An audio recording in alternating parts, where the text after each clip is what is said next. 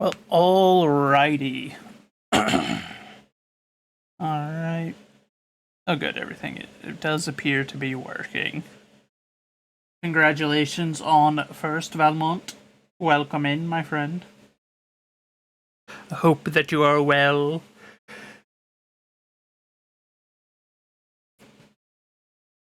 So, we'll be getting started here in a moment. If you have any prayer requests, get them in. If not, that's alright. Then we shall hop into it. Of course, as per usual, after our opening prayer, we will get into the Bible reading, and today's verse of the day coming from Psalms 63:1, the King James Version of the Bible, and then we'll carry on with the book of Psalms with Psalms 41. You're alive and functioning by the grace of God. I feel that sometimes, though. I don't know what's been up with me the last couple of days. Something's wrong, and I don't know what exactly it is. I'm wondering if I'm having like an early onset midlife crisis. I have no idea. Something's wrong, I can feel it. That's all I know. But sometimes that's all you can ask for, is just being alive and functioning. So I feel you on that.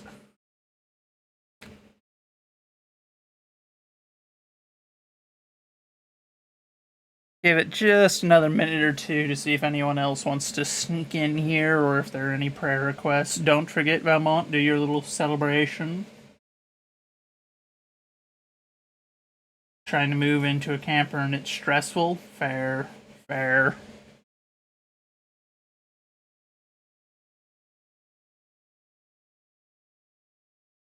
I would be curious the logistics of that with a family as large as yours going into a camper, unless it's quite a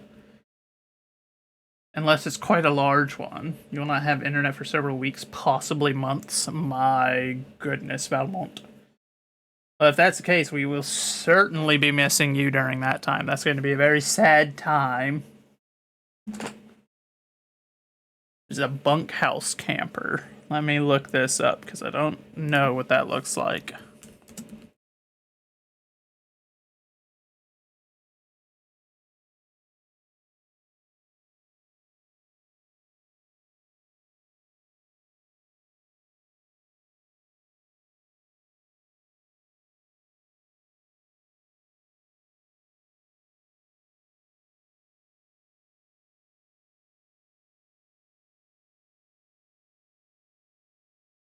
Okay. Full bath, full kitchen, but cramped. Yeah, I'd imagine. Those things are always a bit cramped, but if it's what you can afford, it's what you can afford, you know?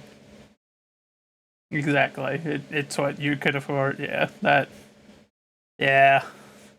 Sometimes you just gotta make do. I've said it myself several times. If the VA would let me take a veteran's loan for just land, I would buy land and dig a hole and be content until I could figure out the rest. But they won't let me just buy land. I have to buy something that's pre-built. There has to be a house on the property, which is just like, oh, very sad. Or I have to own the property and be taking the loan to build a house on it. But I can't take a loan to buy the land and then just make the house myself over time. Very unfortunate, very unfortunate.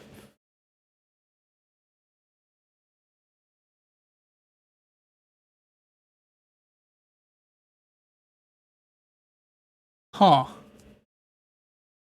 I wonder why he said no. Huh. That's curious to me. The VA home loans are always one of those, like, that's one of the biggest tools that they give to veterans. Especially since it renews over time. Like, if you can use it more than once. Long story short. Oh.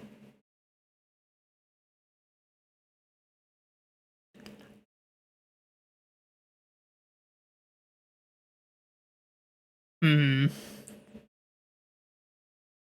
Just a long story. Fair enough. I'm sure he has his reasons. I can't say I would know what they are off the top of my head, but Fair enough. For now, though, I think we've given it enough time. We haven't had anyone else sneak in or put any prayer requests in. So, but I will be I will be adding in a prayer request of my own on it for you guys. So, but let's get the ball rolling, shall we? Heavenly Father, we come to you today, and as we do, I ask that you open our hearts and our minds, that you provide us wisdom, guidance, and discernment, that we may better understand the lessons that it is that you intend for us to take from today, whether they be found here in the good word, or they be found in our day-to-day life, in some interaction, some conversation, whatever tool it is you choose to teach us today. Just give us the insight to make use of it, so that we may continue our walk alongside you. I ask that you continue to provide a refuge for us, a place where we can gather with our fellow Christians in your might, where we can renew and refresh ourselves. We live in a world full of enemies, temptations, and tragedies, and I just ask that you help us to overcome each and every one of them. Give us the strength to overcome those challenges today. I ask that you lay your healing hands on each and every one of us. You know our personal struggles, whether we have admitted them out loud or not. You know what's in our heart. You know what we need. In particular, we ask that you are with Valmont and her family as they go through this trial, that you guide them, that you reassure them, that you give them the strength and the resolve that is necessary to overcome this, that they can continue on, and that they can better their life. They deserve it so much, and you know that. But above all, I ask that you forgive us of our sins, for we are not but fools and sinners, each and every one of us, and that your will be done in our life.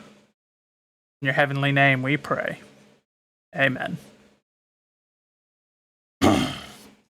Alright, so with our opening prayer done, our verse of the day today, Psalms 63:1, from the King James Version of the Bible, a psalm of David when he was in the wilderness of Judah. O God, thou art my God, early will I seek thee. My soul thirsteth for thee, my flesh longeth for thee, in a dry and thirsty land where no water is. That certainly sounds about right for where we're at nowadays as well. It's a good psalms for us to remember in our current times. We have to seek God. We live in a land that is dry and thirsty in those things that He provides us. We have some of the material needs that we have dealt with amply here in the U.S., but what matters most, the things that God provides, are ones that we as a nation severely lack because of our straying from Him.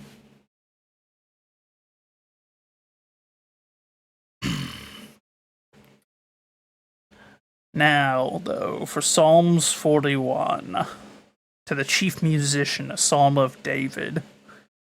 Blessed is he that considereth the poor. The Lord will deliver him in time of trouble. The Lord will preserve him and keep him alive, and he shall be blessed upon the earth. And thou wilt not deliver him unto the will of his enemies. The Lord will strengthen him upon the bed of languishing. Thou wilt make all his bed in his sickness. I said, Lord, be merciful unto me.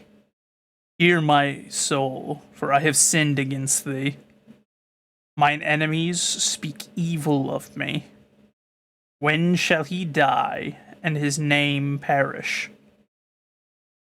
And if he come to see me, he speaketh vanity. His heart gathereth iniquity to itself. When he goeth abroad, he telleth it. All that hate me whisper together against me. Against me do they devise my hurt. An evil disease, say they, cleaveth fast unto him. And now that he lieth, he shall rise up no more. Yea, my own familiar friend, in whom I trusted, which did eat of my bread, hath lifted up his heel against me. But thou, O Lord, be merciful unto me, and raise me up, that I may requite them. But this I know, by this I know that thou favorest me, because mine enemy doth not triumph over me. And as for me, thou upholdest me in mine integrity, and settest me before thy face forever. Blessed be the Lord God of Israel, from everlasting and to everlasting. Amen and amen. I very much enjoy that one.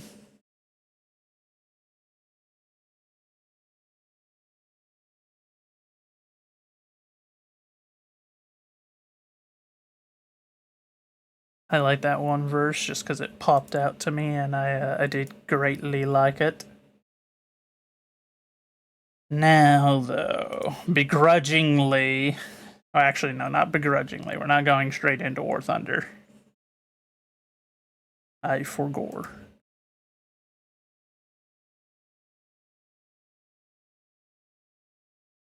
This is behind the counter at a local Japanese set meal restaurant for... This is behind the counter at a local Japanese set meal restaurant. I don't know why it had to reset that whenever students. I already reloaded it earlier, but... We shall see what this man has for us today.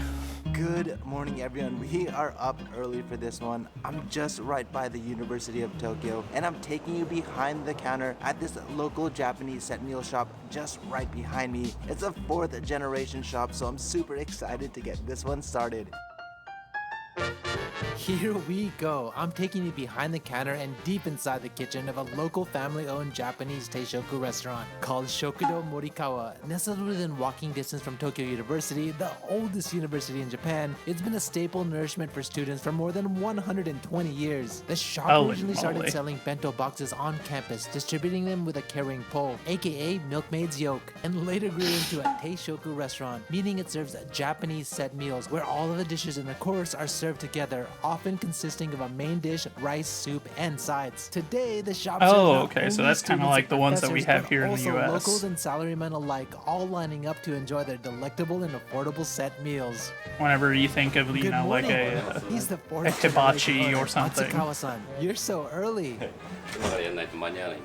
The shop opens at 11:30, but his morning starts as early as 6 a.m. Oh, okay, that's a reasonable time. At least it's not like some of the stories that this guy does, where it's like, yeah, the restaurant opens at noon and the owner comes in at like 3 a.m. You're like, oh my god. The first thing he does is to start the dashi broth, which serves as the base for many of his dishes. And then he heats up the various sauces.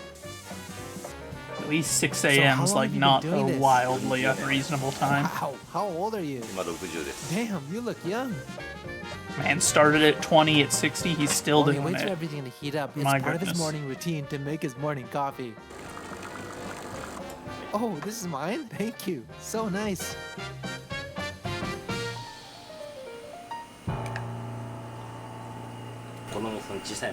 Oh, my boy? Yeah, he's 3. Thanks. What about you? How about your daughters? Where's she now? Dope. So, how did you meet your wife? Damn, apparently they got married 10 years later at 26. Wow. An honest man. So, we work you think together, you're so gonna I take can't over cheat the on her. family Fair business? enough. 家がもうこ Fair の enough, 商売 man. だったんで都合とかって気持ちはなくて好きでもう普通にやってたって感じですね Apparently, he officially started at the age of 19, but voluntarily helped around the shop when he was in elementary school as he enjoyed being there. He says that he always had a passion for cooking ever since he could remember, even reminiscing about watching TV cooking shows after school and testing out the recipes in their busy restaurant kitchen. See, For now him, that's he something- always knew in his heart that his Okay, I tried to pause. That's something that I always find interesting about this. Whenever you hear a story about someone who grew up around a family business, something like this, where, you know, they, whether it be a cafe, a restaurant, whatever it is, whatever kind of place it is, anytime you hear a story about someone that grew up around it, there's always a special kind of appreciation and respect that goes into it. It's one of those things you don't hear all that common anymore in the Life's US, fast since and we've taken allowed here. corporations to kind of absorb every facet of our lives. Wow, pre-cut But they vegetables always are seem to hidden grow up to be everywhere. much In more fact, the shop reasonable cut them the night individuals that before way. to minimize the morning's prep time. Knowing that there are as many as 35 Teishoku menu items in addition to side dishes, the shop needs to be very efficient in their preparation. I think it's something every Do you kid have can a hobby? 趣味はバレエ乗る That's hard. Really? can be good for a kid, you know, to grow up around it. It's actually been his hobby for a while, Holy even cow. riding motorcycles around Tokyo in his wilder teen years. So, what do you ride? ストリートグライド奥さんはスポーツだ Cool. Do you also wear a biker's outfit? あります Oh, okay. Do you ride in a group? あ前はあったんだけどグループが解散しちゃったんで He says that he and his wife love riding together to search out new food spots. I guess having a common hobby That's is one of the cool. secrets to their happy marriage. I thought you don't really take days off. だから日曜日早くから行って帰ってきて仕事 I like it. Work hard, play hard.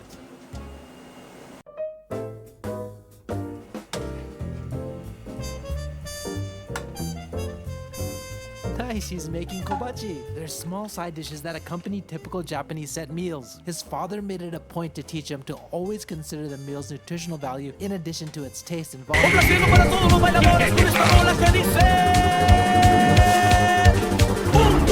Well, hello, Heron. How are you, my friend? Did it not show the thing? That's odd. Well, welcome in. Good morning. How was it? How did it go? What were you up to? I appreciate the raid, my friend. Let me give you a shout out.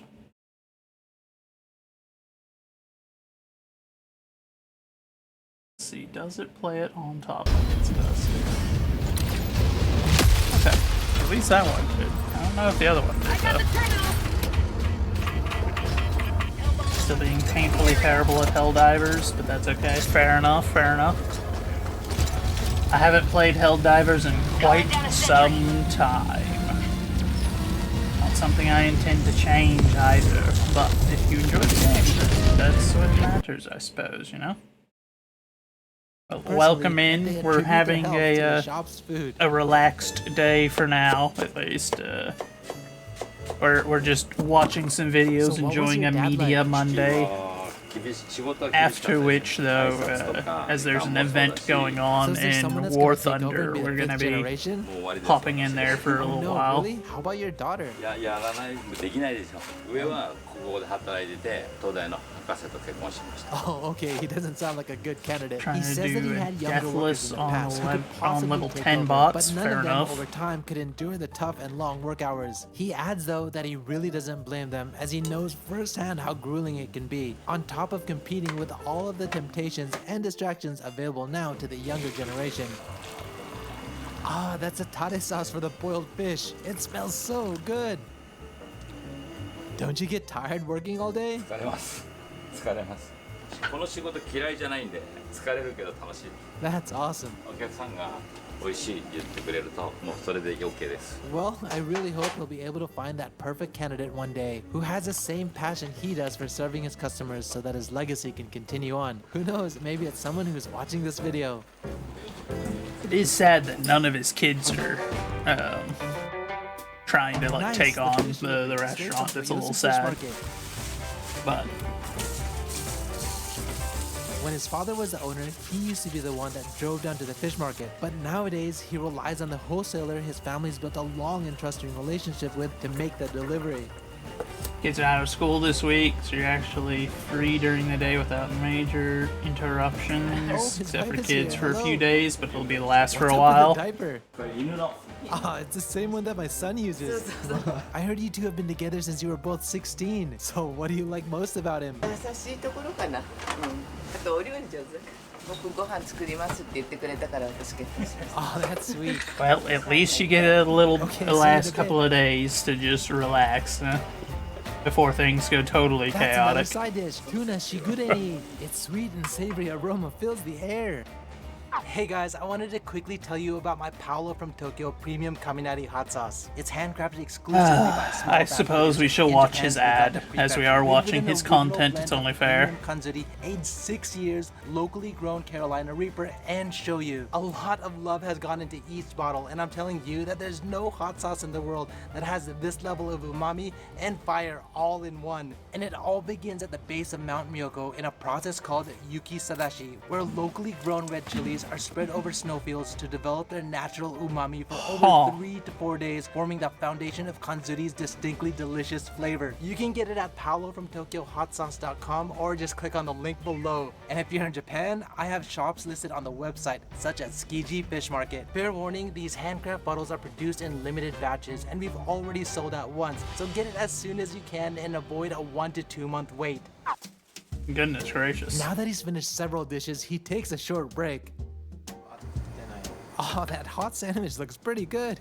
That does look really So why tasty. Morikawa and not Matsukawa? こういう文京区本郷じゃないですか。本郷の前堀川町だったんです。 Ah, so it was named after the area Morikawa-cho Shokudo, and it was later shortened. That makes sense. While he eats his breakfast, he works on accounting, orders, and everything else to run his business, making the most of his time. これと Reasonable. 他にさ、もう一個生もう一個もう一個来て3つ切ればいいってこと。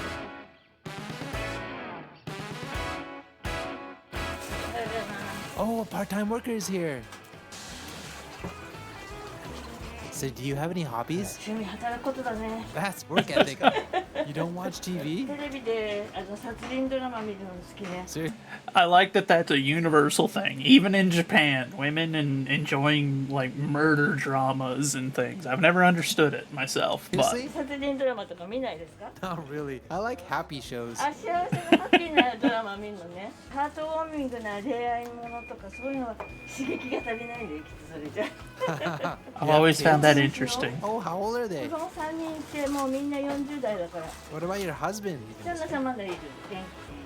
整体師です。マッサージ師です。 I see. Thank you for sharing your story. 殺人事件が好きなおばさんの話。 He's actually been working here for 10 years and is the longest serving worker. Matsukawa-san told me that he has a deep appreciation for dedicated workers like her. Without them, it's almost impossible to run his business. After all, at its core, their business revolves around people. I mean, yeah, How do you like working here? すごい家庭的なところ、本当家族みたいに扱ってくださるし、 That's nice. 家も近くて通いやすいです。ちょっとお店が忙しすぎるのは困るけど。 No cap. I don't know. Why did he have to Every say morning, that? it's his wife's responsibility to update the specials for the day on the signboard based on what Matsukawa-san decides to make. Not gonna lie, there's a lot of Zoomer What's lingo that? that I just, I cringe hearing it. うちの人が書くから、それ見て揃えます。 So him hitting a no cap 繰り返して出るから。 towards a woman that's got 3 40-year-old kids. It's like, please, Good morning. please, sir, stop. Have you been working here a long time? 8年。 Wow, then you're the second longest worker here. So what did you do before this place? 家で商売してる What kind of business? スーパー Oh, that's interesting. セブンイレブンぐらい大きさ I want to film it. 撮影したくないダメ Why did you close down? 周り大きいスーパーできたからだんだん売り上げ落ちて Oh, that sucks. Good morning. Have you been working here a long while too? いや、最近来たばっかり。 Oh, are you a student? はい What do you study? 医学を勉強し I see. What do you want to do in the future? 医師になりたいです。 Well, That's at least amazing. that's one She's person actually that's from the not, neighborhood you know, and grew up loving their food, which led her to in the work older here. So tell me, category what's your from like the favorite other menu item? workers, which is interesting. Huh, I was why did you wondering make if there me was going to be smile, any too? on. Or if Japan has that same issue where it's like restaurants are just run by old folks now because they're the only ones that will work long enough. most 30 companies minutes don't like before hiring opening, young everyone folks worked anymore. diligently to get ready for the customers. So I was starting to wonder if that was a Japanese problem too. Then I guess they've got the problem just down to the fact that their population is an aging population It's now. amazing to see that they also make bento boxes for delivery on top of their lunch prep. They're working so efficiently.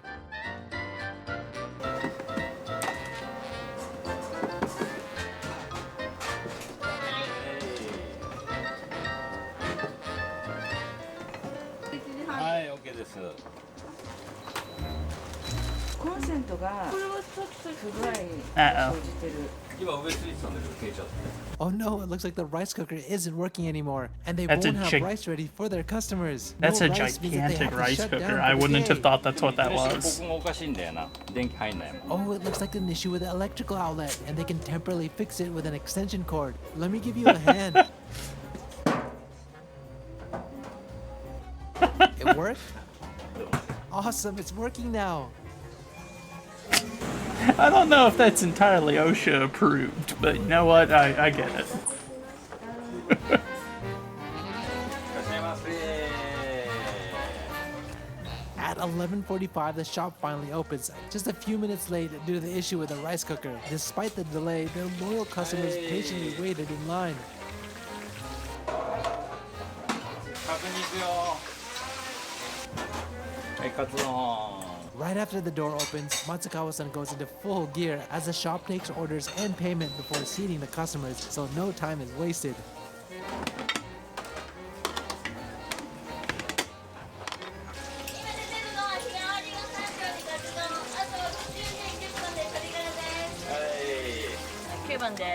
It all looks really tasty, I'm not gonna lie. いらっしゃいませ。 Their cutout Glad I fried ate chicken before smells stream. So delicious. It's their top seller, and they even offer it as a combo with a hamburger patty. And most of their set meals are between $6 to $9. That's a very reasonable Look at him price. go. It's like he has 1,000 arms, seeming to effortlessly fill each order, but fully knowing that in the back of my mind, that it's his many years, day after day, working in the kitchen that has allowed him to make it look so easy. Oh, of he course. says that he draws wisdom from his father, who would tell him, "Give it your all, and the customers will keep coming back." And to Dude's this been doing day, this he for pours his 40 heart and years. soul I'd be into shocked each if he and every didn't dish have he it down. creates. Further adding that it's downbeat, not the you know? money, but the eclectic buzz of the shop filled with customers that fuels him forward. Oh, that's his daughter.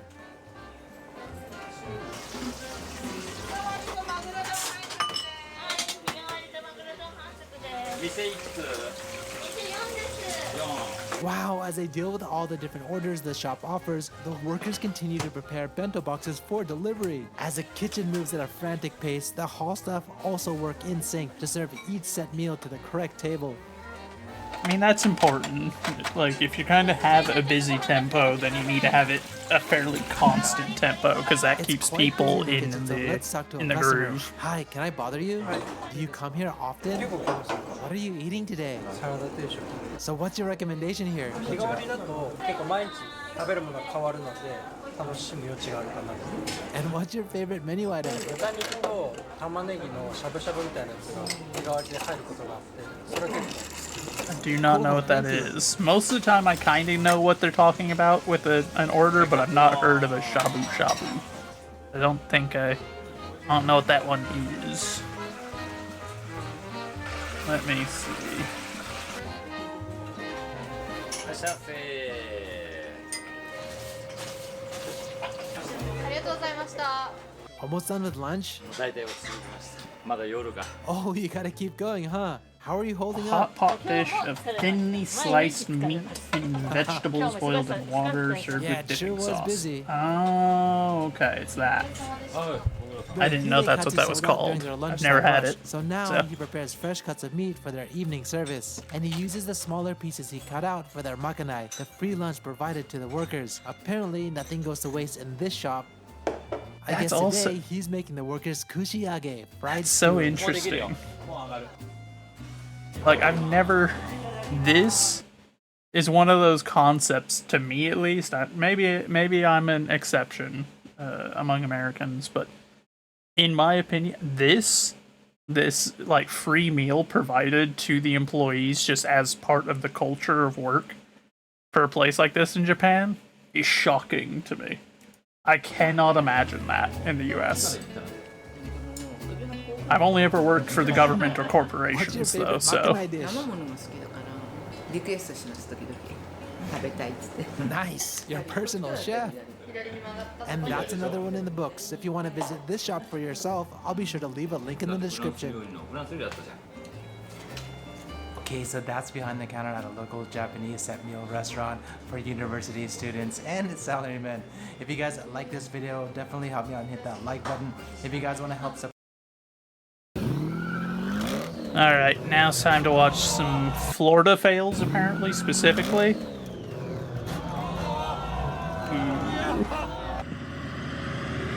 Oh. Sir, I don't know if that's street legal still at that point. Oh, nice. No one was harmed. I'm glad to hear that. That looked unpleasant.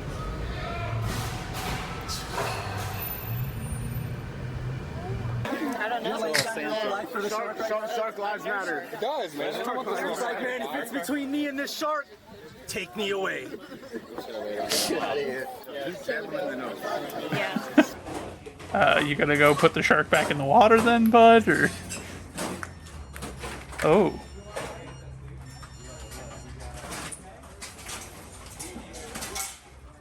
Hi, babies. Uh-oh.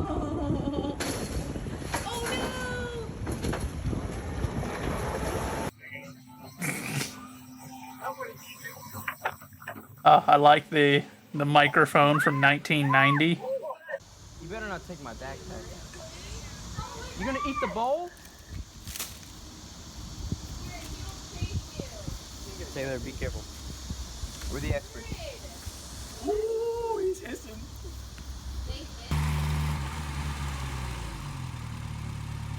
What on?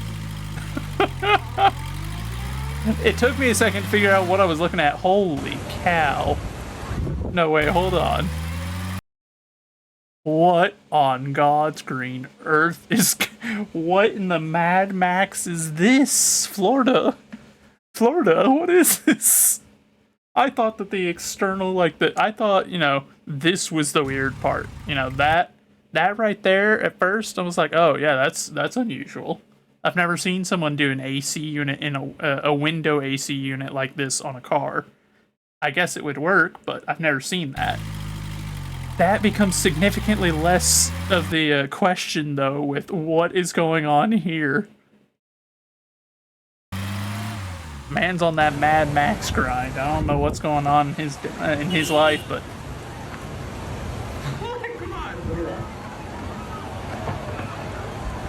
Gotta love a dust devil.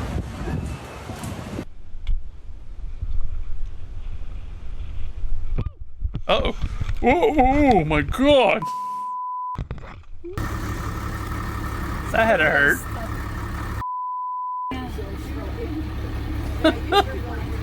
Oh, he's thinking about it again. No! No! Oh, God. No, you idiot. Yeah, he's not very smart. Oh no. Oh no, bud. Someone didn't confirm that the vehicle was locked down. Oh god, that's gonna be expensive.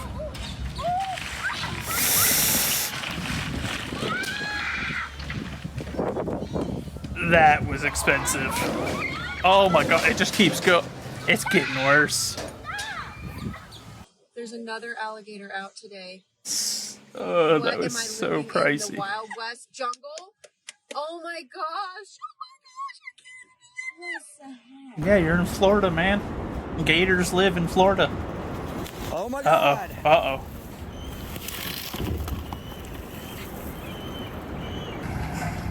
Yeah, that's why you don't build that close, bud. Not without a retaining wall, at least. What are you trying to do there, bud? Whoop, nice. So funny. What is on top of your vehicle, sir? No, pan the camera up. I need to see. Oh. The cops got locked out of their car.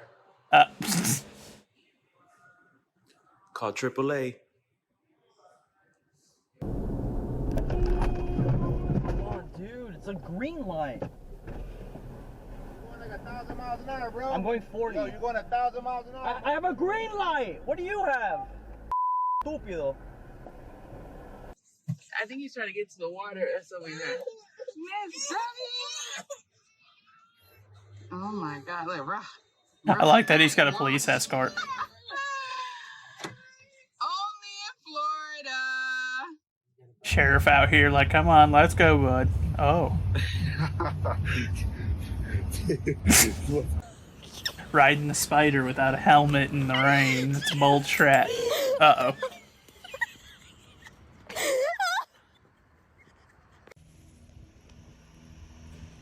Yep, definitely Florida with the number of gator videos. That was rude. Stepped on his friend's head just to get out of the way.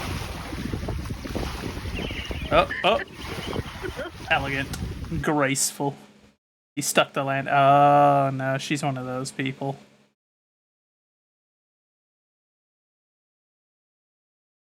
Well. That's what you get for marrying an imbecile there, my bud.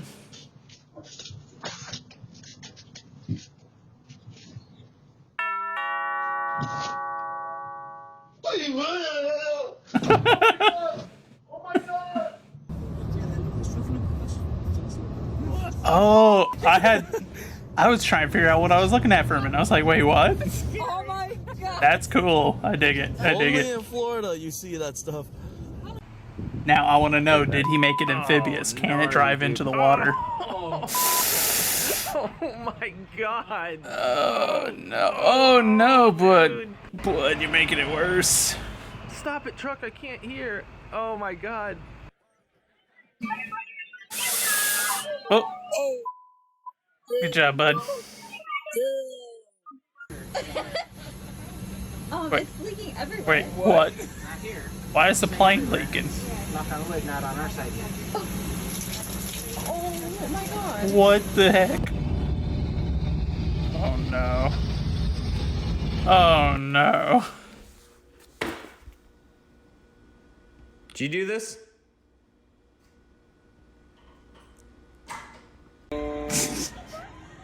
That would be a yes. Y'all get down there and get... Boy, you alright? Only in Florida do you have alligators at your crosswalks. Another gator crossing the road video. At the crosswalk. They do like these in Come Florida, on, don't little fella, they? Get across. Jeez. Very excited about my new fridge. Look. Got ice. Wait. Here comes the water. Why won't the ice stop? Oh, because I... What the? Oh. Huh. I guess if it works, it works. You want to hear something really crazy? No. I have fake teeth. They just flew out when I yelled. Oh no.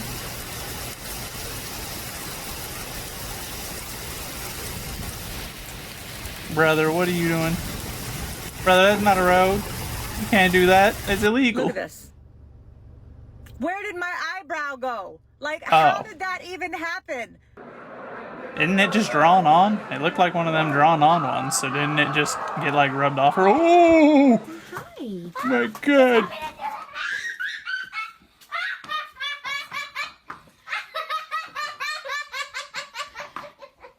What is that, George?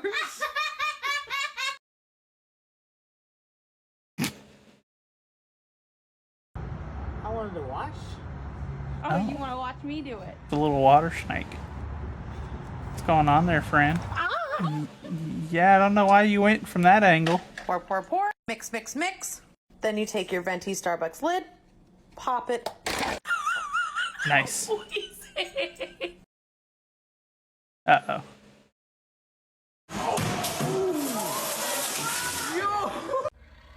Well. Take a video.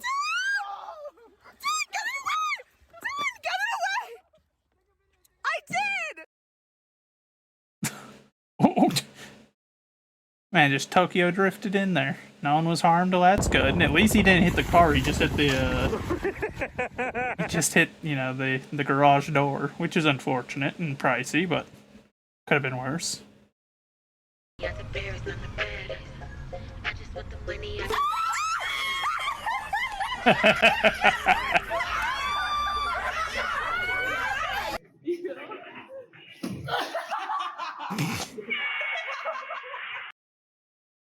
What on? Get across. I know, right? It's the correct way to say it, though. What are you doing, bud? You're eating it. That's what you're doing, bud. Whoa. What on? Aye! This is fantastic. Uh. I love Florida. I wonder if that's his rig. What? I wonder if that's his rig. Jesus Christ. That's just... Hey. Dude,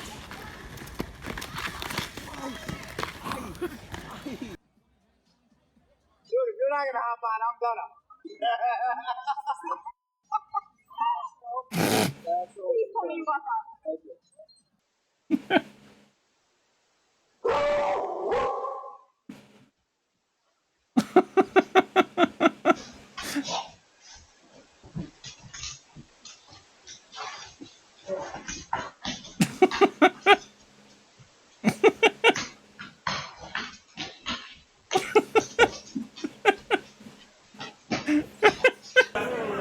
That dog was just having a terrible time of that. Oh, no, Grandpa.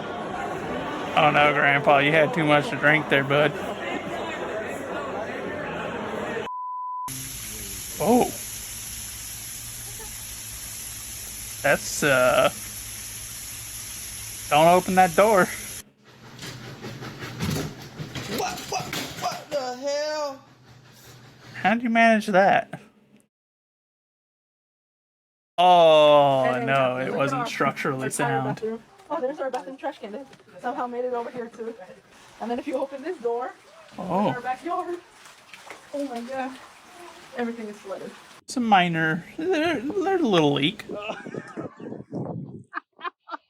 Yeah, you're not getting that back.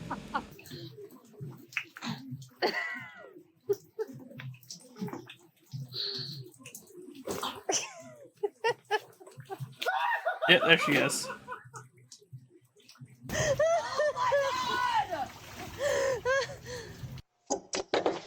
I don't know what she was holding up there, but...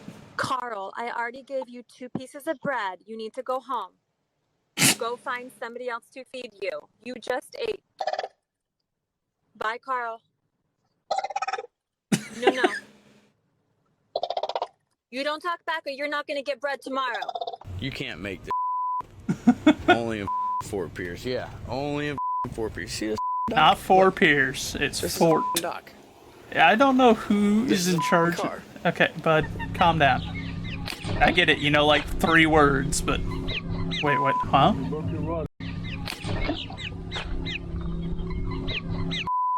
Broke your rod as well.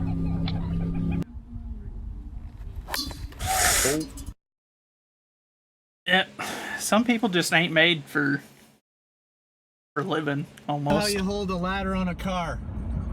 I thought this was super funny. This is America, isn't it? Oh, maybe it's not.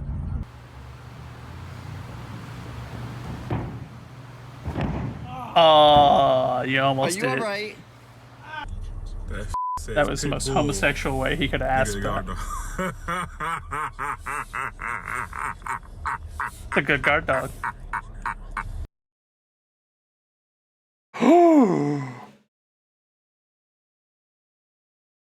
Did you get it? Oh goodness. I hope he got that. That's Where are you expensive. going? Chicken. You ready for some grubs? Let's go! It's grub time! What the f? What's wrong with your Why are chickens? they all not moving? 1,100 pounds, boys. Push. I can't believe they took that beautiful freaking bike out there like that. Yeah, that one's smart. Uh-oh. Uh-oh. Oh my god!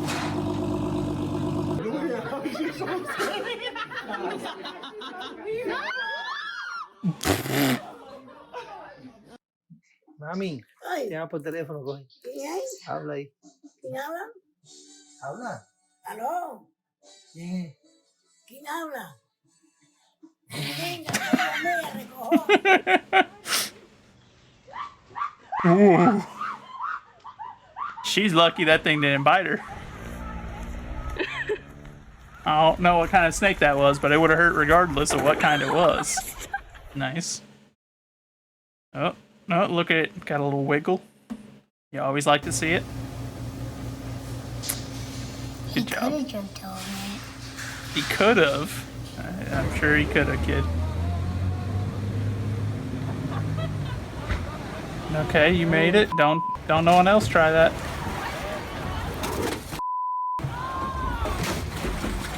What are you...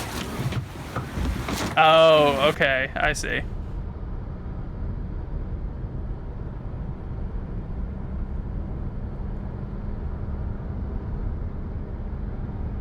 Oh, I was like, why has he got his head out the window? It makes sense now. Stupid. Clyde, you good?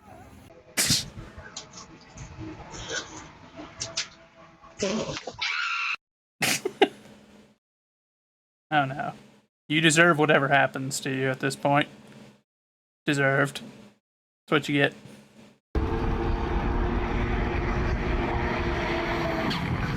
Oh my god, dude! Uh-oh. Serves you right for that road rage, bud. Now you're in way more trouble. Uh-oh. Oh no, you just kneed that girl in the face! Oh God, are you okay? Oh, did you hit your head? No,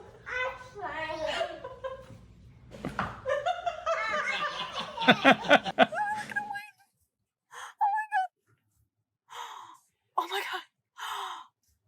Oh my god. Valmont, your man's out here getting lunch. We caught him on video. Oh. Oh no.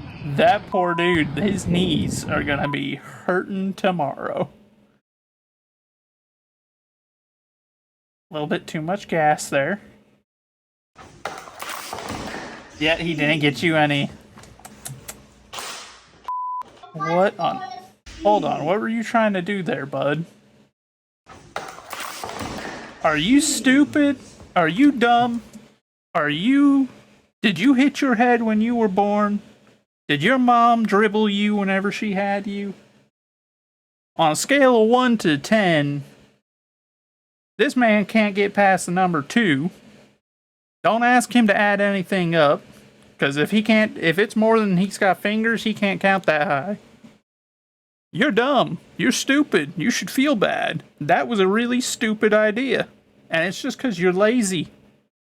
You deserve that. Dum-dum. Just do it right the next time. Also, nice. I got socks on, that's what happened.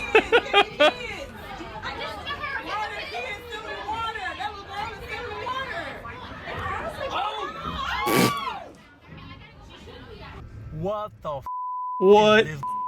What is that, dude? These are Miami problems.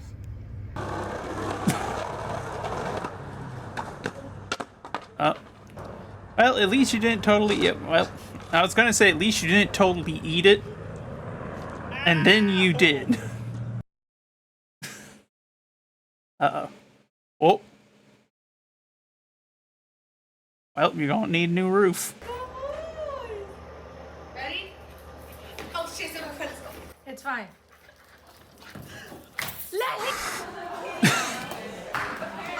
At least the floor was slick enough that she slid a little bit so it wasn't just hit the ground and bounce. Hello, Honito. How are you doing, how are you doing today, my friend? There we go. English.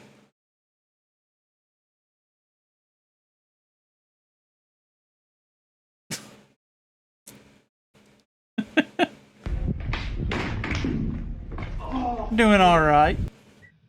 Doing okay. We're just watching some videos. Watching some funnies before... Oh. That was a bold strat. Nice. But we're doing good.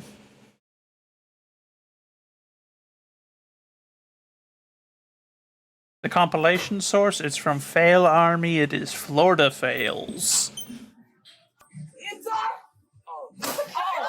Oh, nice. Had it facing the wrong way there, bud.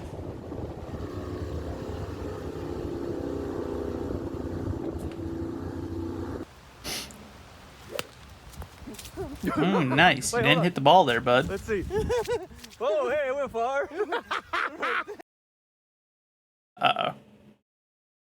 Uh-oh, you didn't turn on the brake, bud.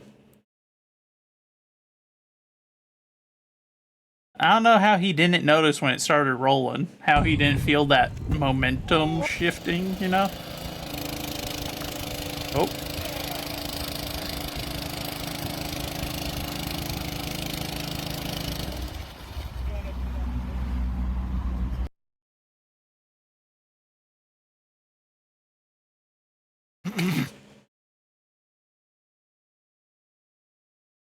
Man forgot he was here to clean a pool. Oh, you went in with your cell phone. You went in with all your stuff.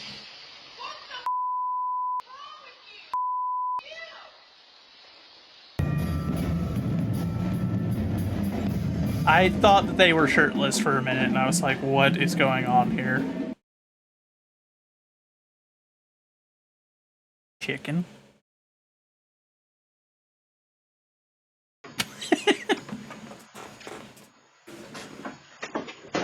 I mean, you're not wrong, Juanito. He did not. Just a little bit harder than you're supposed to. Oh my god! I don't know what is going on, but this is not normal. No, that ain't normal. I don't know. What'd you do? I'm just trying to do a couple pieces of... Ow! Oh! Yeah.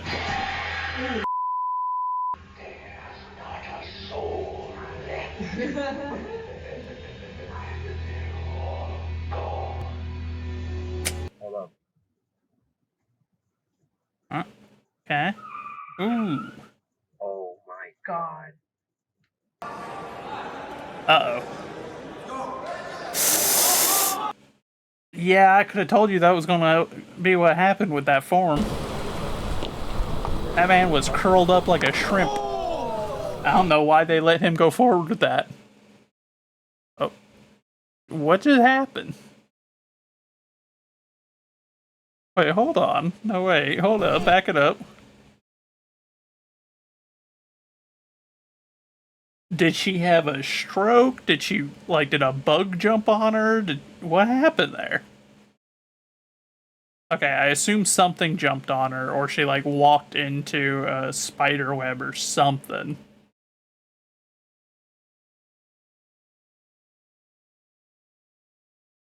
Oh, no.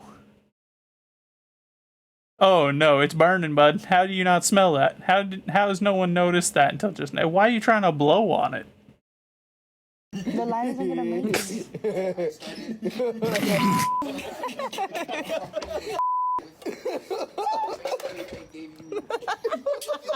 She is out of it. Oh my god! Oh my god! Oh. She's still asleep after that. Okay. I'm not gonna lie, I'm surprised. I'm surprised that she didn't wake up from him knocking that off the top of her head. This is the point. Also, I apologize. This one is purely just, like, my particular brand of, like, brain being damaged. It's the hidden engineering of landfills. I don't know why it appeals Hills to me. landfill outside Los Angeles, California. This is a video that appeals to me. The first truckload of trash was Love dumped here watching in funny videos, 1957, and the trucks just kept coming for more than 5 decades. If you threw something away in LA County, there's a good chance it's buried somewhere in this mountain of waste. At its peak, Puente Hills was accepting around 4 million tons of trash every year, making it one of the largest You landfills refuse in the the country. apology? It closed Okay, in fair enough, fair 2013, enough. creating a time capsule of everyday life and consumption patterns over the span of 56 years. But Yes, Puente Hills is Valmont. also a time It's capsule all about of landfill trash. engineering itself.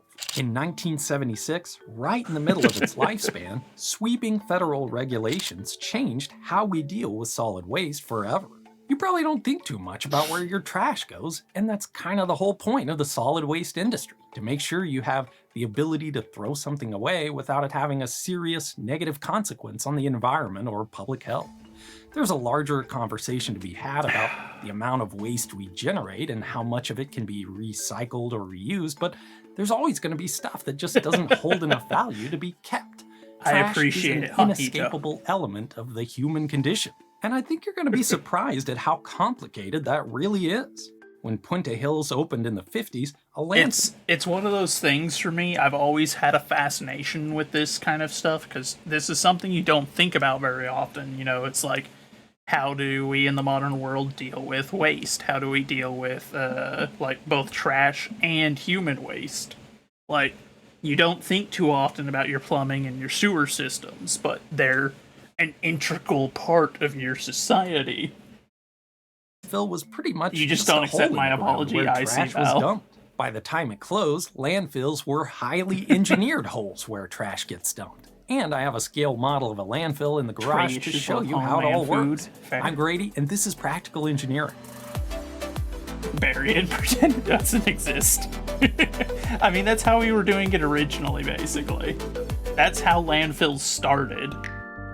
It's just bury most of it and let it do its thing. But There that are doesn't. lots of kinds of waste in We this discovered crazy over world, time that but that's one not of a the good biggest idea. sources is just you and me throwing stuff in the trash. The technical term is municipal solid waste, since its collection is usually coordinated at the city level. There are a lot of ways to manage it once it's collected, but the most common by far is disposal in a landfill. And one of the biggest parts of landfill engineering is just deciding where to put one in the first place. The main goal of a landfill is to maximize the volume of waste that can be stored there, while minimizing the cost and the environmental impacts too, which turns choosing a suitable site into a giant geometry problem. Digging a hole sounds like an obvious choice, but consider this. Digging a hole is expensive, and not digging a hole is free. There are costs of excavating tons and tons of soil just to get it out of the way so it can be replaced with trash, and costs of hauling away all that soil, since your goal is to maximize the volume on the site. Plus, you have to avoid the water table, any unsuitable geology, and the challenges of building and working deep below the surface of the earth. That's why landfills mostly build up into what sanitation professionals call the airspace. Looking upward, it may seem the sky is the limit, but anyone who's built a tower of anything, let alone trash, knows better. The waste pile gets less stable as its height increases, requiring shallower slopes. And the pressures at the bottom go up too, which can lead to settlement and damage of facilities. Plus, there are visual impacts. The bigger the garbage heap, the bigger the eyesore, and people are only willing to look at a landfill so tall. They can't be too close to airports because they attract birds that can interfere with planes. And they can't be too close to homes, parks, playgrounds, and other places people congregate for obvious reasons. Of course, there's floodplains and wildlife habitat to avoid as well, and you don't just need a place to put the trash, you also need a scale house to weigh the trucks coming in and out, a shop and storage for the equipment, and sometimes a place for ordinary citizens to drop stuff off. Finally, you need a spot that can handle the huge increase in truck traffic coming and going practically non-stop. Pretty much, if you can get a college degree in it, it's going to come into play when siting a landfill. Geology, geography, politics, archaeology, public relations, biology, every kind of engineering, and a lot more. But once you have your landfill, you can't just start dumping trash. Let me show you why with a demonstration. And I have some help from my shop assistants. I have my hole dug, and we'll start adding some trash. So far, no major problems, but eventually it's gonna rain. And you can immediately see the issue. Granted, this is more of a flood than a drizzle, but it gets the point across. I was gonna say, all that water is gonna filter through the garbage to the bottom of the hole and eventually into the underlying soil. It might go without saying, but I'm gonna say it anyway. We really don't want garbage juice percolating into our soils. Mainly because it can contaminate sources of groundwater, but also because it can migrate well beyond the limits of the landfill, causing all sorts of environmental troubles.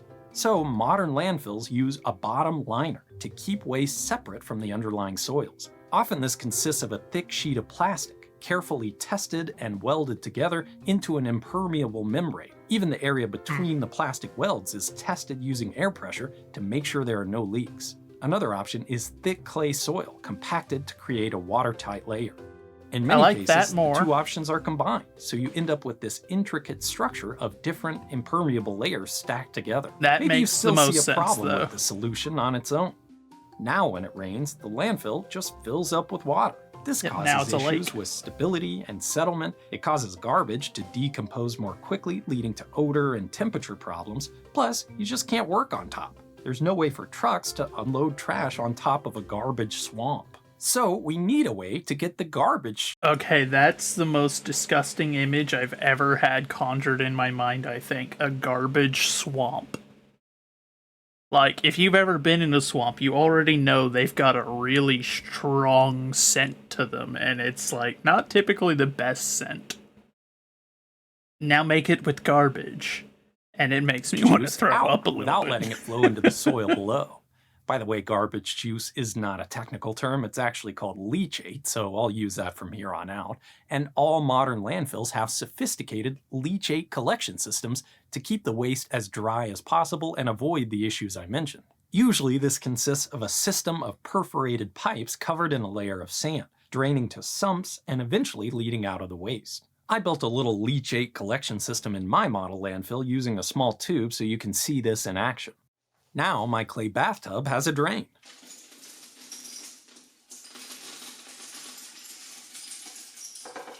When the rain comes, the water that makes its way into the waste is able to flow out of the landfill. Okay, I was wondering what that little tube over there was This for. is a little simplified compared to a real landfill. I've made a video all about French drains, which is much closer to what a leachate collection system consists of if you want to learn more after this. Obviously, in my example, the leachate collection system has to penetrate the bottom liner, which can be a potential source of leaks. So these penetrations are sealed really carefully in the real world, or the collection system just uses pumps and risers that run up the slope of the landfill to the top, so no penetration system is necessary. Of course, now you have a stream of leachate you have to deal with. Actually, leachate management is one of the biggest costs of running a facility like this. Some landfills send it off to a treatment plant that can clean it up. Some have ways to treat it on site with settling ponds, evaporation, biological treatment, and even plants that can consume and convert landfill leachate into waste that's easier to dispose of. That little bit right there, what he said, is one of my favorite things. The fact that over time, we as humans have been genetically modifying certain types of plants to turn them into essentially biological experts at dealing with the specific problems that we have. Like, we have created a biological item, like a, what is it? It's a bacteria type that can consume plastic, because plastic never goes away, and it's something that a lot of the time we need it to go away over time. So we've developed special life forms that can consume it and process it. That way we can get it dealt with. We've made plants that can help clean, the water out. We've even got a special program that's designing, like, special plants that will be able to plant on planets like Mars. Because Mars has an atmosphere. It's just not an atmosphere we can breathe. So we've been specifically tailoring plants to eventually have a type that we can plant there that'll slowly convert its atmosphere into an atmosphere we could breathe. Maybe that even always back into the is landfill deeply itself. interesting Finally, to me. the bottom of our landfill has all the necessary pieces, but the work doesn't stop there. Remember, the Deliver me from mine volume is enemies, O everything. my God. Defend me from them that rise up against me. Deliver me from the workers of iniquity, and save me from bloody men. The mighty are gathered against me. Awake to help me, and behold. I love that one. That's going to be one of my favorites. For as much effort that goes into finding a location and building the infrastructure, it's essential that we get the most trash in here as possible. You probably know this, but municipal garbage just isn't that dense. Maybe you've had to smash a few more bags in the can because you missed the collection one week. Refund so you can redeem it again. A lot of room for densification. The trucks that collect garbage usually have a way to compact it to make more room in the box before needing to be emptied. But once the trash is at the landfill, there's still an opportunity for compaction. Landfills often use massive roller compactors with enormous teeth and giant blades to grade out and compress waste and get as much as possible into the site. It saves money and it's good stewardship of the space. But density isn't the only challenge with day-to-day operations. Well, I'm also sure that also probably over time helps with maintenance costs as well, because these things, I don't think they're going to wear anytime soon. You're not going to be replacing these as frequently as you would have to replace tires on a normal, a normal industrial vehicle, especially because with normal industrial vehicles, due to their weight, that is a problem. They do tend to deal with it pretty frequently. But you're not going to be damaging these things under any circumstance. You could probably roll this over a landmine and it would be okay. At least the wheels would. But you're never going to have to worry about it popping. You don't have to worry about it getting wear and tear hardly ever. And compress waste. That's and a get great as much idea. As possible into the so site. That's it a saves win-win. Money, and it's good stewardship of Try the to space. get a puncture in but one of those. Yeah, isn't I know. the only challenge exactly. with day-to-day operations. Despite what you've heard, landfills are kind of gross. I mean, that's their whole point, to accept the stuff we don't want to put anywhere else. But putting it all in one place creates a lot of problems. Pests, odors, windblown waste, fires, birds, and more. So to mitigate some of that, most places require that the garbage be covered up at the end of every day. This daily cover can take a lot of forms. The basic approach is just to put a layer of soil over the top of the working face at the end of the day. When I do this in the model, you get a sense of the problem. All that clean daily cover is taking up precious space in the landfill. Yeah. One option is to trim it back off each morning before the trucks start arriving, but that's a Sisyphean task of just moving tons and tons of soil around each day. Other alternatives for daily cover are tarps, or just holding back certain types of waste that are more inert, like foundry sand, foam, paper, and shredded tires. They're going in anyway, so you might as well use them on top to cover the more disagreeable stuff overnight. Those alternatives can also help avoid leachate getting perched within the waste, encouraging it to continue downward to the collection system. Ideally, a landfill will last for decades, slowly filling up by packing in as much waste as possible. Throughout the course of operating a landfill, there's constant testing of groundwater, surface water, leachate, air quality, and more to make sure they're not exceeding limits. Landfills are usually built in smaller cells, so you don't have to manage this huge area of waste all at once. A cell fills up, you put soil over the top, called interim cover, and start a new one within the landfill. But eventually, you reach the top of the airspace, and the landfill reaches the end of its useful life. And closing a landfill is not an easy job. Of course, you have to cover all that waste up, creating a mountainous sealed tomb of garbage. That final cover has to keep the water out to reduce the volume of leachate you're having to collect and treat over time, but it also has to keep the garbage in. And not just the garbage itself, but everything else that comes with it, like smells and leachate and pests. And it has to do it basically forever. So just like the bottom liner, the final cover over a landfill is usually a system of multiple layers, including compacted soil, membranes, and fabrics. And then you have to get the grass to grow to protect the soil from erosion and damage over time. I don't have time to wait for grass to grow in my demo, so I'm cheating a little bit. But the fun isn't quite over yet. The waste may be sealed up, but that doesn't mean it's inert. In fact, there's a lot of chemistry and biology happening inside a landfill.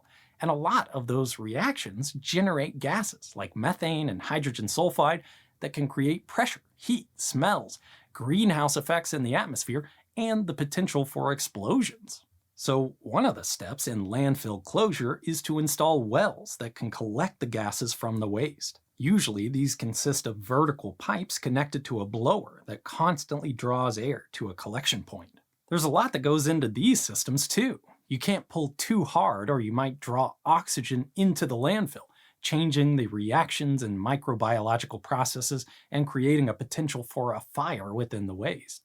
Plus, the gas includes a lot of humidity, so managing condensation creates another liquid stream that has to be collected and treated. Once it's collected, the landfill gas can be flared, combusting it into less environmentally harmful constituents. Another option is to put it to beneficial use to create heat or even electricity. The Puente Hills landfill I showed earlier has a gas-to-energy facility that's been running since 1987.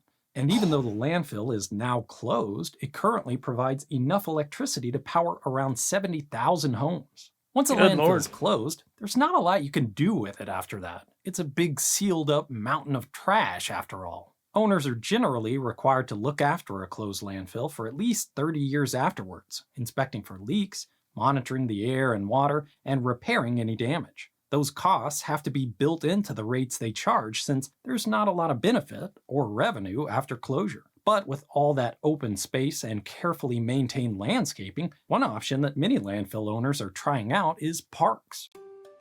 And I love this idea. They say, we're willing to put our money where our mouth is and invite the public to spend time here, to enjoy this place that used to be, one of the least enjoyable places you can imagine.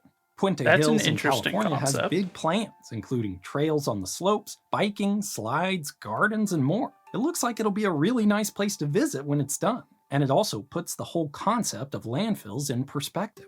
Of course, we have a lot of room for improvement in how we think about and manage solid waste in this world.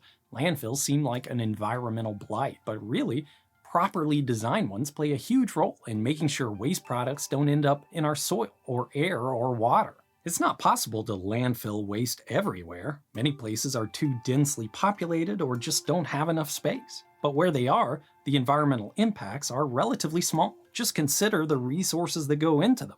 I pay about $20 a month, probably a little on the low end of the national average, and that buys me 64 gallons, about a quarter of a cubic meter of space in a municipal landfill. Stick it on a rocket and shoot it into space. Oh dear. Every week, and that trash gets compacted, but still. Do that for a decade, and your $20 a month is paid for the volume of a modest apartment.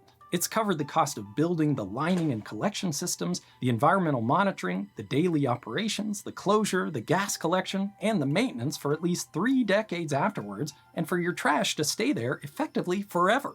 It's almost free real estate. Not that you'd want to live there. But my point is, landfills are a surprisingly low-impact way to manage solid waste in a lot of cases.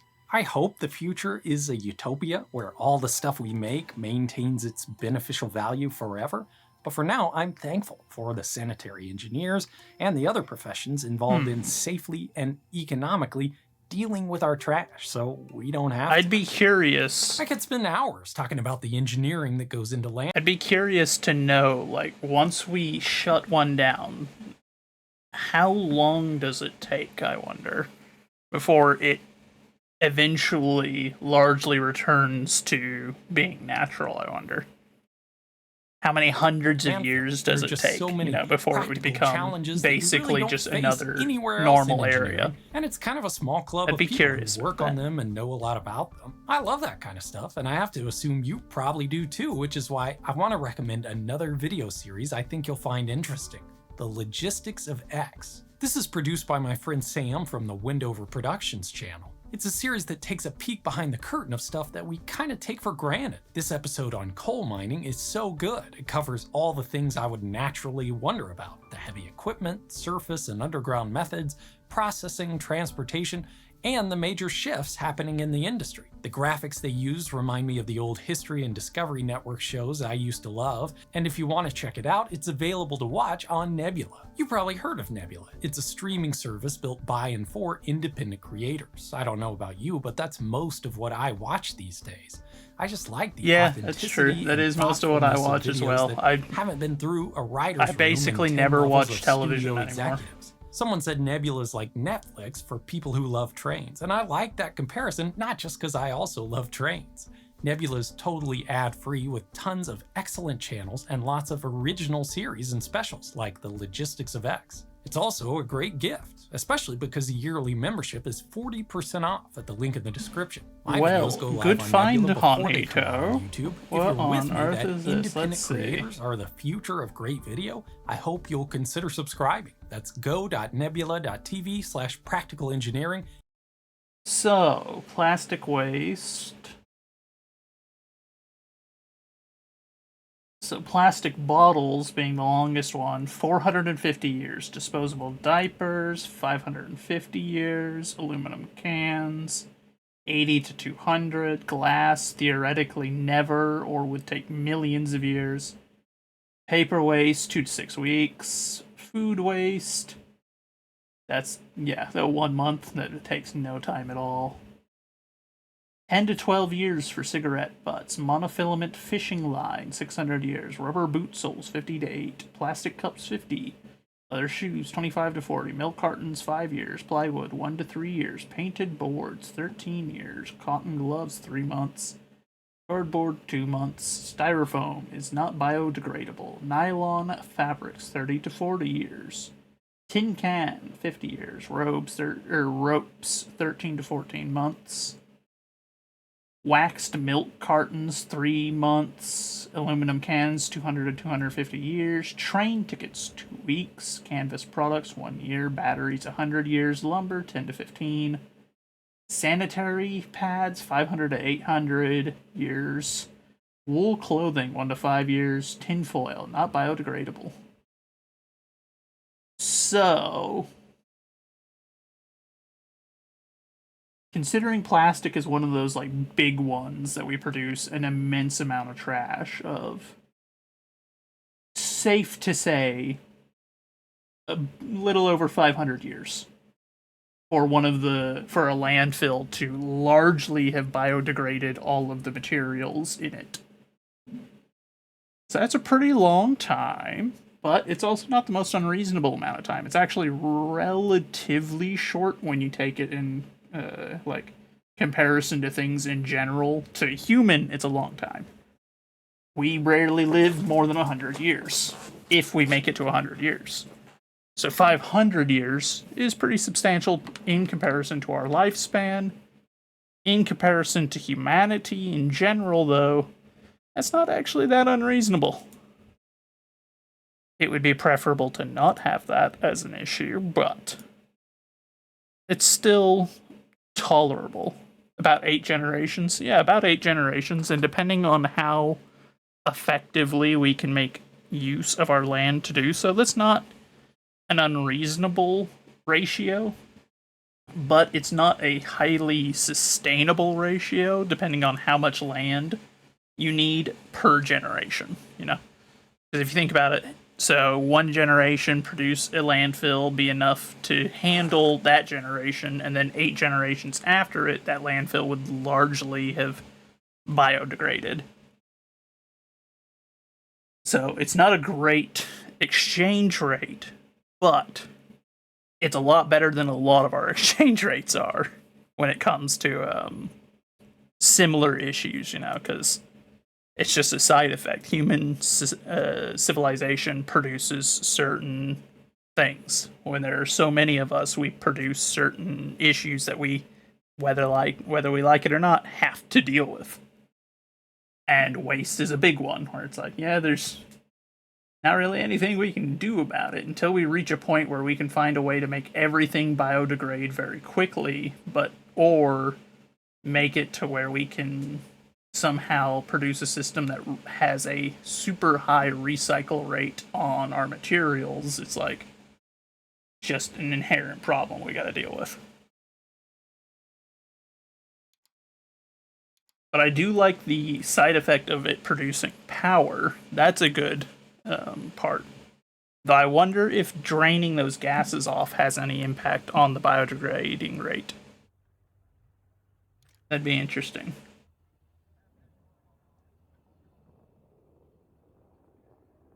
Best solution, Futurama.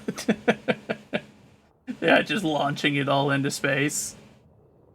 That's definitely a funny one. I like that as a meme. That is quite funny. The timestamp worked. So I saw what you're referring to.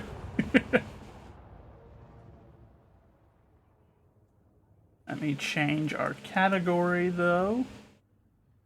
It is now time. I don't really want to play much War Thunder today, but we're doing this task right now. We've got the mobile sniper challenge going on because it'll get you the Boxer MGS, and I'll be honest, I want this vehicle. It's a cool one. It's quite an interesting little machine produced by the Germans and the Dutch.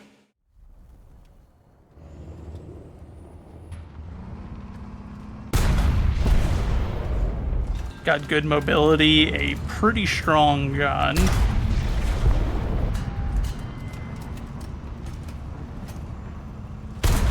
Oh, doesn't help if I put the shell right into the ground.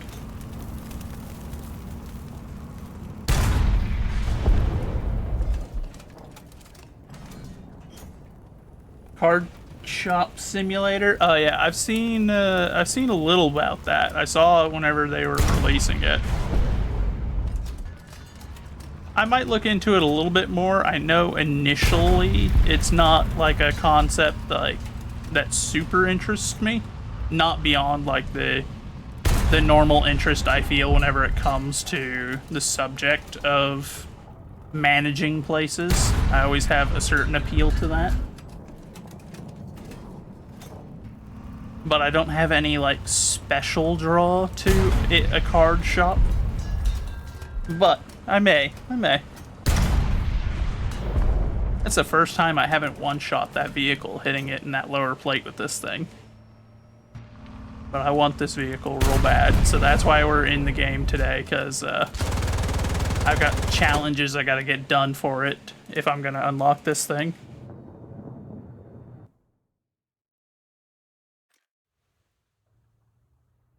Plus, it's just kind of a generally cool-looking vehicle, I won't lie.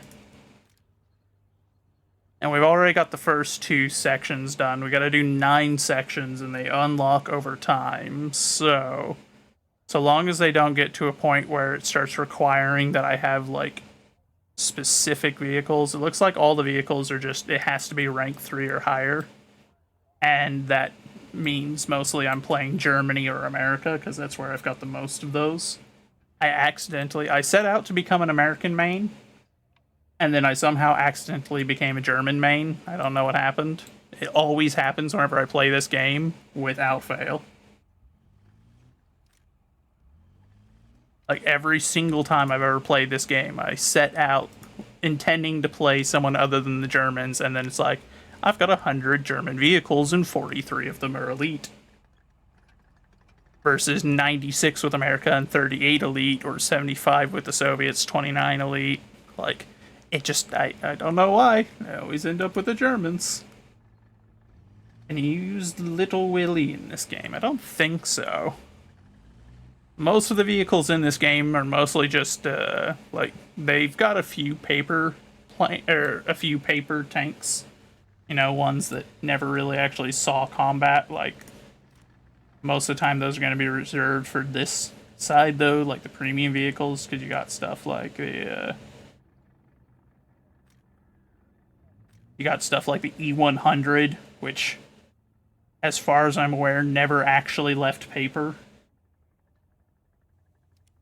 So you've got a couple of tanks like that, but if it's not a tank that actually saw combat, then they don't tend to be quick to put those in. And I'm not aware of the Little Willie being something that saw actual combat or got past the paper phase. I might be wrong. Let me check.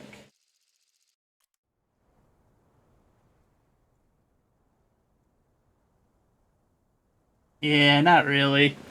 It wouldn't really have a spot in this game either. I don't know what tier you would put it at, but whatever tier you would put it would struggle.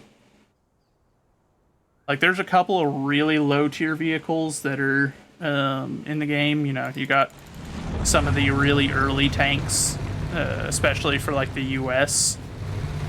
But you're not going to see very many that are, like, World War I. It's mostly going to be vehicles that come from, like, the interwar period. Those are going to be some of the oldest vehicles you'll see in the game.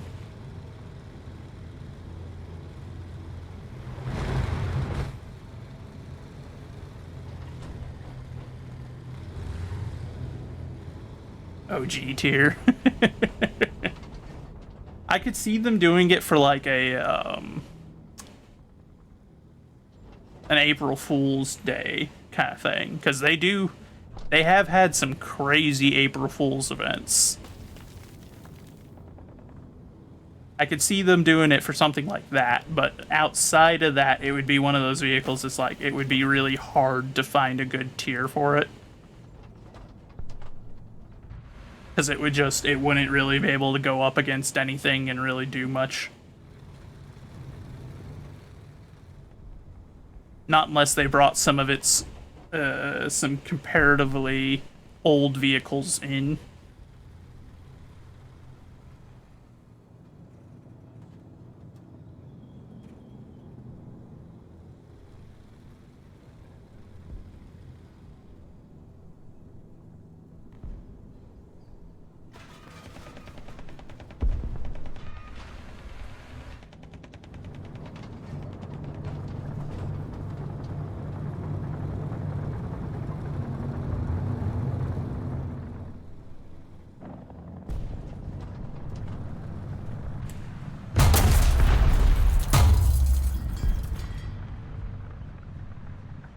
Reload. Reload! We got another one coming in on the right. Don't know what it is on the right, but looks like one of the PTs. Yep. Loader is unconscious. That is unfortunate, but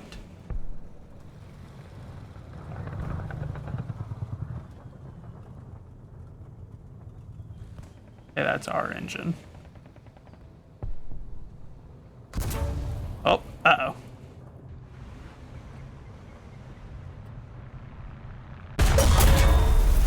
Oh no. Oh no, it's a backwards TOG. Yeah. There wasn't a thing I could do. The moment I realized what I was facing, like, there's no way I can kill that thing at that range with it slightly angled with its rear facing me. It's like, nah. Nah, I was doomed. Which is funny, because if you ever play World of Tanks, in World of Tanks, the TOG is one of those vehicles that's like, it's derpy, it's a fun-to-play vehicle, like, it's funny, but it's definitely not something that you would really consider high threat. But in this game, with how the mechanics work, the TOG 2 is actually kind of a beast, especially if it's being driven backwards. It can tank an inordinate amount of damage.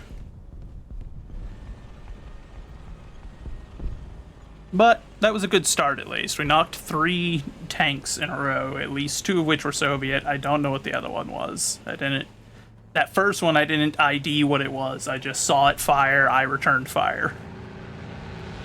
It looked like it might have been a Jackson. And we are up against America and France, both of whom have Jacksons. So that would be my assumption, as that was an M36. So we got an M36, most likely, a T-34-85, and then a PT-76 knocked, which is solid for one Tiger tank. That's not a terrible ratio. We could have done better, but running into that TOG 2 at that kind of a range against a British gun like that with that kind of armor and someone who knows how to use a TOG in this game, that was always going to be a problem. He's still alive, too. He just killed our Panther.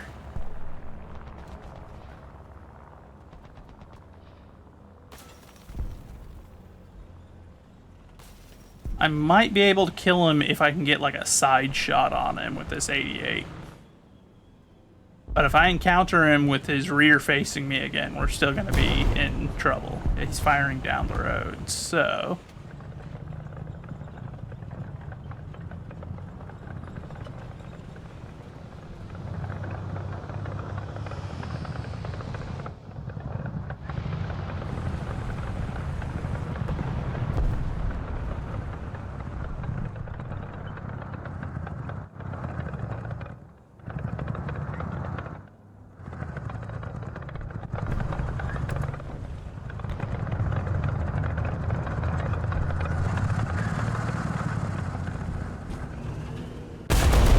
Oh no!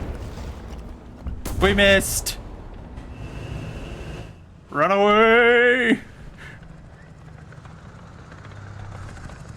Okay, the gun's reloaded. We just need our gunner to get up. Gunner! Gunner, wake up! No!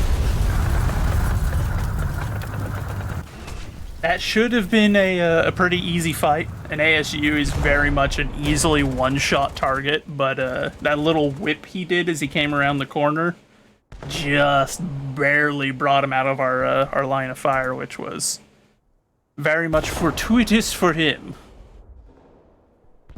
Actually, now we'll bring out the Panzer 470. That was unfortunate, though.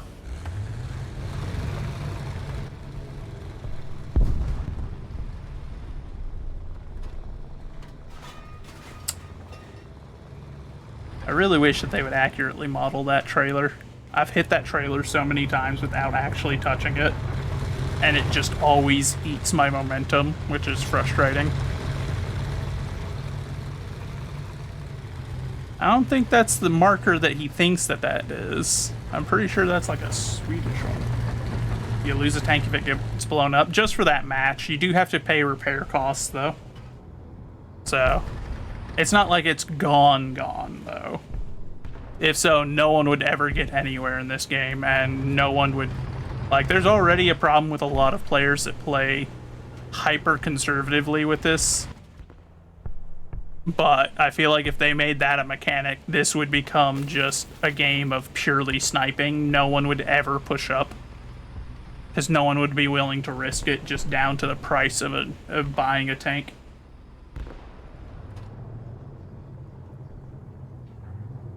No, you just buy him the initial time. Okay, someone else killed the ASU.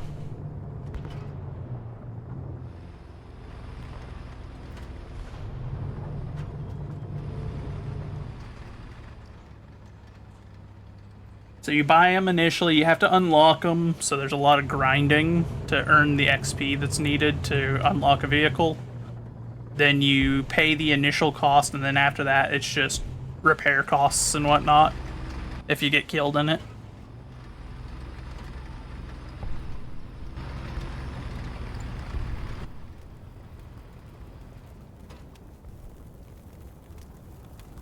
Yeah, that's one way to get knocked out of a match, is to lose all your vehicles. You can also get knocked out of a match by just not having enough spawn points left. Like, if you keep spawning and dying without getting anything done, you'll typically start getting to a point where you don't have enough points to spawn your next vehicle.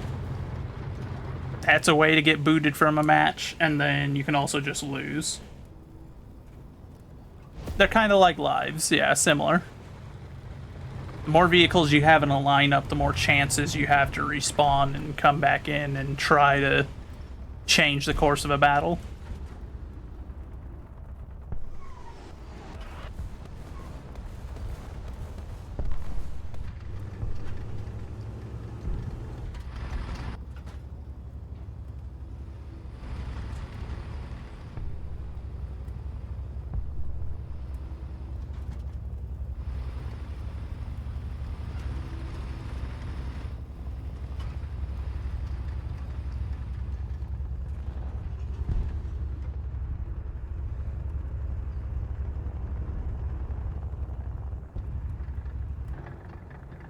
Okay, that's that VFW behind us, okay. It's like I hear something behind me, and I normally don't like hearing that. Oh, okay, you even have the sides down, that's unusual.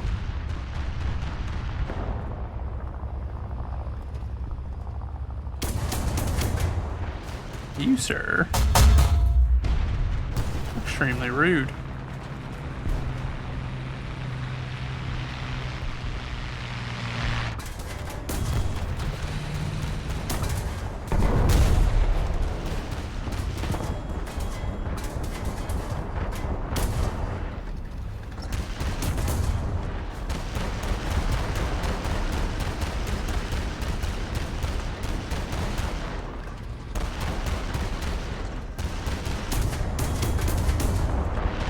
he's very lucky because right now he's knocked my gun breech, so I'm not actually able to reload and fire.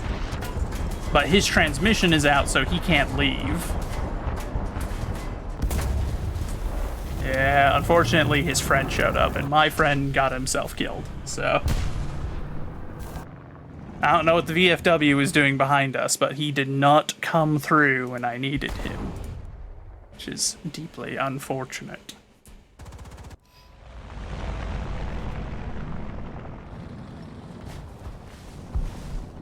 Kill assist, so someone killed that AMX. Oh, they bombed him. Okay. Probably could have just strafed him and used the bomb on the SU, but I suppose that at least they killed the AMX. If I can get a shot on that SU with this thing, I can pretty confidently kill it. If it gets a shot on me, I'll die really quickly as well, though, so... He's in a whirlwind now.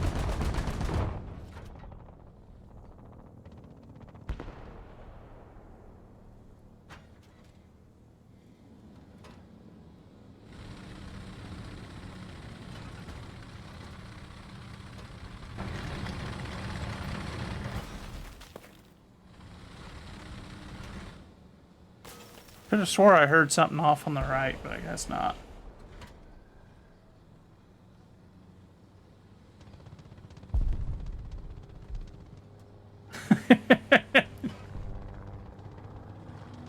Yeah, got the top down. The men are out here running. Oh, okay. Nice server. Good job. The men are out here with their Hugo Boss uniforms. They're looking good. Someone just pinged over here on the map, so we're going to investigate that real quick.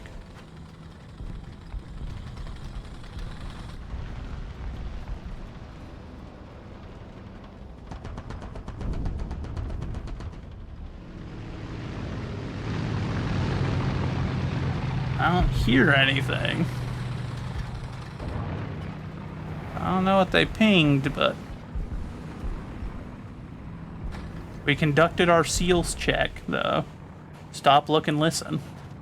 Which is actually something that you're supposed to do in armored combat.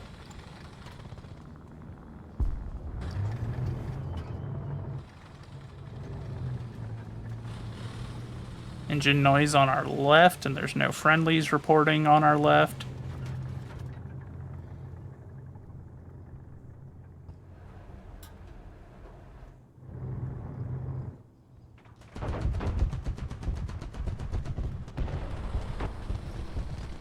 Okay, so we got a report on the enemy position.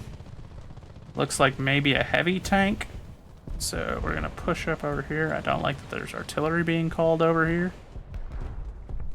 Especially in an open top.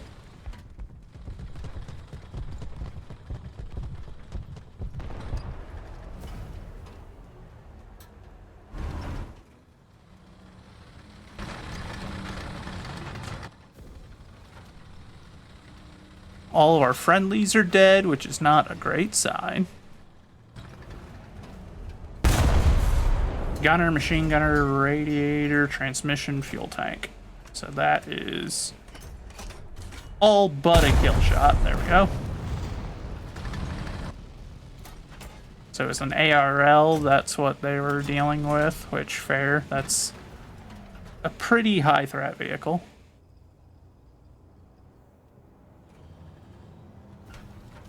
Turn off our engine so we don't make noise. Yep, they're capturing C.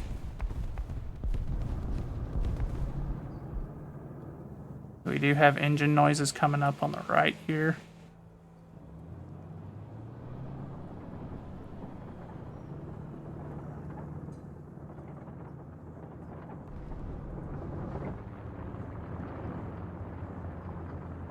There he is.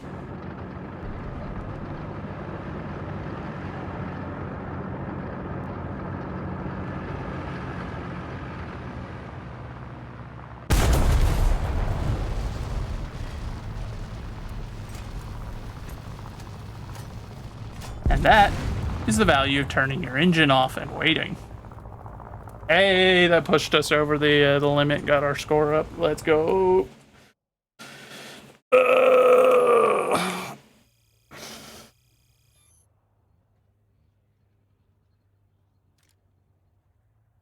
Okay, got that unlocked for the Tiger. Almost enough for its suspension. Betty was mad at that. Yeah, it can definitely be frustrating to get smacked in the side like that when you're not expecting it. Welcome in, Wasabi. But that's just part and parcel of the game. Ambush tactics are very viable, especially in vehicles like this where you've... So, with this thing, my armor is 10 millimeters thick. My thickest armor is 30 millimeters, which is basically nothing. Thanks, Wasabi. Thanks for making me squeak, by the way. I appreciate it, bud. Really. Following it up with take care of yourself, okay?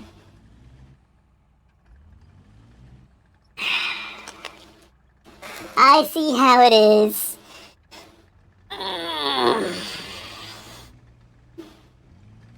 My goodness.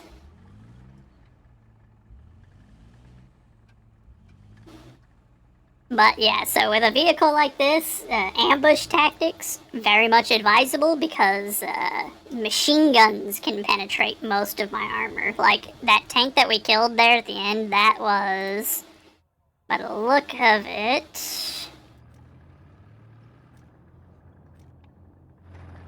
Yeah. So this machine gun on top, so that was an ISU 122 we killed at the very end. That is a 12.7 Dishka. That could very easily kill me. You can't take me seriously. Yeah, you gotta... That's just how it is. Wasabi liking to come in here and absolutely smacking me. I'm out here just trying to have a good day and he's not allowing it. He gotta make me squeak. Which reminds me, I need to set my timer so that we don't go over. There we go. What does a 6-year-old know about tanks? My goodness. Let's see, how many points did that give us toward it? 28? 2,400? Okay. We need 45,000 points. So that we can get this section of the task done to get us one step closer to unlocking that vehicle. Because I want it, and I'm gonna have it. I'm gonna do what I can to get it. Not a big fan of this map, but we'll make do.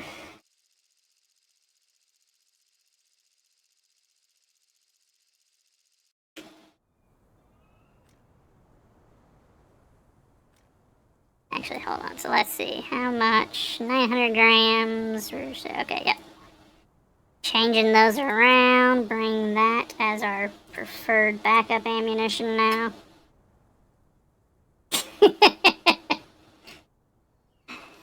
I mean, if puberty hasn't hit by 27, I don't think it's gonna hit, my friend. I'm gonna be real honest. I'm almost 28. If it hadn't hit me yet, I don't think it's coming. Also, crap, we got an up tier, because we got Tiger 2s here. Which isn't great, because that means I can run into IS 1s and 2s, and those are a pain in the butt to kill, especially the IS 2.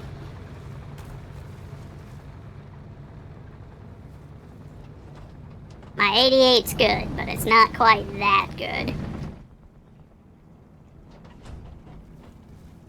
Yeah, thankfully once the 10 minutes are up, we'll be back to normal. So we got another 7 minutes and then we'll be free of this accursed punishment that has been brought upon us by Wasabi. His foul machinations.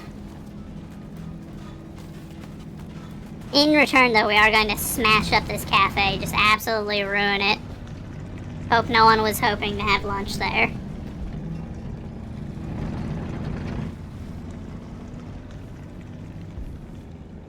anti-gremlin stance. Alright, that's actually a good redeem too, because I was hunching over. I have a bad habit of doing that in this game. Oop. Uh-oh.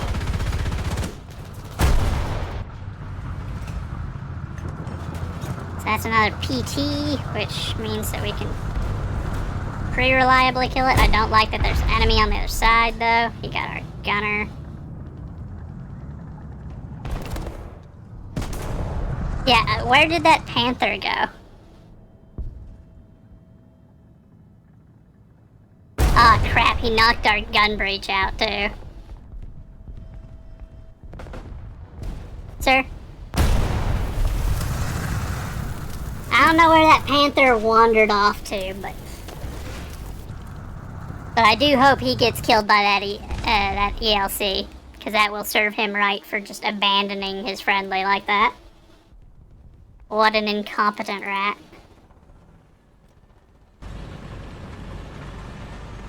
I think that's him right there. So, he was basically right behind us and just wasn't paying any attention at all. And I got killed for his lack of paying attention to his surroundings. Because I knew that ELC was coming in behind us, but it was also one of those situations where it's like, you know, I got a PT in front of me, I got an ELC behind me, I have to kill one of them. Gun was already facing forward. You're gonna head out? Alright, Juanito. Well, I certainly appreciate you popping in. I apologize that I've been squeaking for the last little bit, but you have a wonderful rest of your day, my friend, and hope to see you again soon. Hopefully we will not be squeaking next time.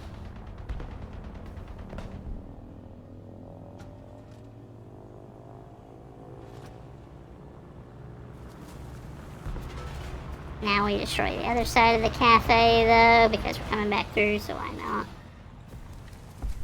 Doesn't bother you. Fair enough. Regardless, appreciate seeing you here. Hope that you enjoyed yourself.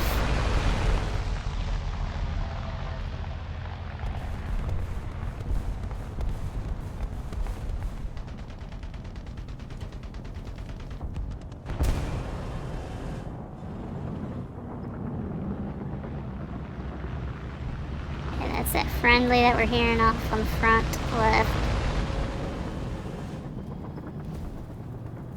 It does appear there's a hostel over there as well, so...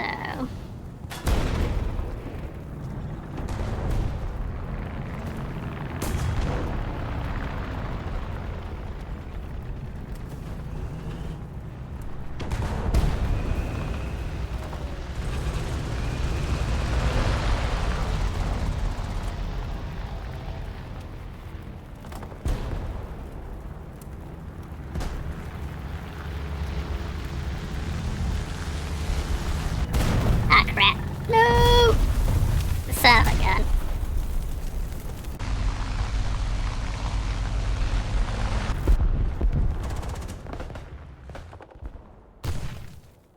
The moment I heard that bomb falling, I was just like, well, not a whole lot I can do about that. I'm in an open top with 0 armor.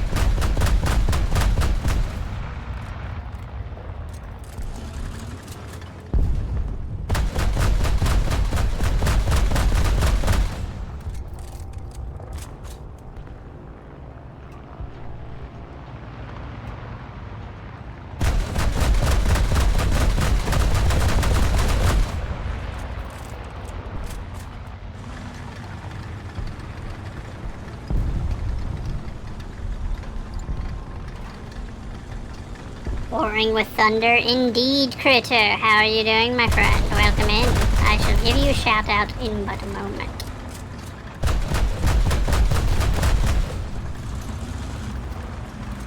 I want any of these airplanes line up for me so that way I can get an easy kill on them. There we go. Ask and ye shall receive. That's the one that killed me earlier too, so that's hilarious.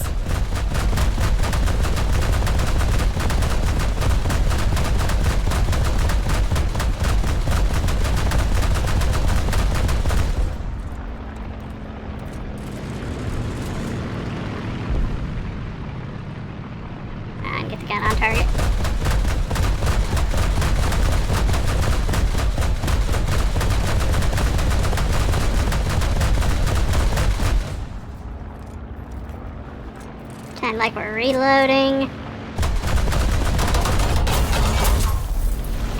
Cut both of his wings off.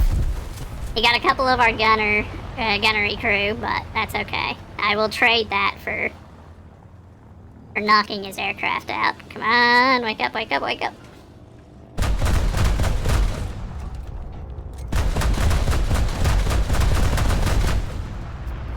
Got a cheeky hit on them there.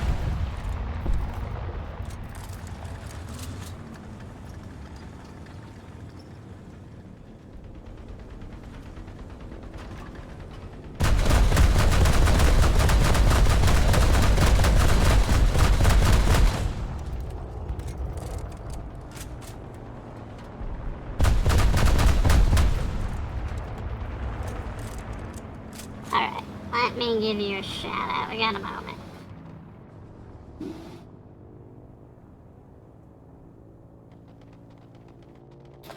There we go.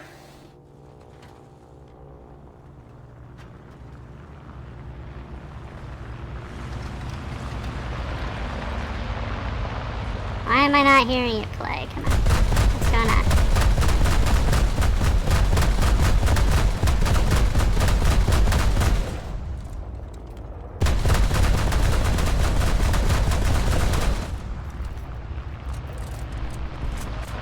Did it not play?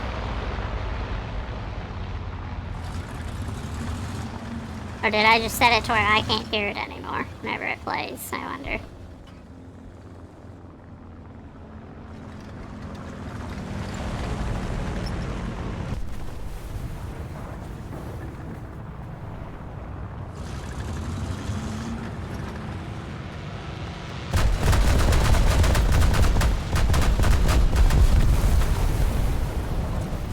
Man, their air group is not having a good time right now.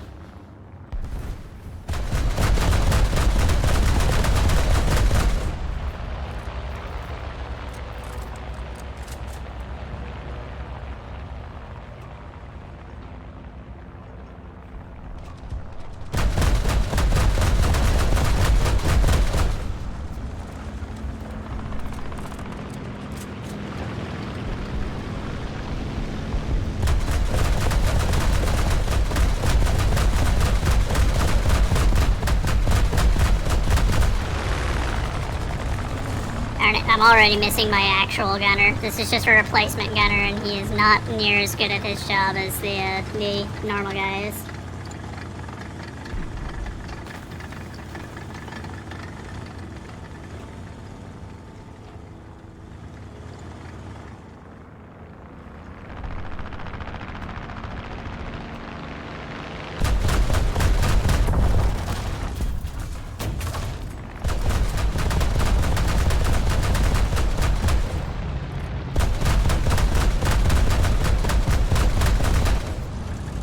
Enemy air is getting real cheeky, though, I will admit.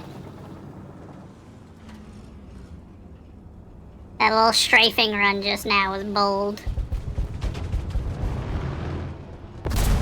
Oh, what the heck? I figured we were far enough behind the front line to not be at a risk, but I guess not. Though it does appear that they largely have evaporated the front line, so I guess that makes sense. Darn it, even with the timer on, I didn't notice that the timer had gone off. Still went for 2 minutes longer than we were supposed to.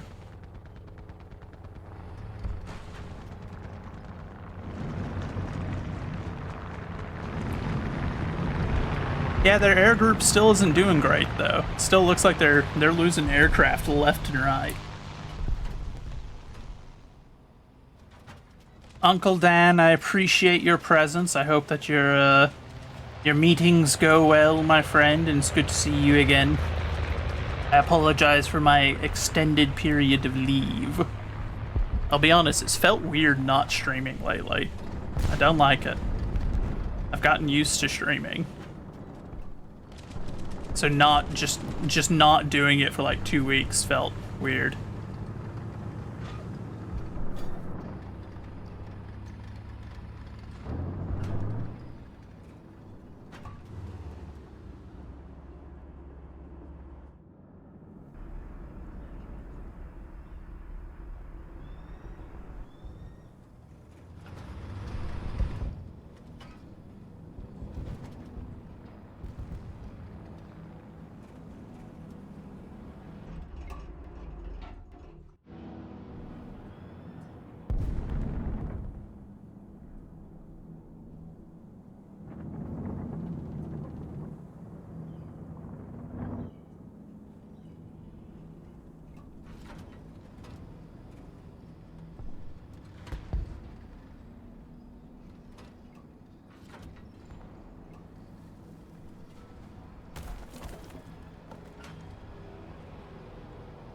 Fair. Yeah, it was just bad timing that he took off.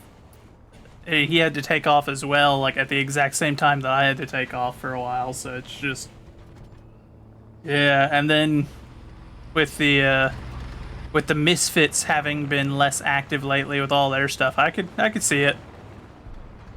The whole Legion's been kind of quiet lately.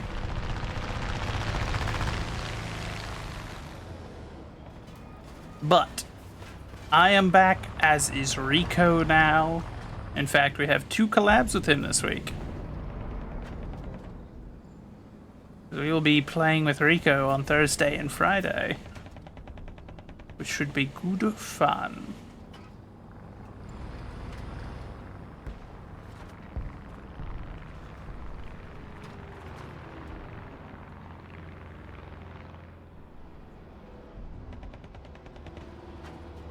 Reinstalling your stuff because your OS was giving you was when you demanded cheeseburgers. I see.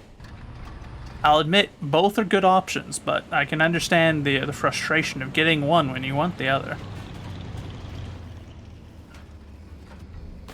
Also, I don't like that the enemy decapped A but have not recapped it.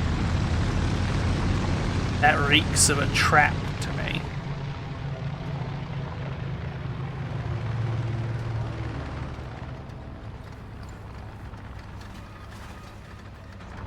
Which means we're not going to go straight in there. We're going to clear the edge of the town first, and we'll come in from their side and see if we can flush out whatever kind of ambush it is that they've set here.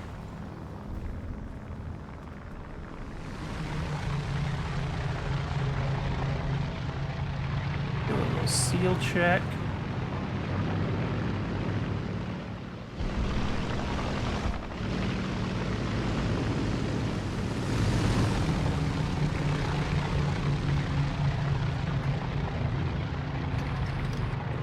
Ooh.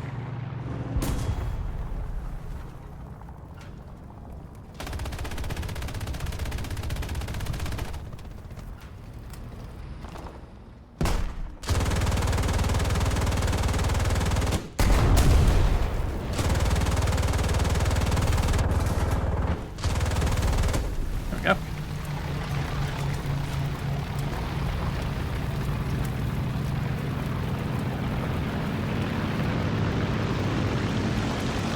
Uh-oh. Thankfully, he didn't have a bomb. Well, Rebozo finally decided to show up to stream now, I see. Welcome in, my friend.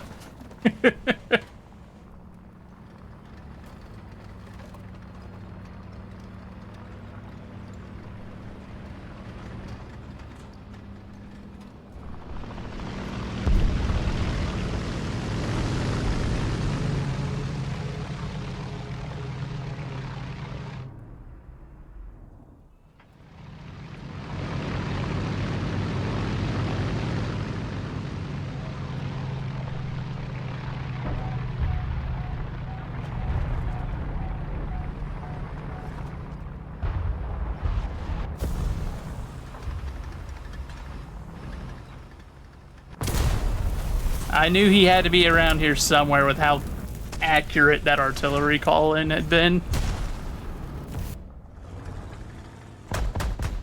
That was immediately suspicious to me, where I was just like, something's not right.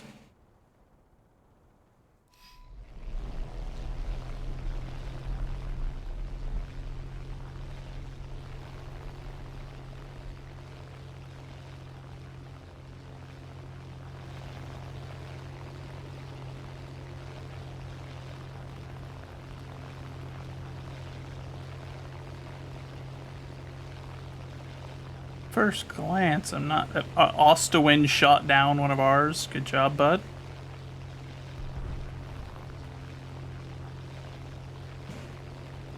Oh, he killed him.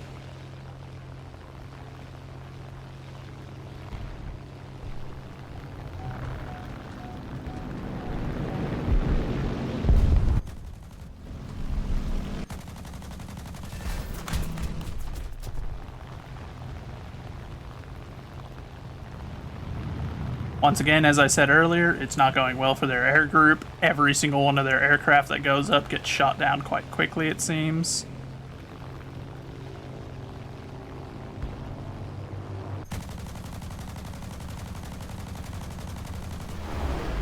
Crap.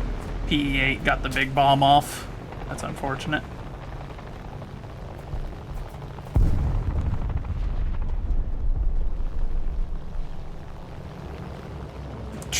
Well, I guess I don't need to worry about shooting him down.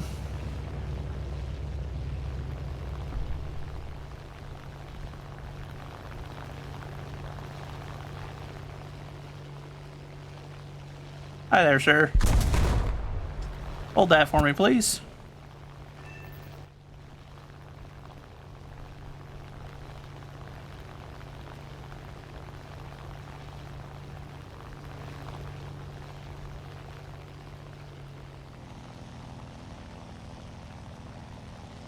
Not seeing anyone coming in behind us right now, which is a good sign.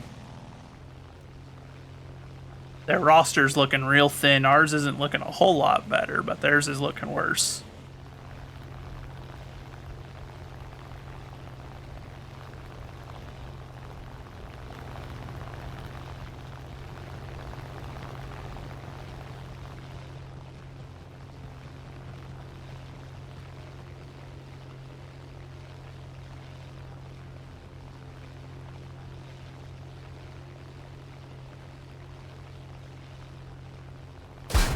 Oh. Okay. I guess we're jaying out. I don't know what hit us, but... The BTR-152D. Is he running stealth belts or something? Like, there wasn't any tracer fire, so unless that was just the single most accurate BTR in human history, then I don't know how we just suddenly were dead to that, of all things. But that being said, it's looking like... Actually, I'm not going to say anything. We're going to let the match end. We're not going to say nothing because of how thin the wire is.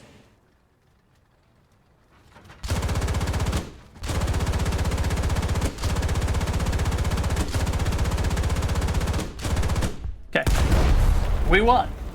I wasn't going to say anything. I was like, you know what? Not going to attempt it. Not going to tempt fate.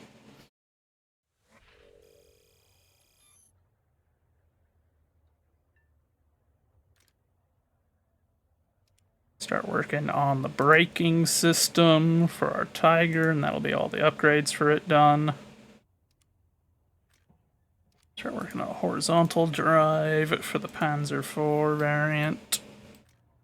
Did we really not get enough points for anything? Wow, we were so close.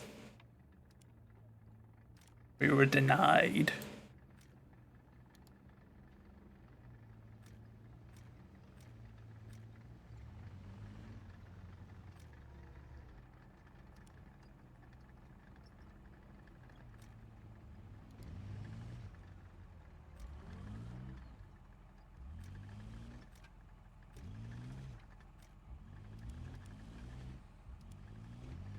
Improve his targeting skill. Improve his range finding skill. And his tank driving skill on that crew.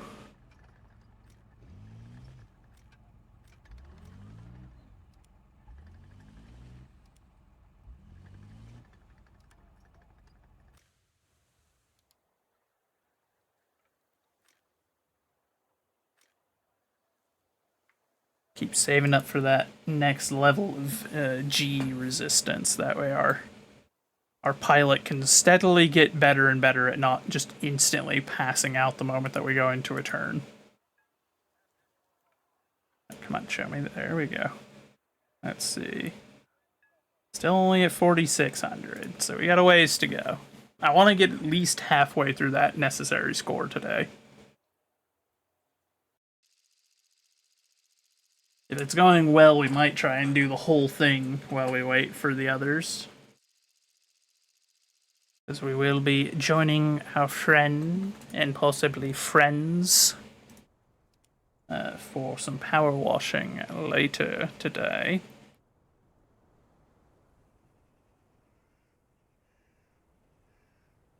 But until then, we have some points that we need to get towards that vehicle because I want it. I want it real bad. It'll be good fun to have.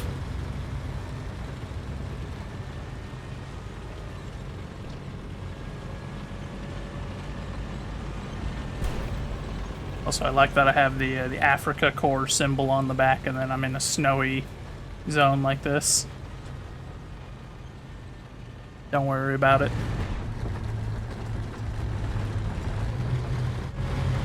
Also, I see we got an up tier again, because there's Tiger 2s here, which isn't great. But it could be worse.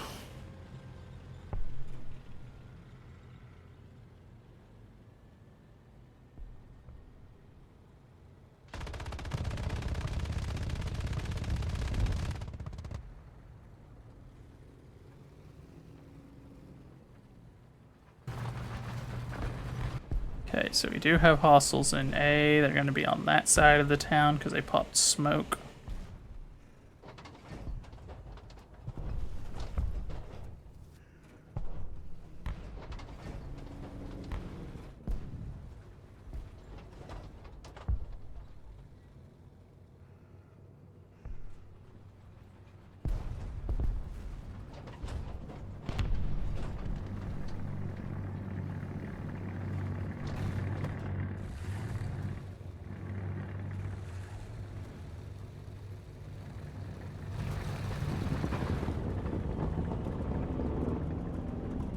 Got at least 2 in there. One sounds like a Soviet.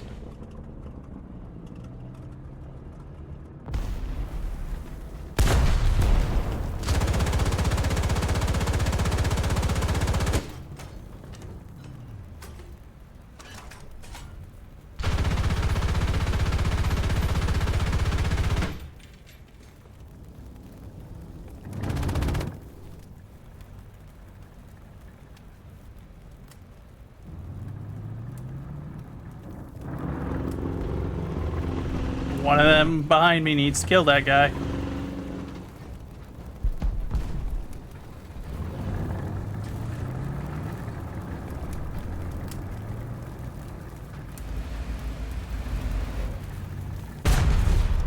A hit with an 88 on the side of that thing? In what world? I'm kind of ticked off. I'm not even gonna lie. I'm slightly irritated. That is a load of horse crap, and the game knows it. That thing's got like 3 millimeters of armor on the side of it, and it's like, it's an artillery vehicle. And it took a hit? That's not how that works. That's not how any of this has ever worked at any point in human history.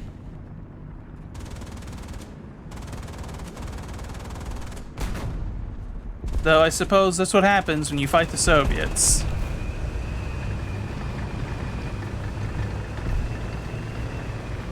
When you fight the Soviets in a Russian-made game, sometimes there's just some really weird moments that occur where it doesn't make even the remotest amount of sense.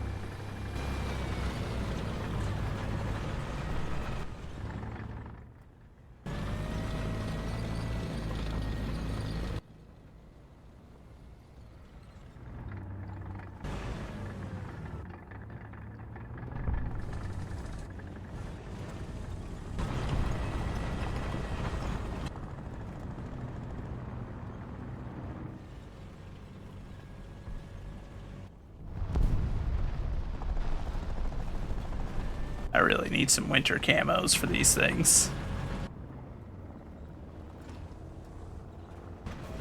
Bright tan is visually rather distinctive in snow.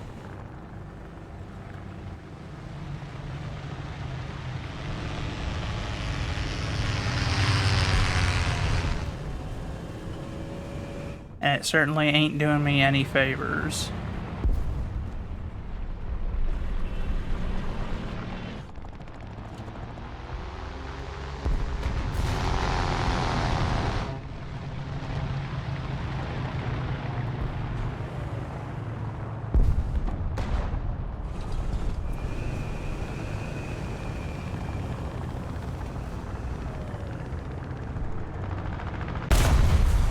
Hi, friend. That's the one that killed me earlier. I'll take that eye for an eye. Don't know how I snuck through an open field in front of him, but...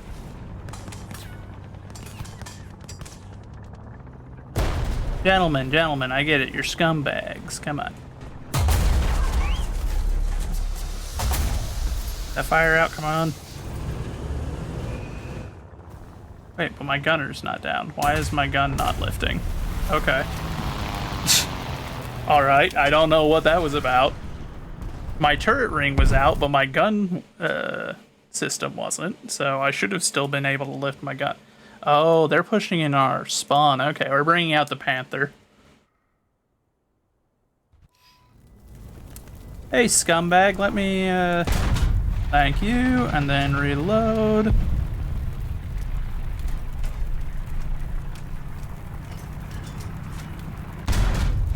Thank you. And reload. Our thing's still up.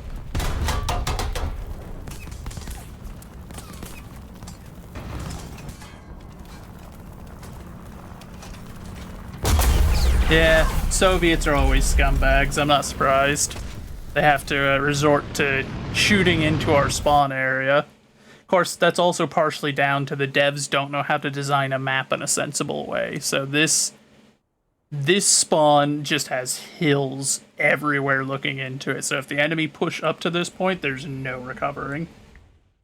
Because you will just be in a permanent like situation where you're going to be spawning in to multiple targets above you, shooting down at you, and it's just like, well, what are you gonna do, you know?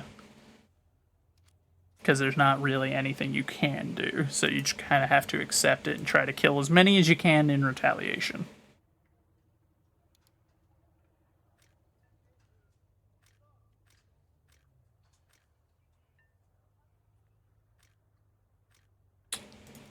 Not enough points for any of these to really do anything. That's unfortunate.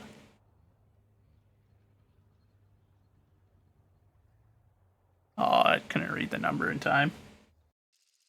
It's annoying. Single point Sinai on this side of the map. This is gonna be rough.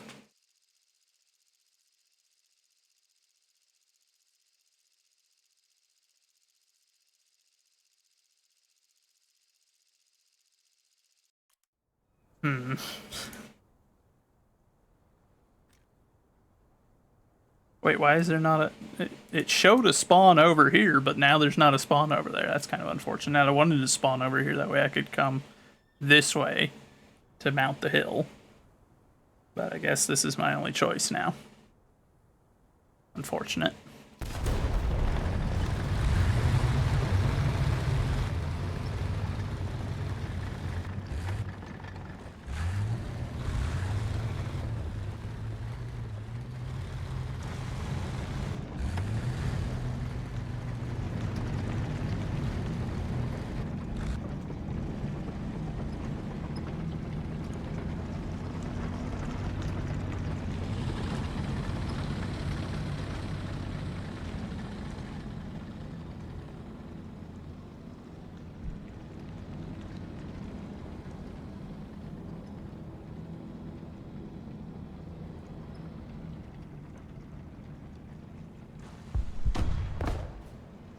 That Sturv is already taking fire, which is not good for us, because he can take a hit.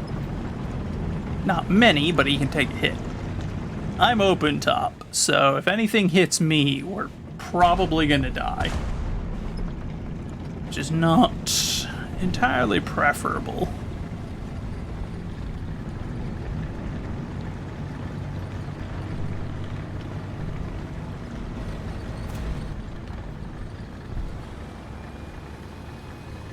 Especially since this thing does not have an overly powerful engine for the weight of the vehicle.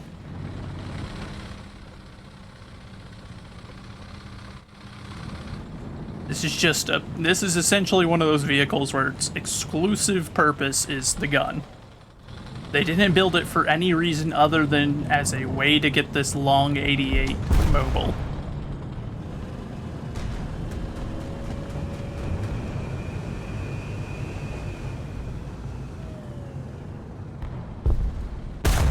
Are you kidding me? That was a guaranteed kill shot until we brought the gun up over that driver's like hatch thing. Knocked his track, so he's not going anywhere now.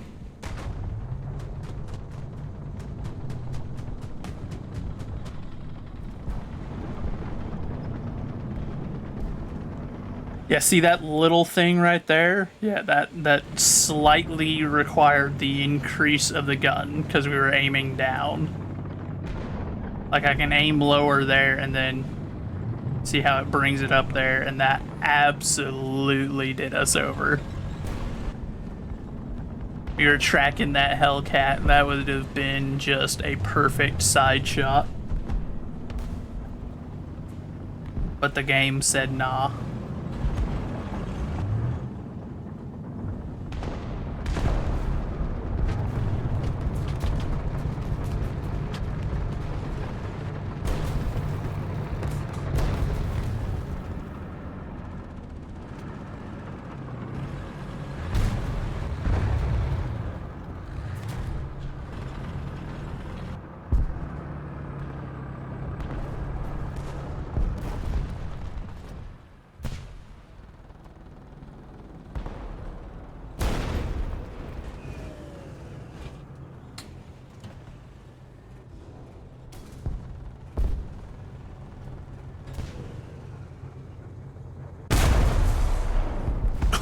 The kick.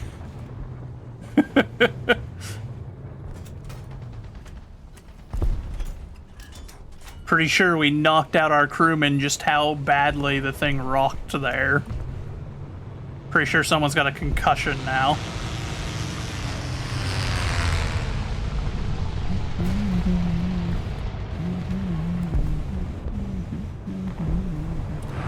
And back off. It was a bit of a cheeky shooting position anyway. And also a very exposed one. If they returned fire, we were done for.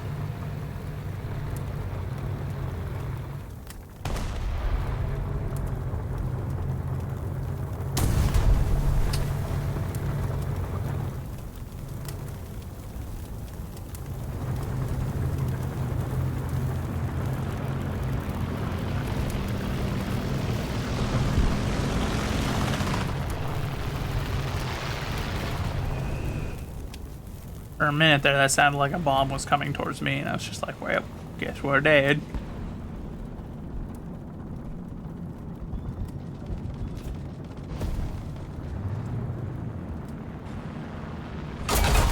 No, no!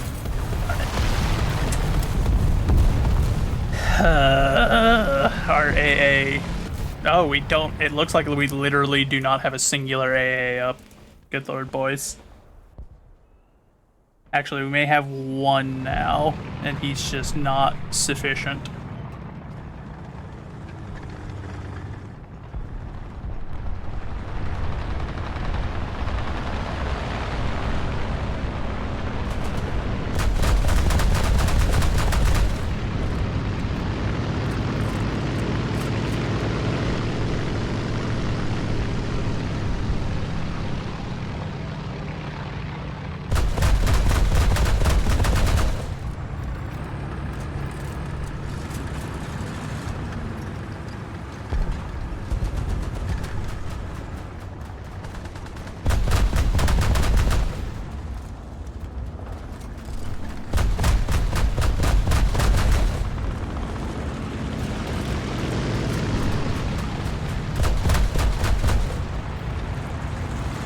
got a good number of AA, because everyone is getting tired of getting strafed and bombed.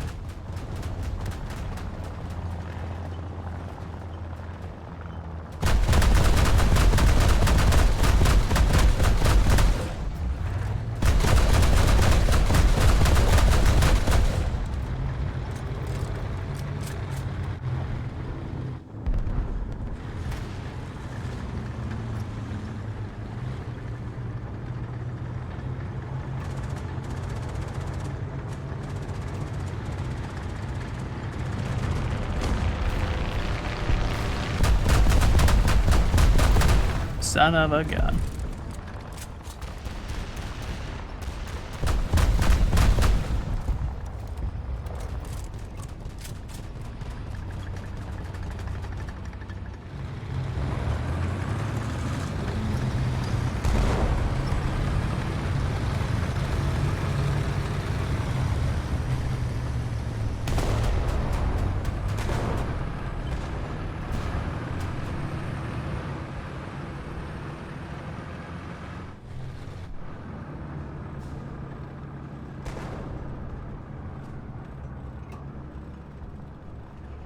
Yeah, it looks like they've got us hemmed in pretty well, which isn't great.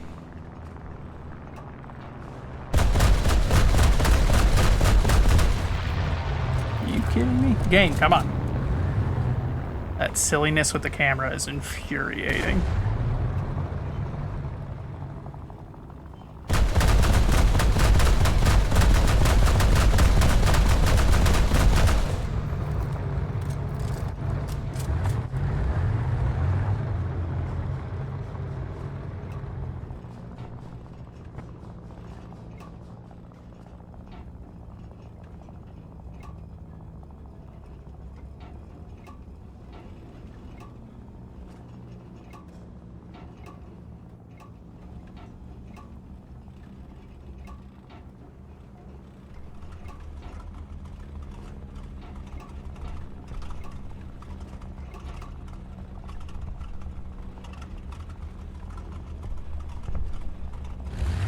Oh, he must have gotten too close to our air base. I was wondering what was going on.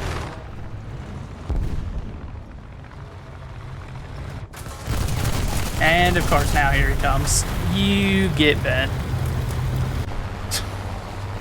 From that high up too, what a coward. Man can't face a single hostile alone.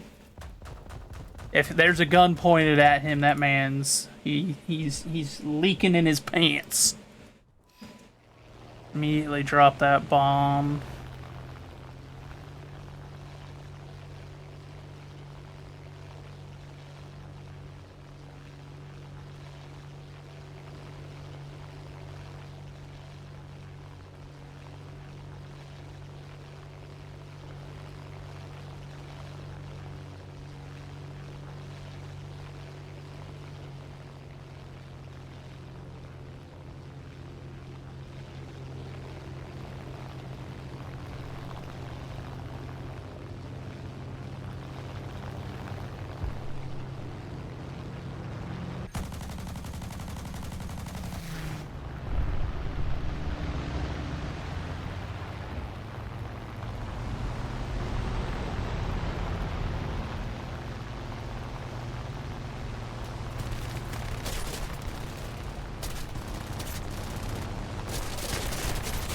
I hate this man.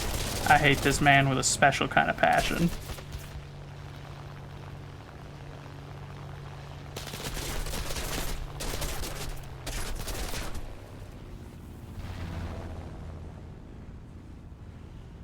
Pull up. Pull up, you piece of junk.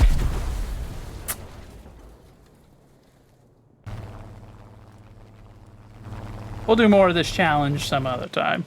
Because right now I'm at the point where the game's making me angry, and I ain't about that. We do literally anything other than continue playing once I'm at a point where the game's making me, like, genuinely mad.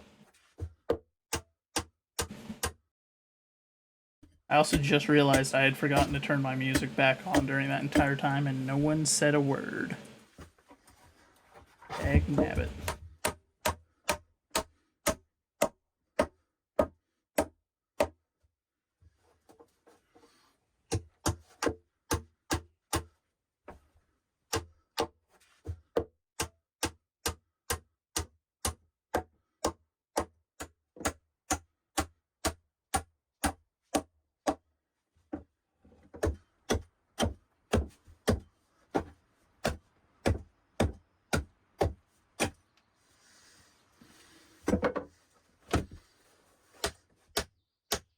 Alright, I'm gonna step away for a minute. I'm gonna go see about putting some food on. Whatnot. I shall return briefly, though.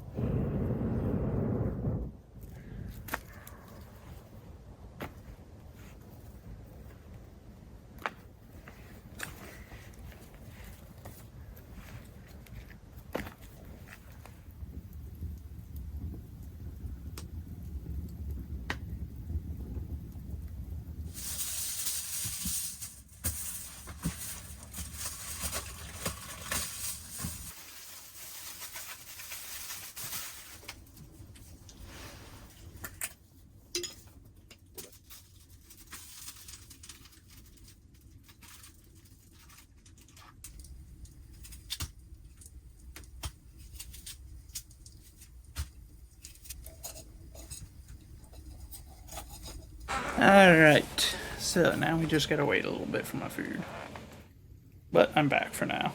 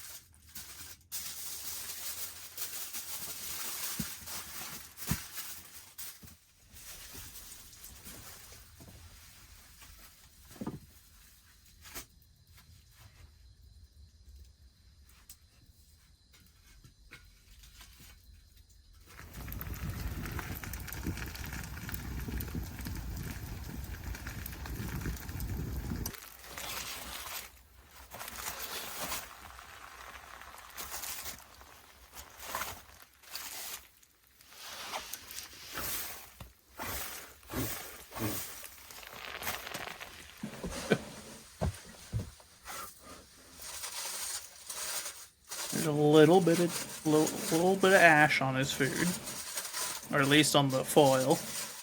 Hopefully he actually got it all before he started opening it, because ash does not taste very good.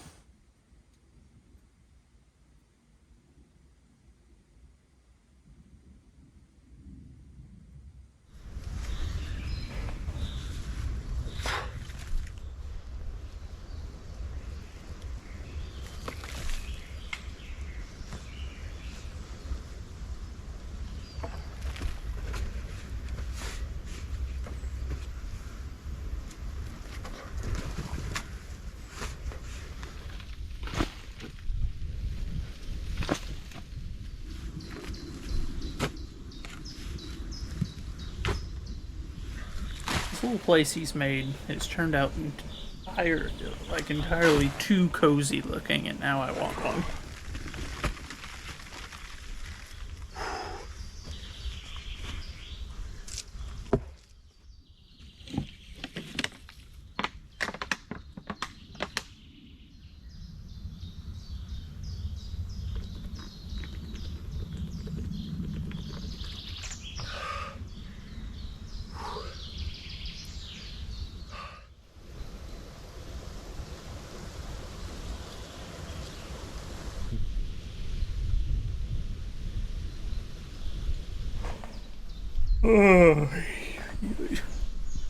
I mean, look at that place.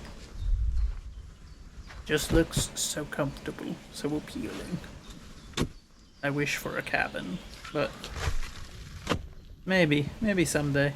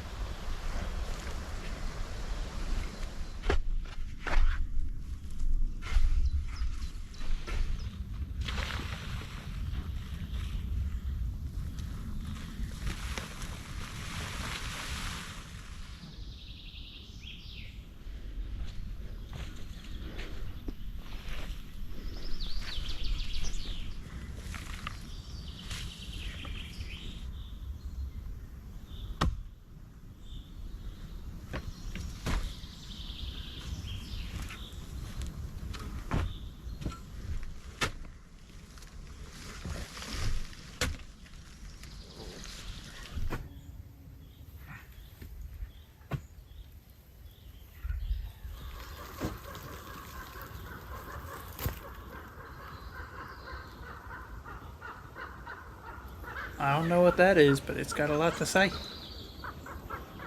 Some birds, they're feeling chatty.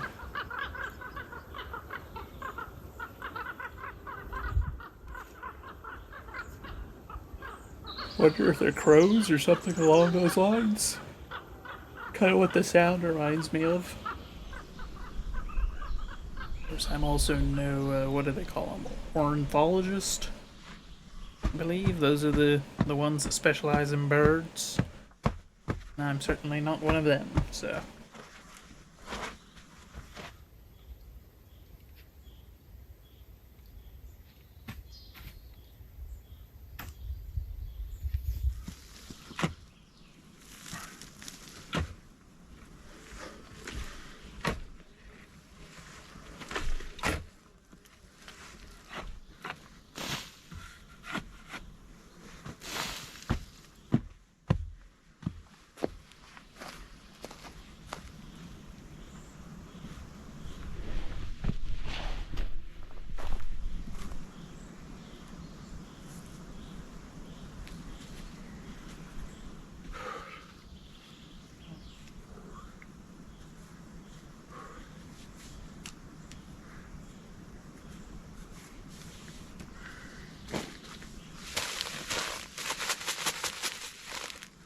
What's he got this time?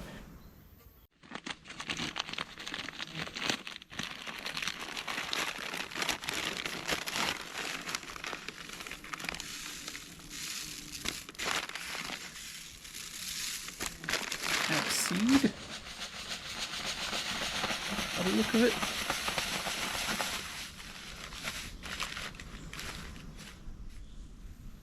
Okay, yeah, it is seeds. Or something along the line. I was wondering what he was up to, but I presume... Yeah, that's the roof, okay. So, probably like a grass starter, something similar. To encourage it to start growing on the roof, that way it'll make it more solid. Won't get worn away quite so easily. Also blends it into the environment a little bit better, which will look great once it's all grown in, I'd imagine.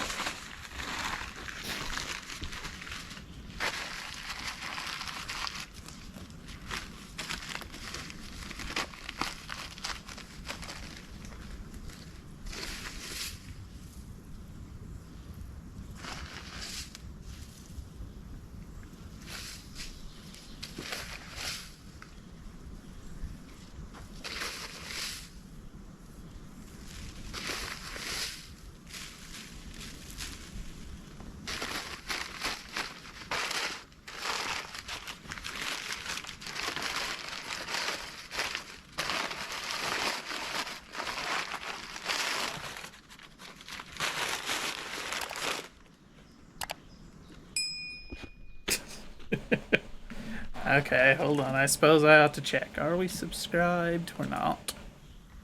There. There, what we should do is he requests, since he did it without being obnoxious as well.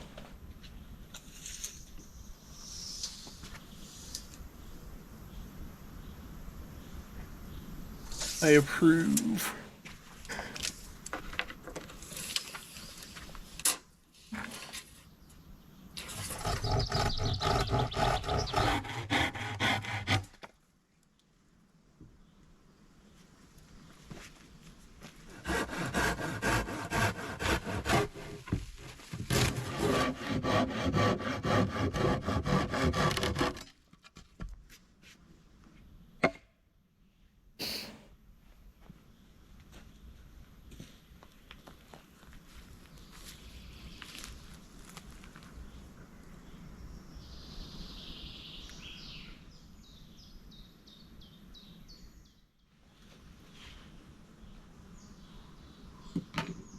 I'm curious if he ever tears these down or if he just leaves them the way they are, and if so, I'd love to see like a video of him going back to one a year or two later and seeing how it's looking. Doing some checkups every once in a while, you know, let us see what the place looks like a while later.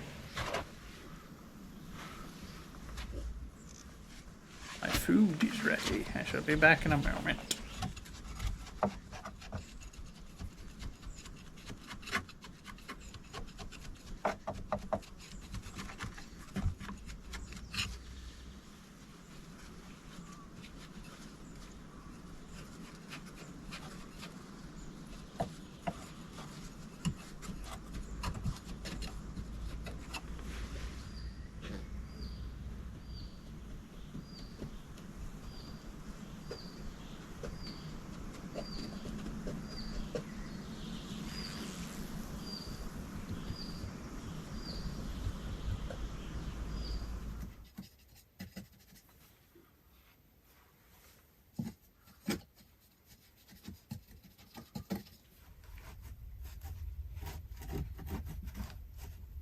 Alright, I now have sustenance.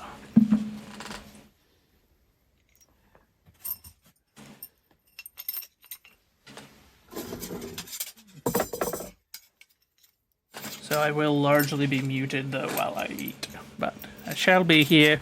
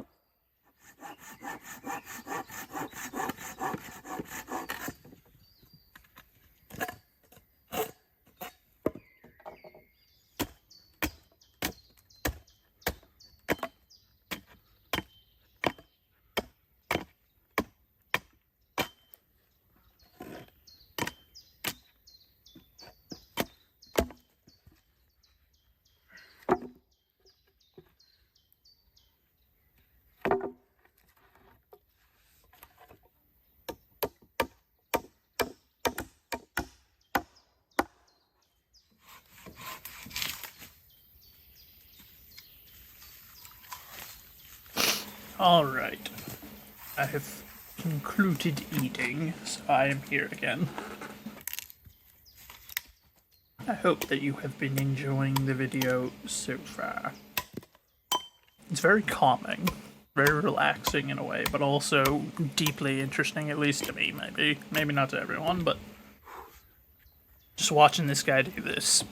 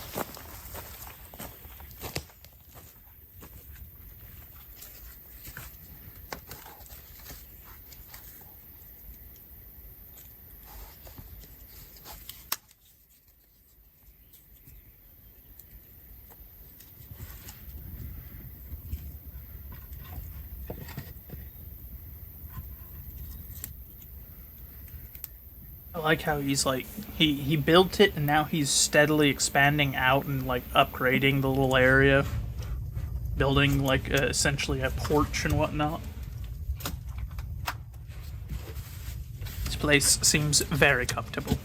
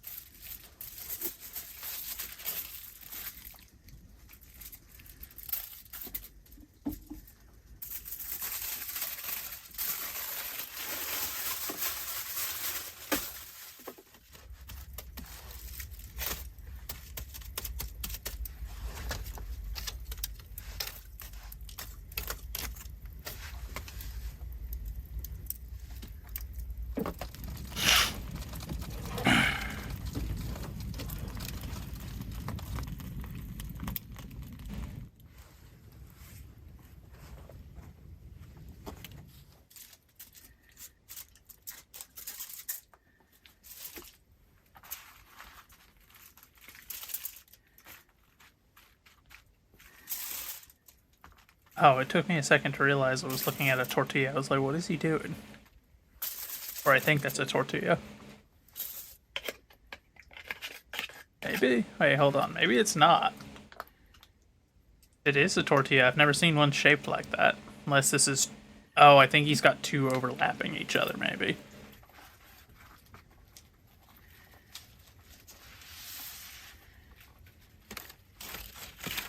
Or something along those lines. Who knows? Who knows? I ain't a smart man.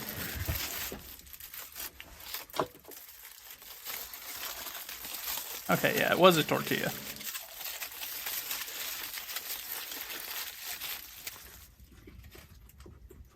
Mmm.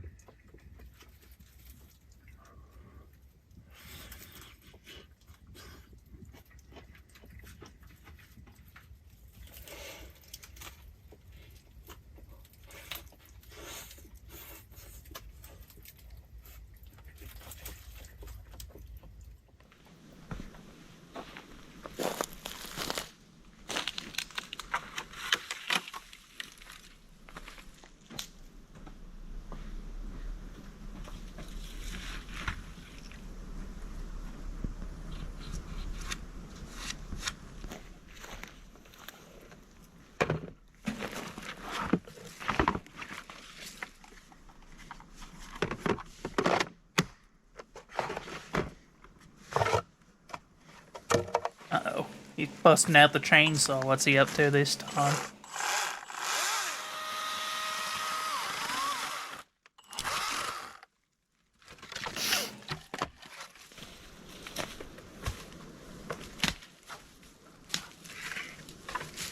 I expected a bit more, to be honest, when he brought it out, but fair enough.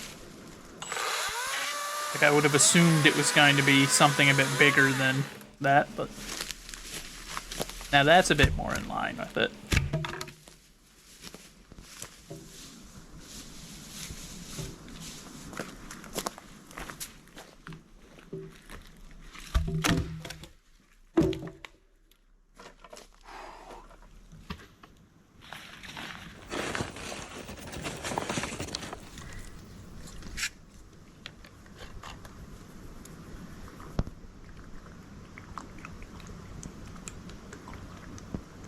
It's definitely a beautiful area.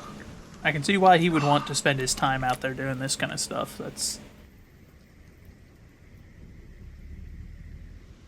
That is no surprise with how pretty it is.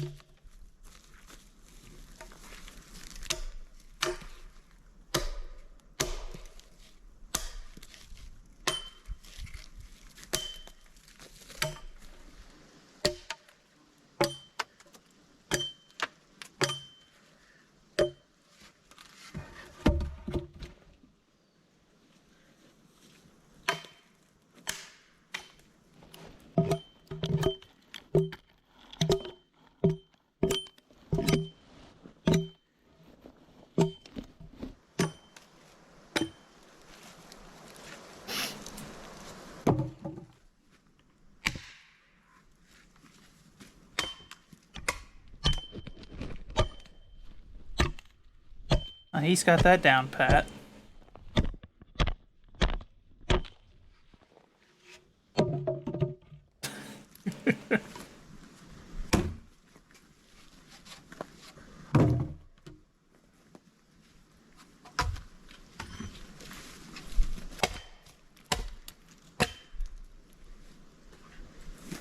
Alright, bud. Okay, enough showing off. Come on. Those little flips are utterly unnecessary, but man's just out here showing off.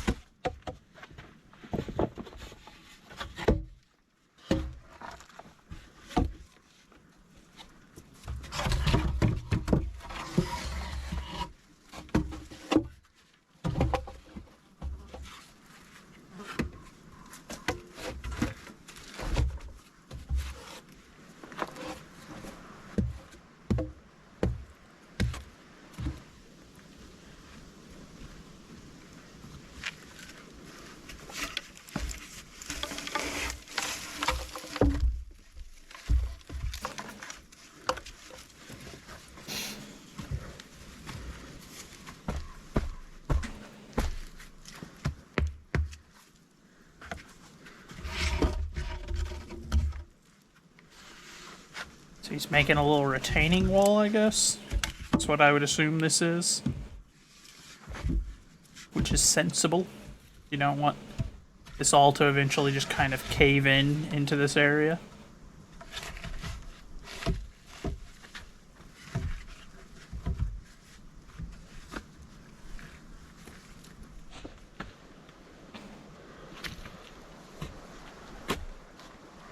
Also, whatever that stuff that he sprinkled on top was, it grows really quickly. Or he has left this a few times and this is like over a pretty significant period of time.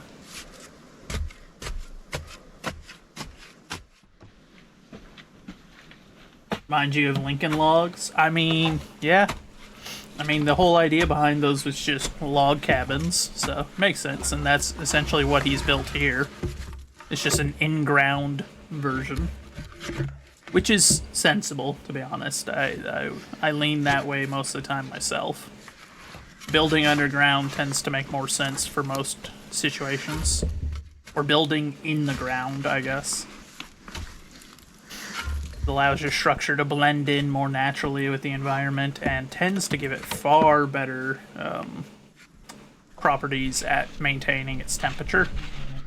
So, you know, you end up with it stays warmer whenever you're trying to keep it warm and stays cooler whenever you're trying to keep it cool, whatnot. It's less impacted by the weather around it.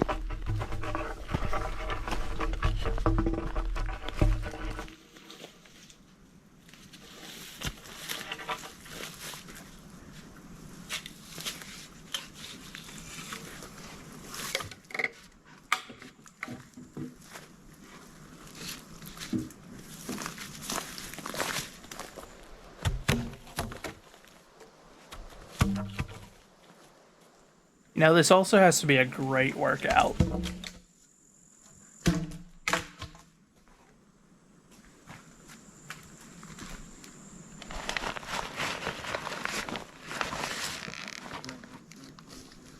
That is a big old water bottle.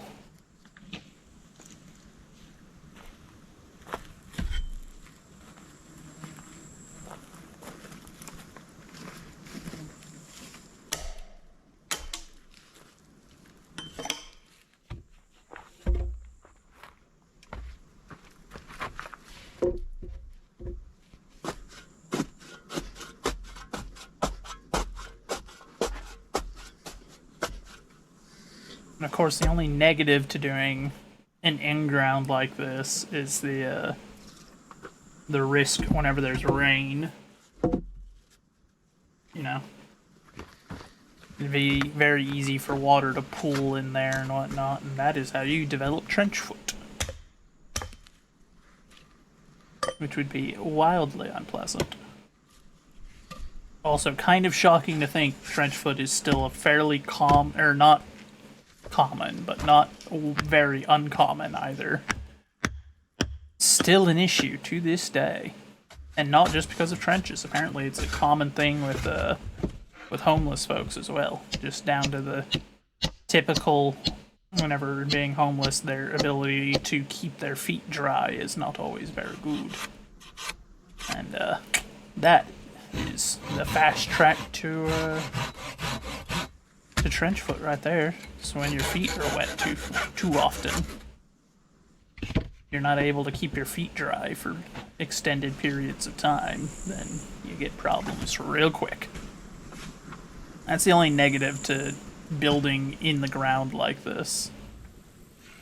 Of course, his roof does overhang a good bit, so it should limit the risk pretty well, but it just kind of depends on how far out he's intending to expand this little area, or if this is as far out as it's going.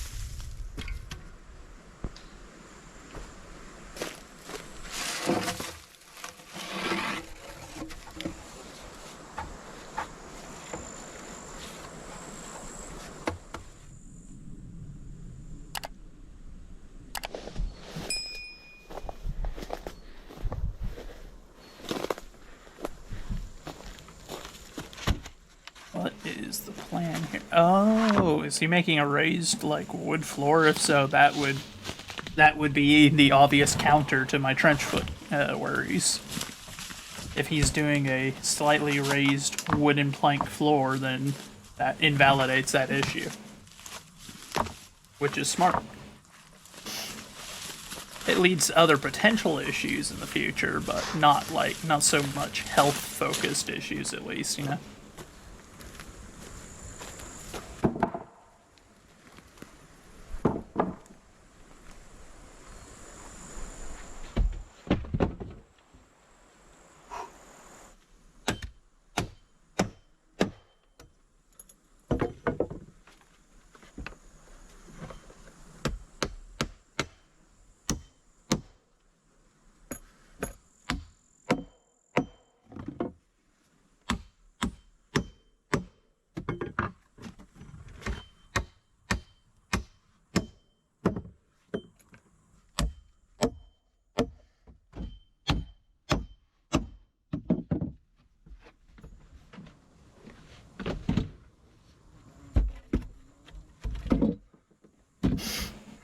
Yep, so that is what he's doing. Smart. I wonder if he intends to scorch the tops of those as well. Because I presume he's doing that to help make them more resistant to soaking up water. Because if I recall correctly, scorching the tops of them will result in them having better ability to not take on water. And if he does that, then that would counter one of the other issues that comes from something like this, where with them soaking up water over time. Not that that's going to be a giant issue, I'd imagine, unless this area has bad rain. But considering we haven't really seen any during this video, I think we have seen a little bit of rain, but not a ton, you know. It's a good idea that he's doing that. That'll prevent anything from like snakes or anything getting down underneath it. Or at least significantly reduce the chances. It also just reduces the chances of him ever fumbling something down in there, which is always good too.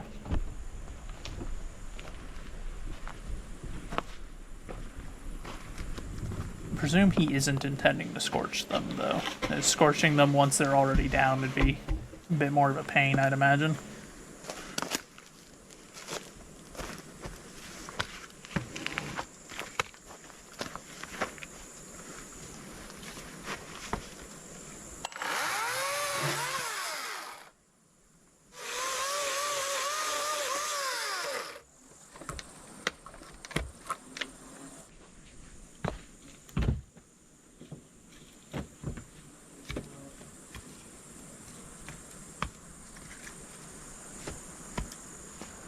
Don't know what he's up to here. Most of the time I can kind of hedge a bet more or less at what he's going for or what he's intending with something, but this I have no clue. Unless this is just something purely aesthetic, but even then if it's just an aesthetic thing, I don't know what the aesthetic he's going for is.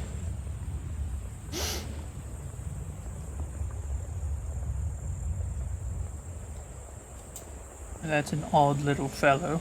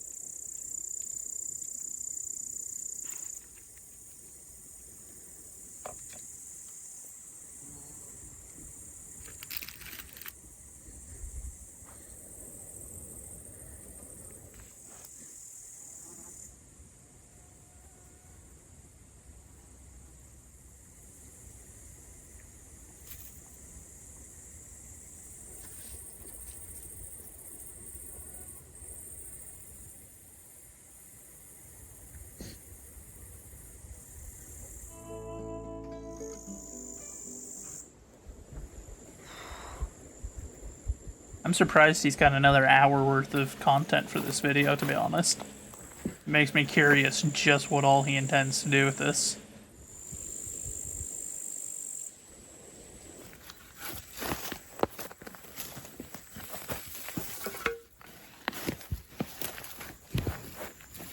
It's like he got the bulk of the house done quite quickly, or the little, like, cabin. Done within like the first hour of the video, a 3-hour video about this.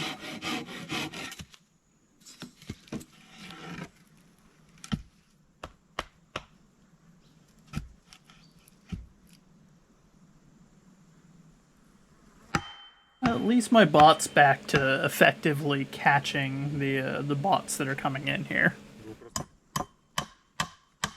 I was worried about that for a while there, it wasn't doing it. And now it's back to it. That's 3 bots today, I think, that it's caught without any of them being able to post to the chat.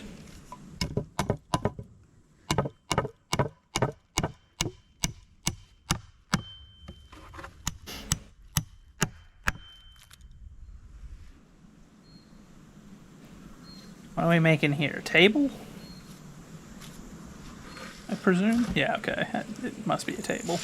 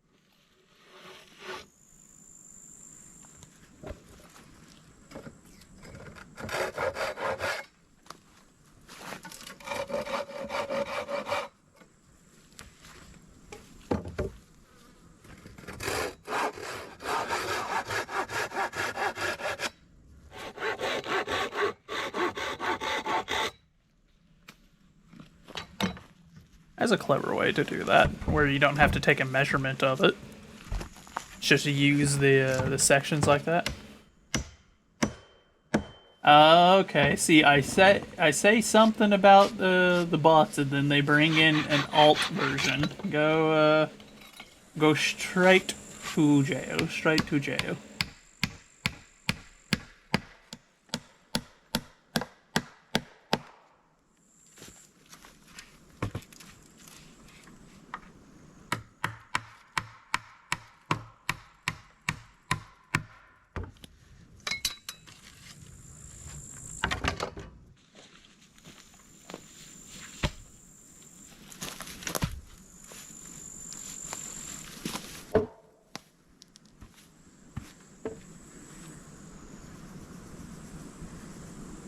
That's weird too. That's an account that's actually older.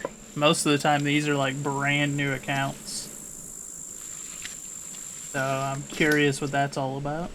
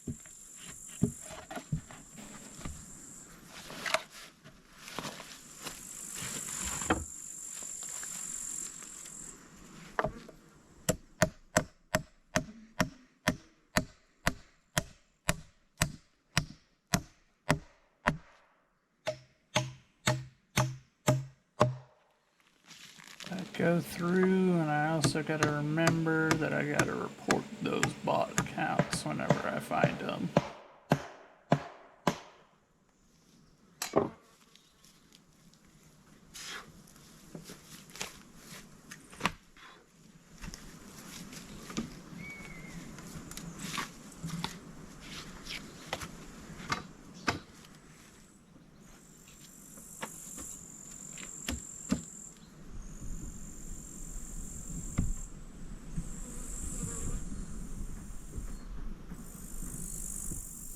Yeah, so that's like, what, 4 today? I'm shocked. Twitch really needs to do better about dealing with those, but...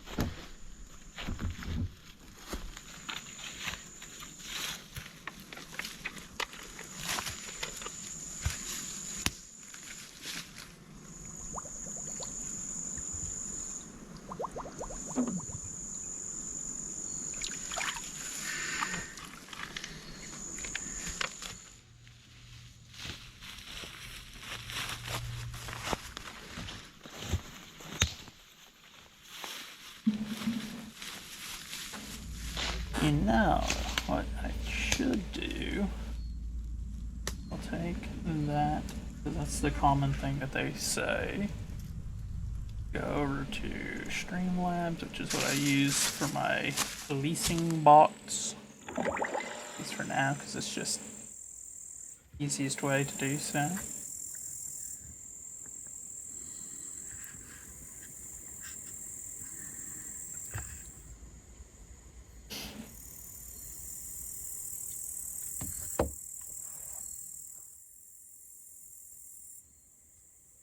Let's... Oh, I was like, what the heck is going on?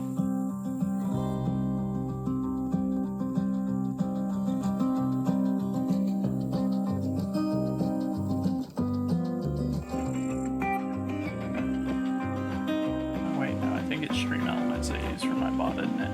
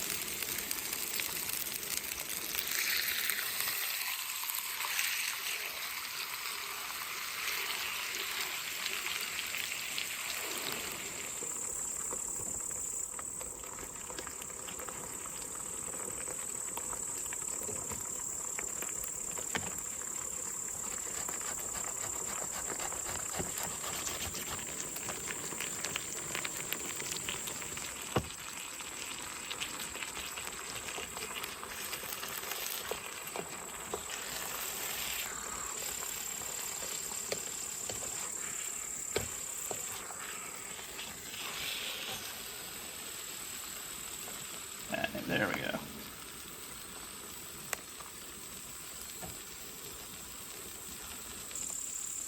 So that should help with that.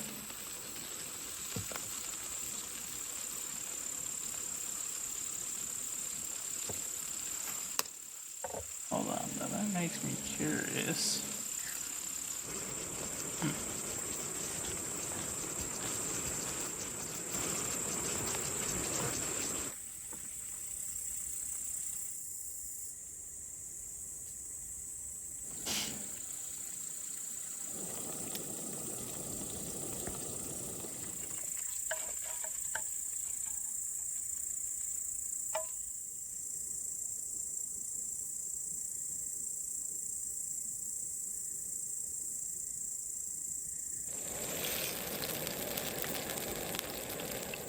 Okay, there we go.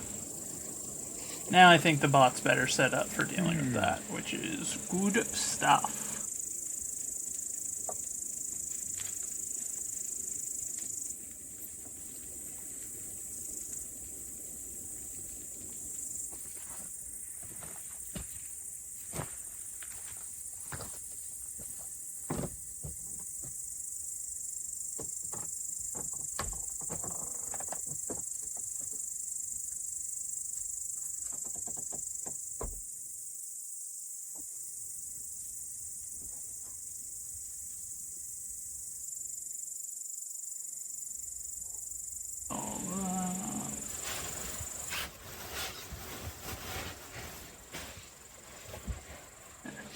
Alright, so hopefully that should help prevent any additional bots.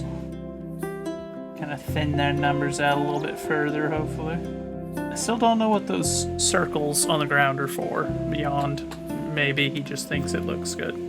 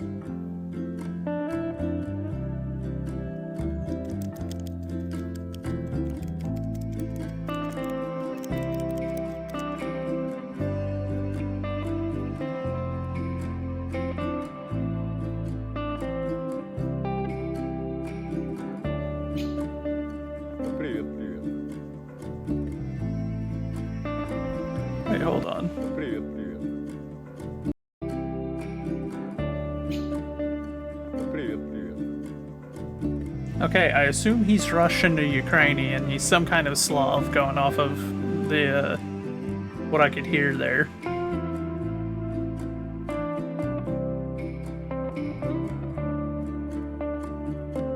At least that's my assumption. That's what it sounded like, as a Slavic type language.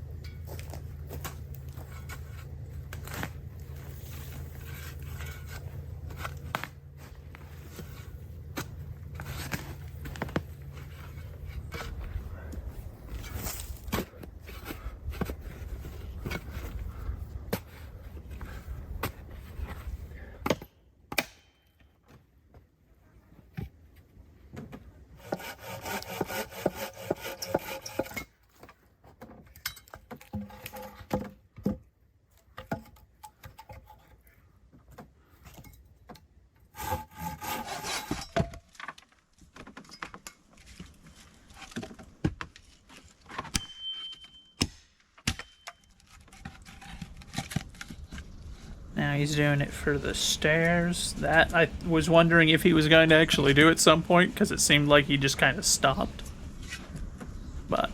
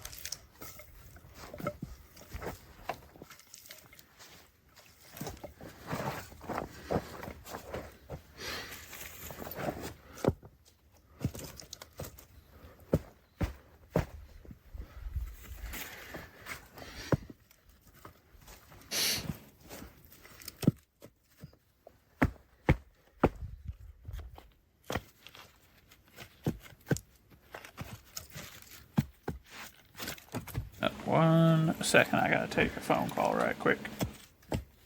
Let me mute. I'll be right back.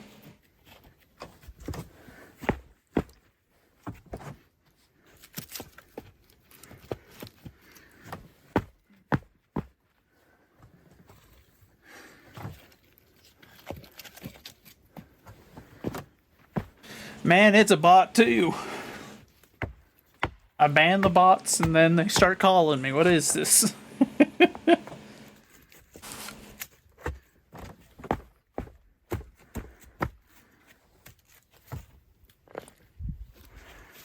There's just no escaping them, I swear. Every part of life is just swarming with bots nowadays. Oh, okay, and that's what he was doing with the circles? Making that bit of the floor there? Or at least with some of them. He still has the ones around, like, the edge of his little porch area.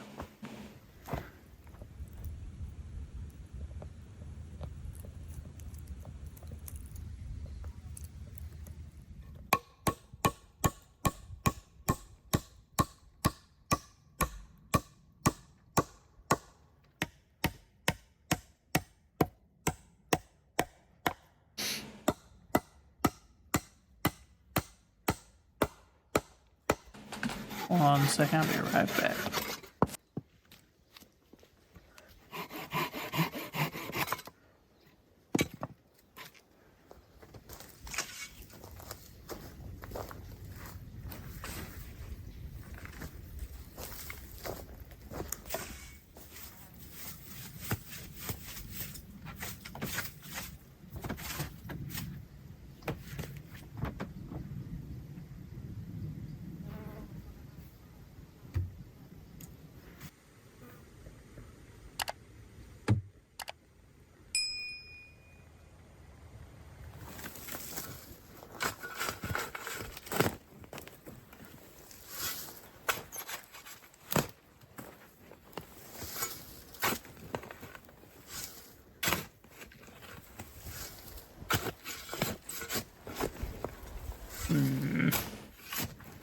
Keep hoping that he's going to do something that'll make it like suddenly all make sense what these circles are about, but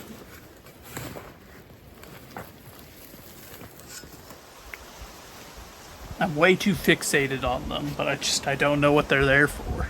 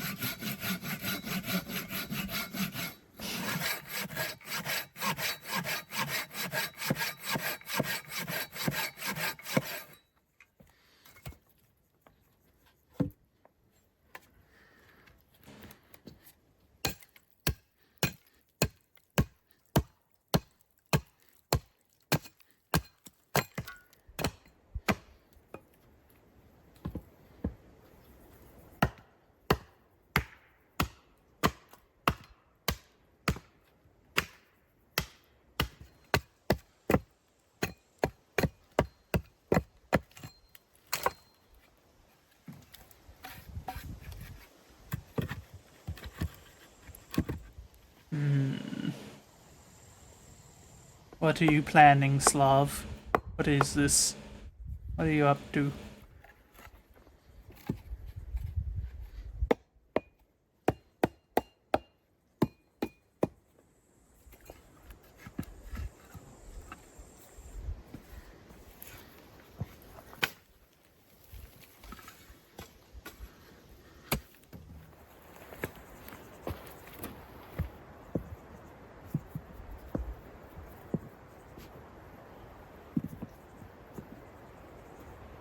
Shouldn't it be a fire pit? If it is, I can't imagine why he's making one right there like that.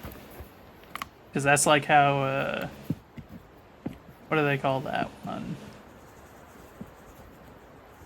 I can't even remember what they call it right now. But I don't know what else this would be. Like, a drain? But that wouldn't make any sense. Because that would just catch rain and then drain it down in on top of his stairs. So I don't know. I have no idea what he is up to with this.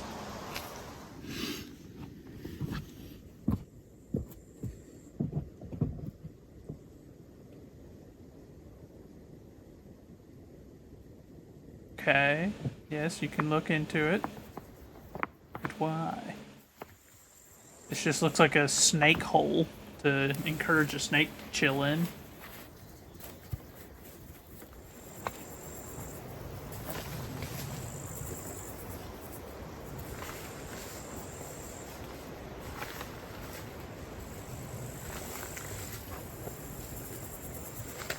He's adding some more of that, presumably grass starter.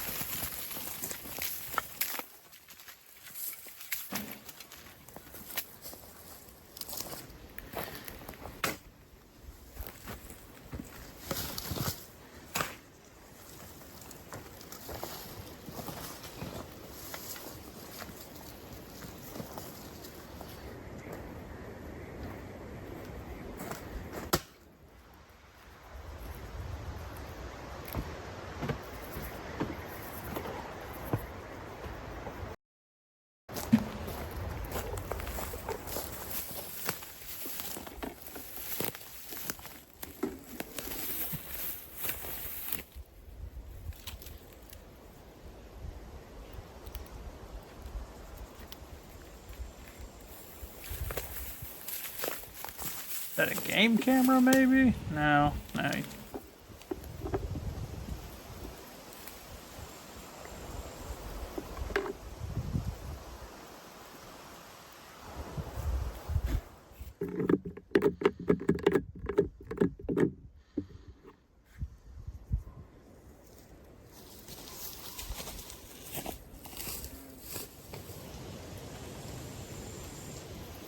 Oh, okay.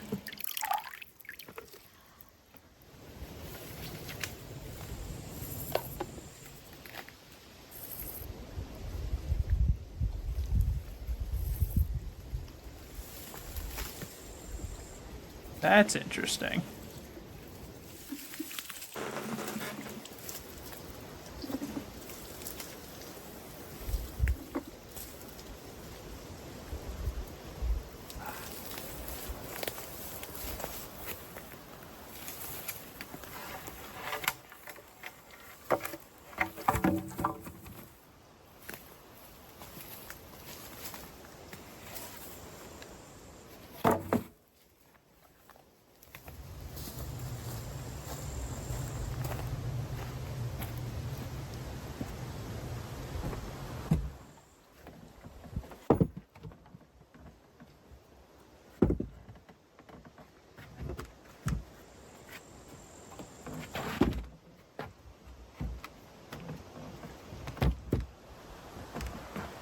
Making himself a nice little bench down there. Very nice, very nice.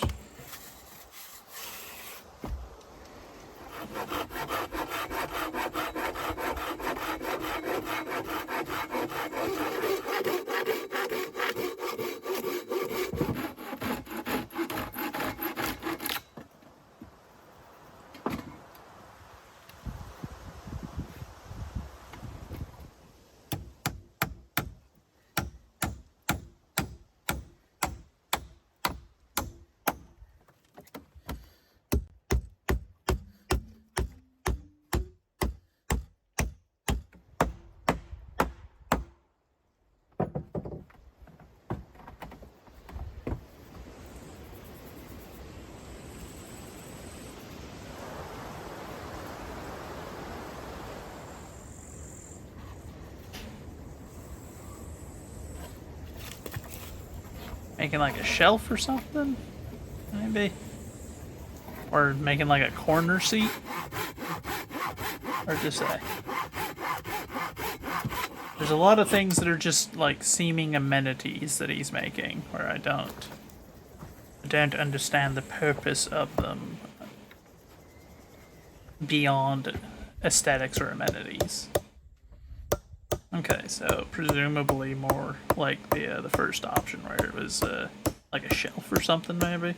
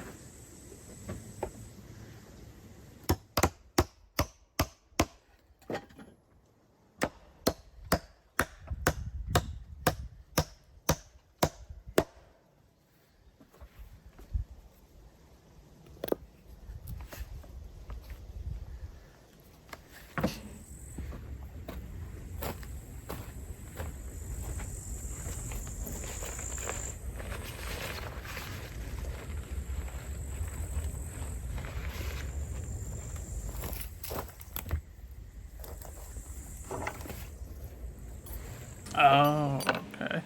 So it's like a spot to do his food prep, I guess. Okay, so that is a fire pit then. So that's like a Dakota fire hole style then, but I don't know why he has it set to where it'll funnel down into his stairs area. That I don't get.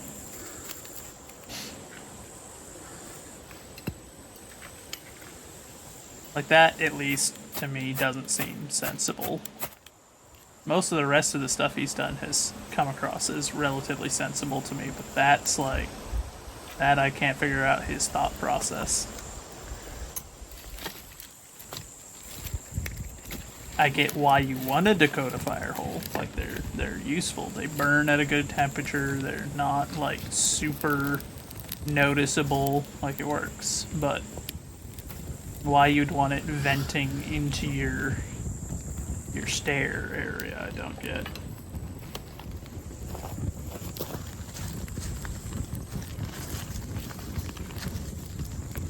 And it's not even technically like a proper Dakota either, because you typically build those in certain directions. Of course, we don't know if he built it in the correct direction, maybe. But I don't know.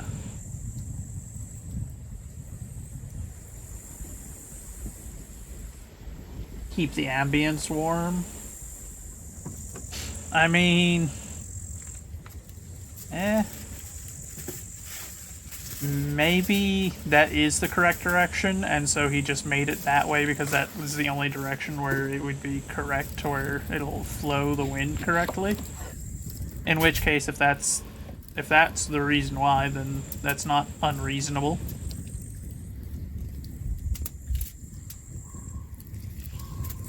If he had cut the hole open bigger, I would think that maybe he intends to try to use it as like almost an oven, but it didn't look like the hole was big enough to where you would be able to do that.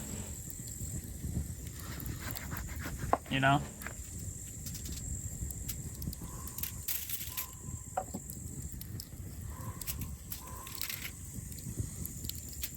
That's gonna be a very fruity fish. A lot of citrus going on there, but fair enough.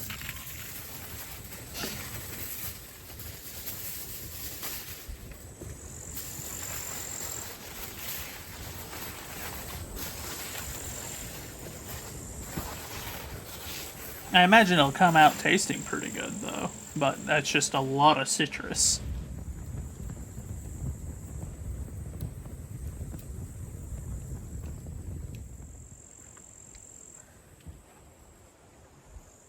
Yeah, it does add that. It does add a little bit extra to fish taste. You're not wrong there. I do like that he made it into almost a counter, though, so now he can stand up and work on his food, but he just does so from in his little, like, porch area. Which is nice. It's a nice amenity.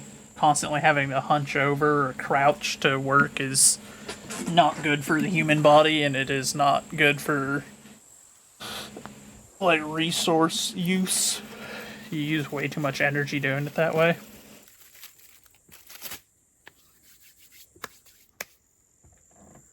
If you have no choice, then you have no choice, but if you can make a situation where you don't constantly have to be crouched, then that's preferable.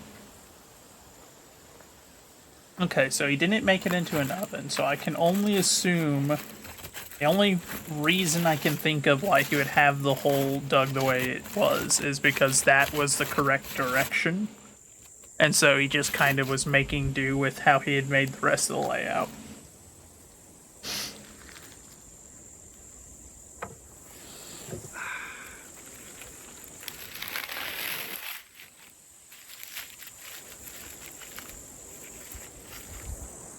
Some black bread, so definitely Slavic, as they tend to be the ones that enjoy black bread more often than more Western.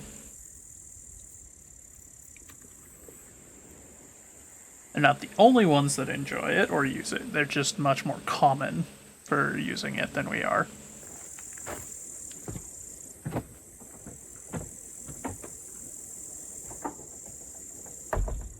Quite the little place he has here, though.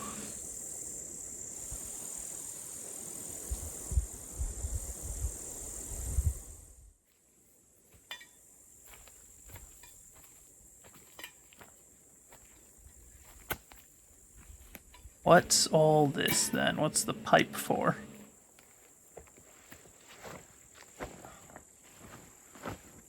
It looks like a pipe you'd use for, like, a ventilation type situation, so I'm wondering what that's about. Is your backpack just full of rocks, bro? Holy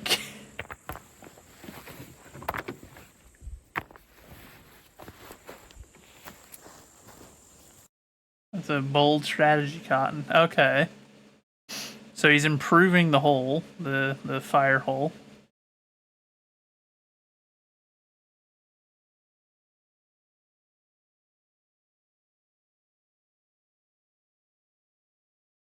That'd be much more effective than how he had it set up before. So he's not using it as an oven, so it must just be that was the correct direction for the wind for the Dakota hole.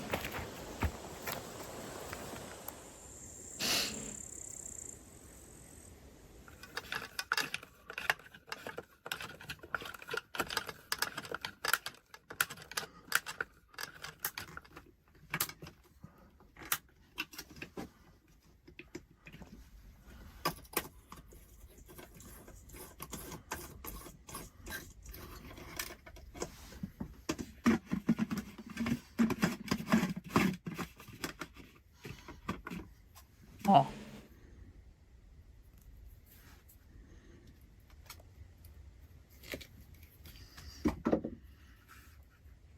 This dude really just has all the skill sets, doesn't he? Man built this whole place from scratch and now he's doing the electrical by himself from scratch as well.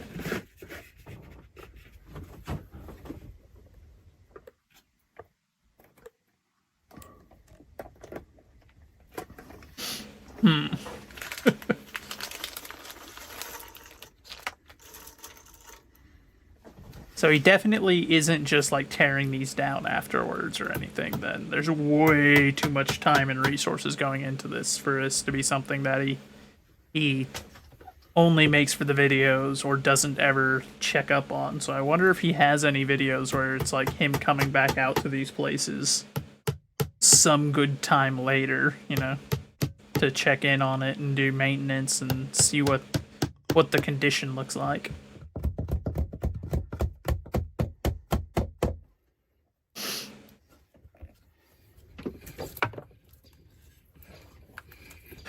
Oh my goodness, is he gonna make a porch lamp too, or is this just to get the power wire out to wherever, like maybe he's setting up a little solar panel or something, I wonder?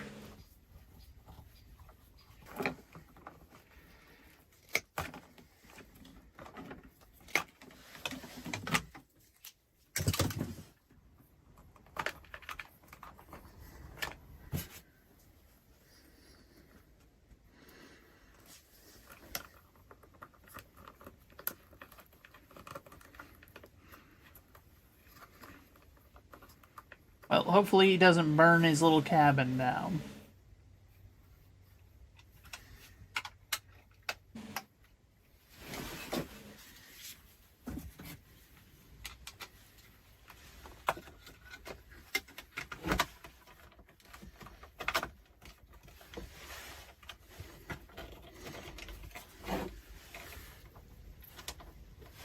Is that a TV?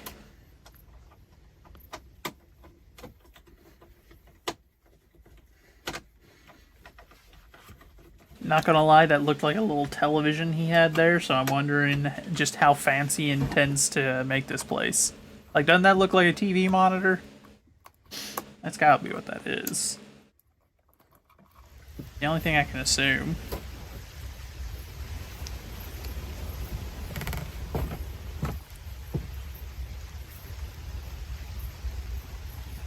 Raining? Yeah, you can hear it a little bit. Well, good thing he built his floor then.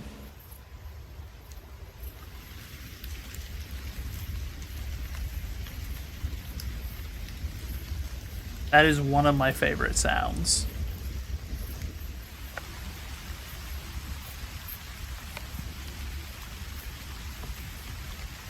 Like, rain in general is up there in terms of one of my favorite things, just in general, and in terms of sound as well. But, like, either rain on trees or rain on a tin roof. Those are both. Those are top notch.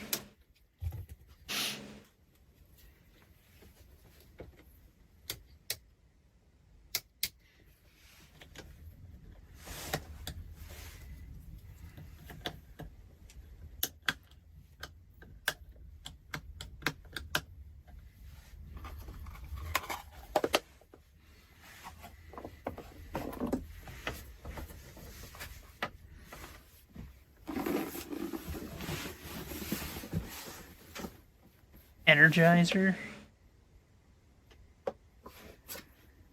Okay, so it's a little, like, portable battery.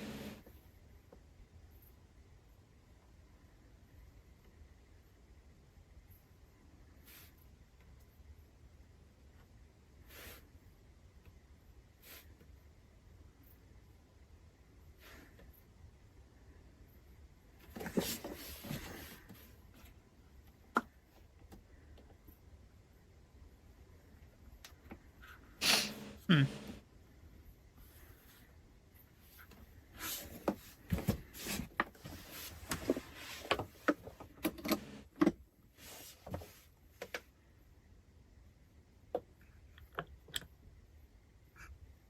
Huh.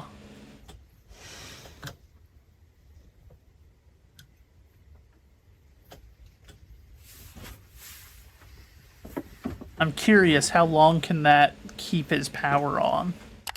Like, if he left those lights running, how long would it take for that Energizer to run out? Okay, so it's not a television. It's just an odd little suitcase type device thing. From behind, it looked like a television at first, I won't lie. Okay, so that is... So he does have solar then. Those look like they're some kind of a solar battery array, or a solar array.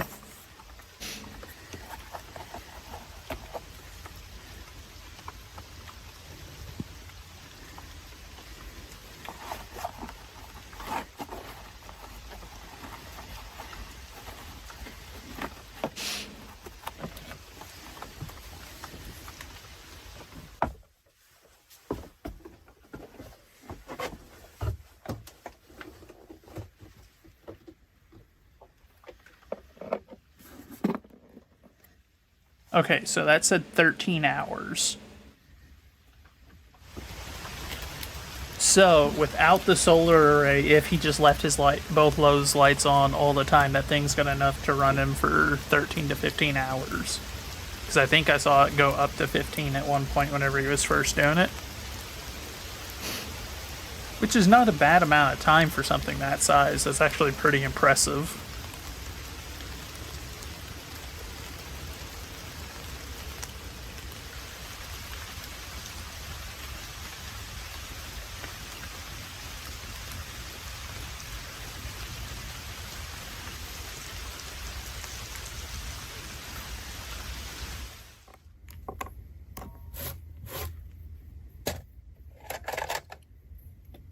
Oh boy, he's got himself a little electrical lantern. This guy's got all of the little niceties, doesn't he?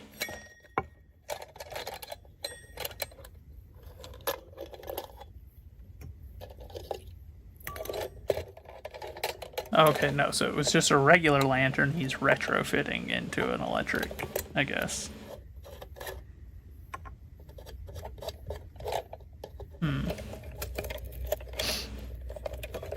Fair enough. Electricity does tend to be a safer, more reliable way to produce light than older systems that we had. Like a burning lamp, you know.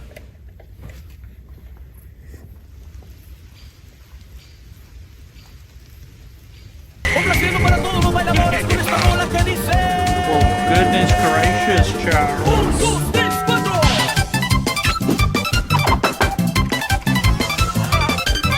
Hello, Charles. Welcome in. Thank you for the raid, my friend. How are you doing today? What were you up to? How did it go? I hope that your stream was well. Thank you for bringing your community over here. Let me give you a shout out right quick. See if it works properly this time. A good sound bite indeed. Indeed. There we go. Indeed. Alright, if anyone from my community isn't already following him, what are you doing? Go follow Charles. He's a very dapper and well-spoken battle brother. I'd say he's one of the only ones that can compete with Rico when it comes to his his way of speaking. Off for an eye appointment. Alright, well, hopefully it goes smoothly and you get whatever it is, in particular with your eyes, dealt with quickly and effectively. Have a wonderful rest of your day. God bless you, my friend. For those of you who are just getting here, we're chilling for a little bit. We're doing a Media Monday, so we've been watching videos. This is a dude building a little, like, in-ground house for 15 days in the forest that he's doing. It's very interesting. If you're like me and you enjoy watching people make things, it is quite good. Then we may go back to playing some War Thunder here later, and then in a couple of hours we have a Powerwash collab. But for now, we're just keeping things cozy. I hope that you all enjoy yourselves. New glasses, sweet. I always love getting new glasses.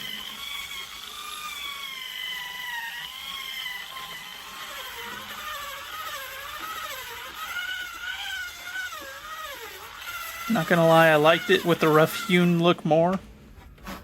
But I can understand why he wants to smooth it and get it level, or more level than it was.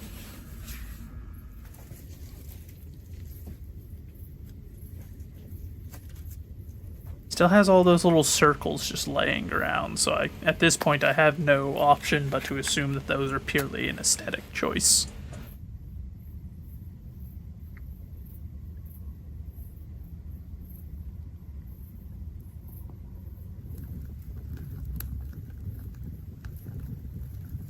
This little Dakota fire hole. Very nice.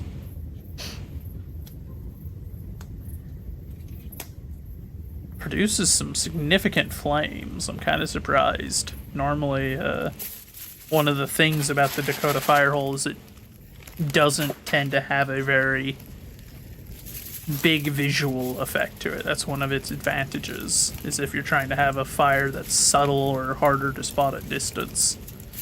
You want a Dakota fire hole, but that one seems to produce quite a tall flame. Preparing himself a whole chicken. My goodness. Man's gonna be eating good tonight. Stuffing it with garlic, I assume. So that looks like garlic cloves. That'll be quite tasty indeed.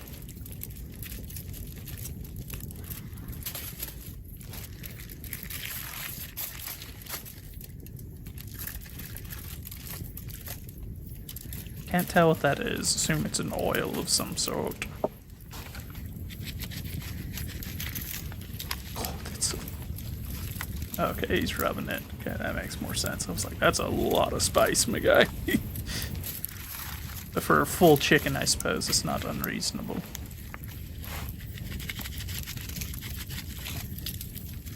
It's a good amount of seasoning. It'd be quite good, I imagine. I'm curious what kind it is, but not that I'll be able to read it, as we have determined. He seems to most likely... Oh, actually, this is a good chance to figure that out. That looks Cyrillic.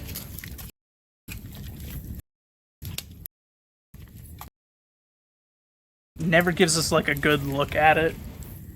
Not without him shaking it frequently, but it looked like Cyrillic. It sounded like he was speaking something Slavic earlier. So, we have to assume that he is most likely a Russian or someone similar, and as such is in that part of the world.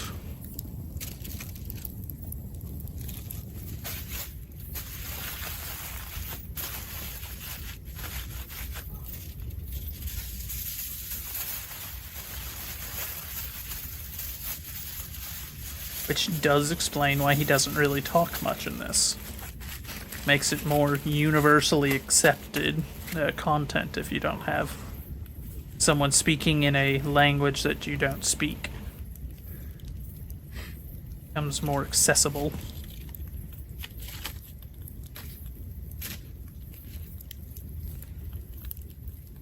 Man, that's quite the fire it produced. I'm shocked.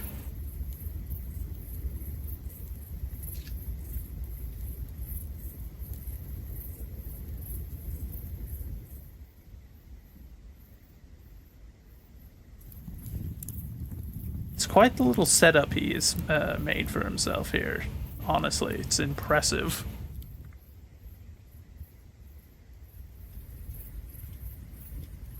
He's got quite the well-rounded skill set to be able to do this from start to finish by himself. I would be curious if he has an editor or if he also does that part as well. Those are going to be nice and toasty, perfect for cooking his chicken.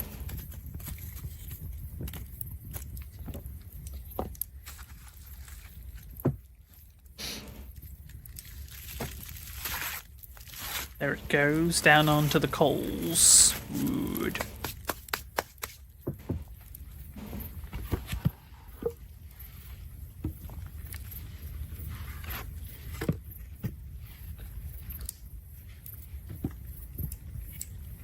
Curious, is he intending to leave it overnight and then have it later? Or is this just to help it along in the process?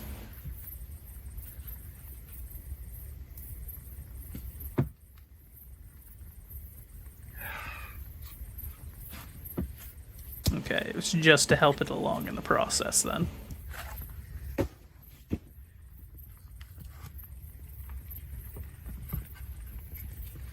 Makes sense.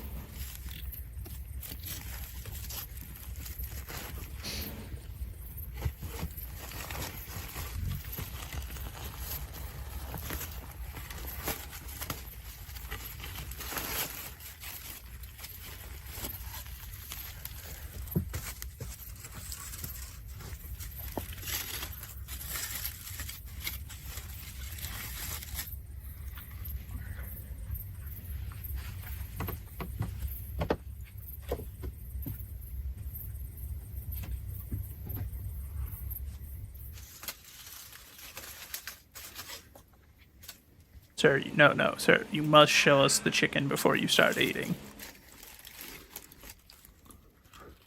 It's not really a great showing of it, but fair.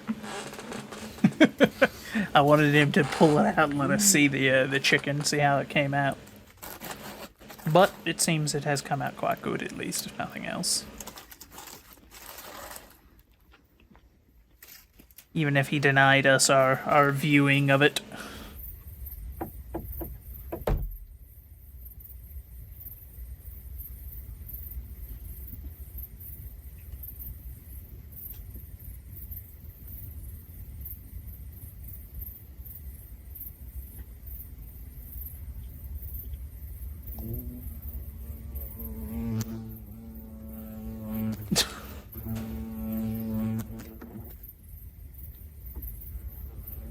Had to see some things don't change no matter where you are in the world. There will always be a bug that's going to fly directly up into the face of whatever's around.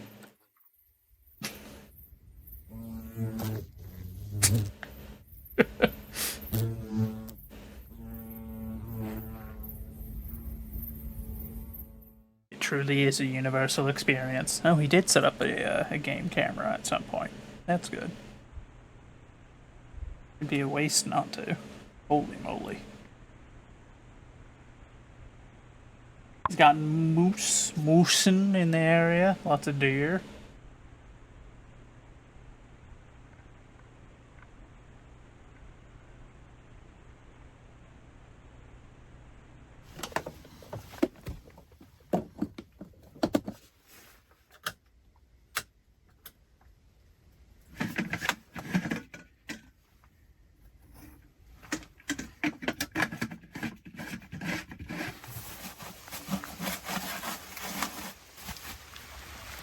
Raining again by the sound of it, maybe? Yes. What is he doing now? A little furnace?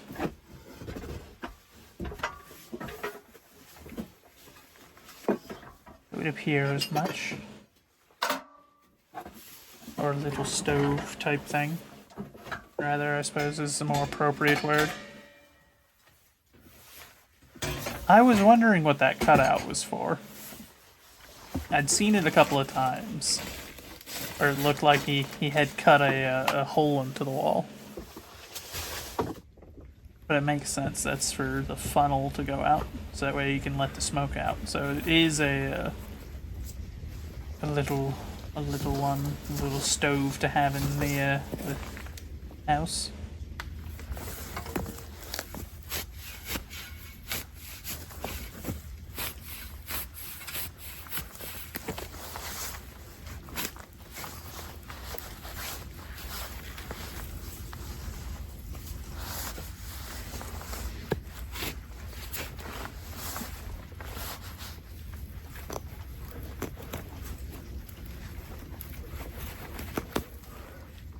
It's impressive how much the grass has already grown up around that. I know it says over the course of 15 days is when he's supposed to be making this, but I'm curious if he means 15 days of work and then there are breaks in between, because if that's 15 days of that grass growing, that is impressive.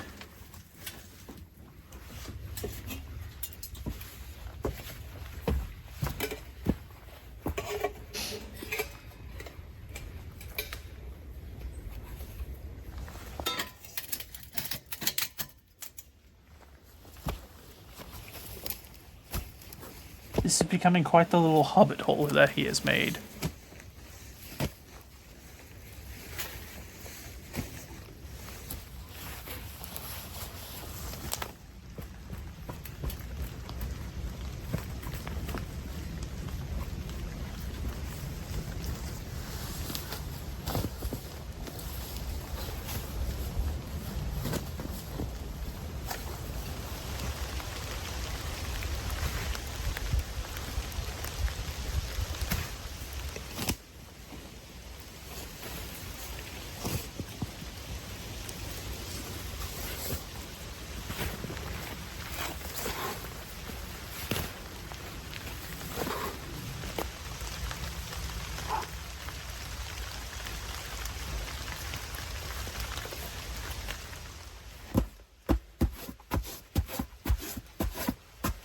Oh, that's clever.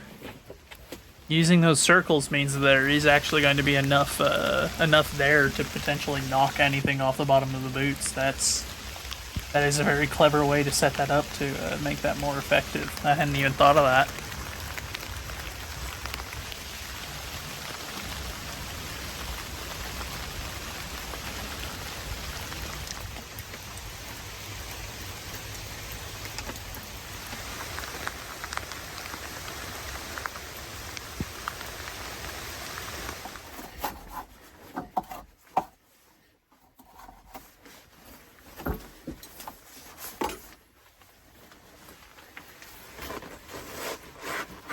Okay, it's an insulation. I was curious. I was like, what the heck is all this?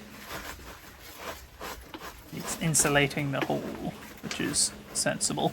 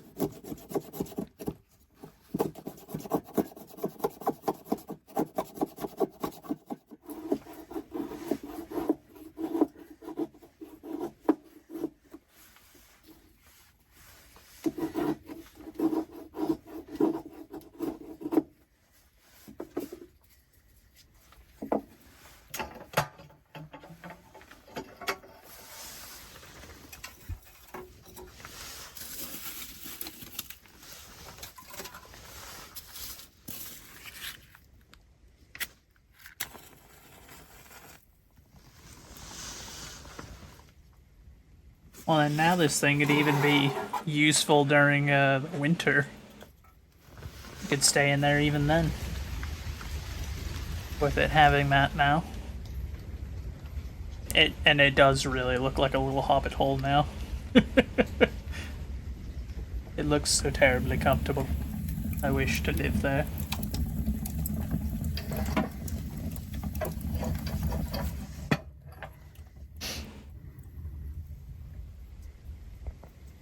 That part's unpleasant, but it's just part of it, I suppose.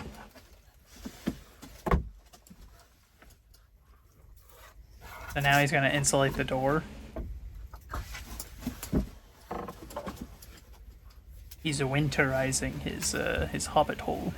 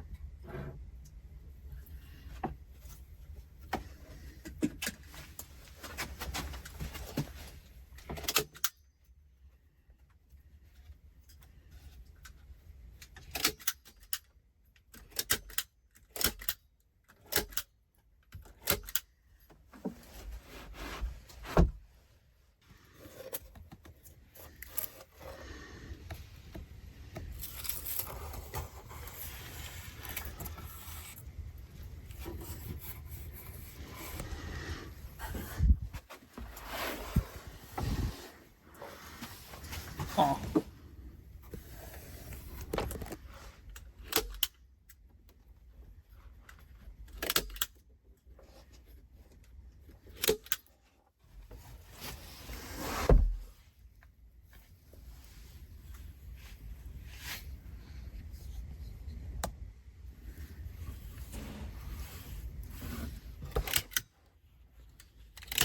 Man, this guy's gonna end up turning this thing into an Airbnb at this rate. He's making it so stinking fancy and so, like, well done. Be able to rent it out.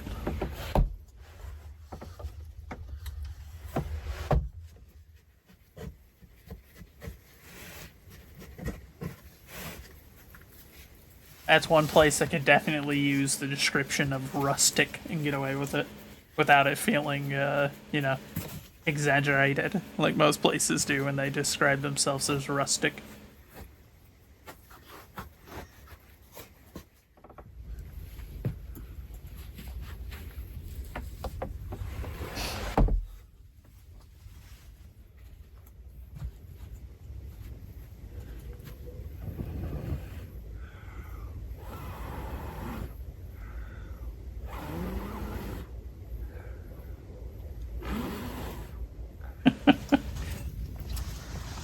Got his Dakota going again.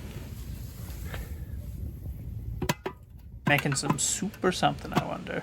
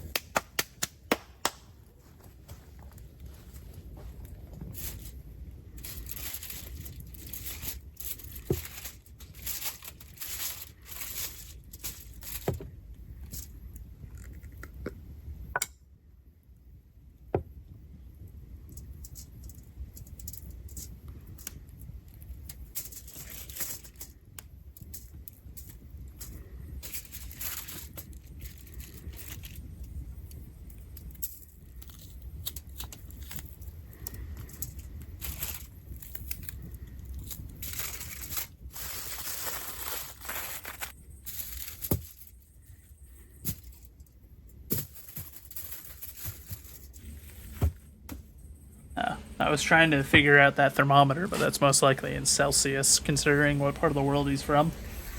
And I do not know the translations well enough to know what that means in freedom units.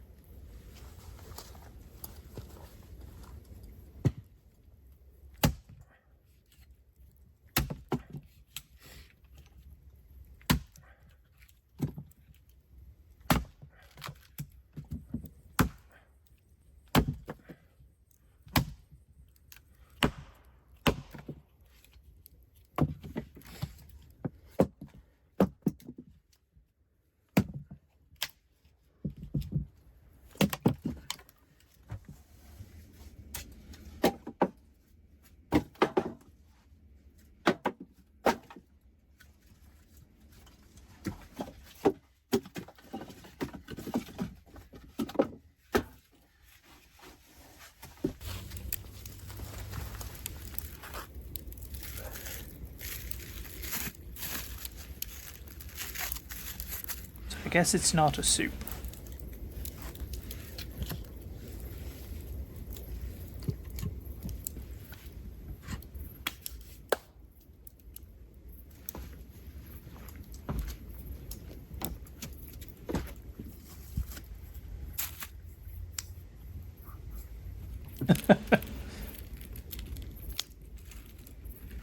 Oh, those little quail eggs there, I wonder. Yes, they are.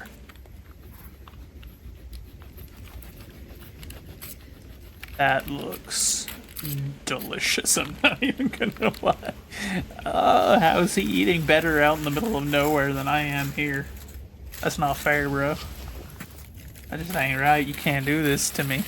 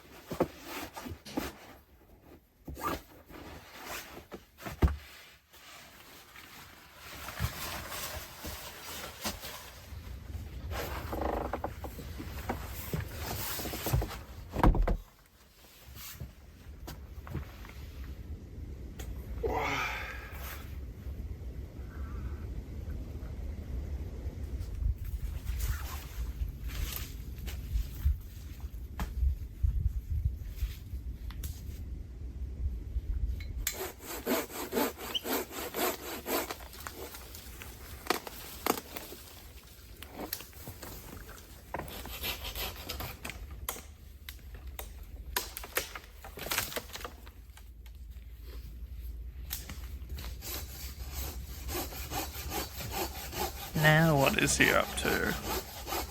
What are you adding to your little cabin now, good sir? Ooh.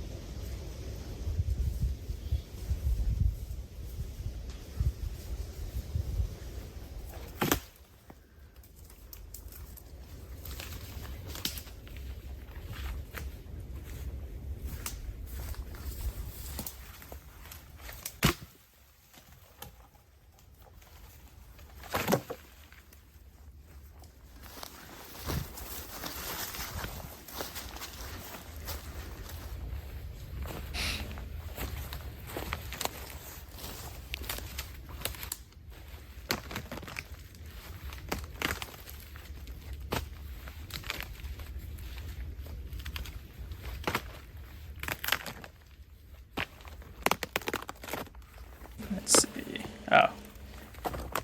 We're just about to the end. I suppose that means it is time to go back to War Thunder here momentarily. Oh boy, I'm so excited. Can't you tell? I'm thrilled to go play more War Thunder. But we gotta get that challenge done. And we still got 2 hours, I think, until it's time to join Miss Critter Hymns for some of it. For some Powerwash Simulator.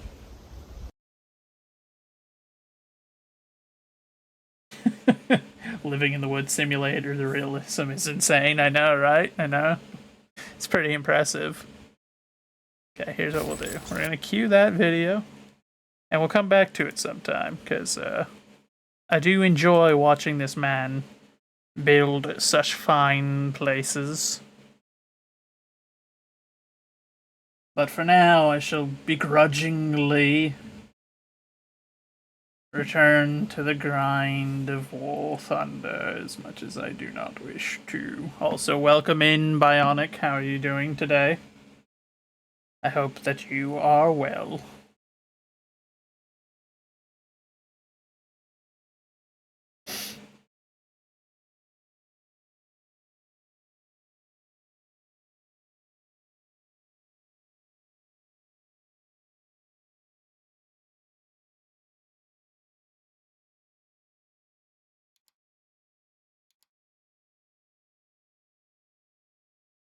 So that looks like the British Army there, I think. Those three. Interesting.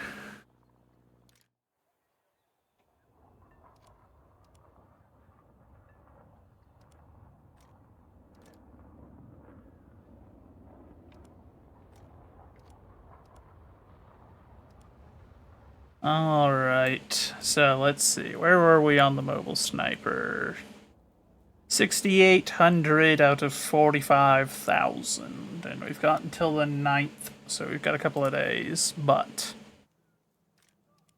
we do need to get through it sooner rather than later. No, wait, no, don't need customization, need crew.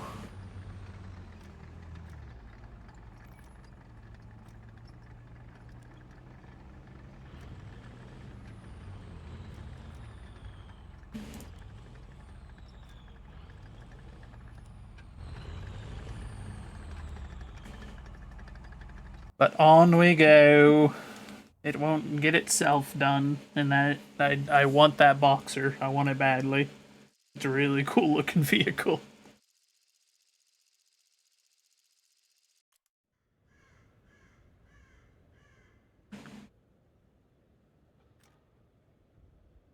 Keep forgetting if the Tiger is spaded or not. I guess we're gonna treat it as if it were this round, and then I'll check afterwards. Let's see, 1 kilogram, 1.1 kilograms. So we'll swap those shells around. We'll take out our Waffenträger first. Bring out the pancake.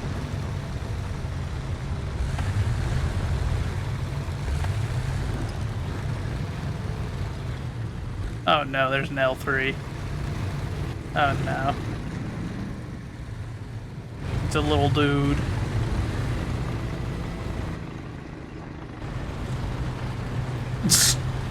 He's gonna pull the Tiger into battle, I see.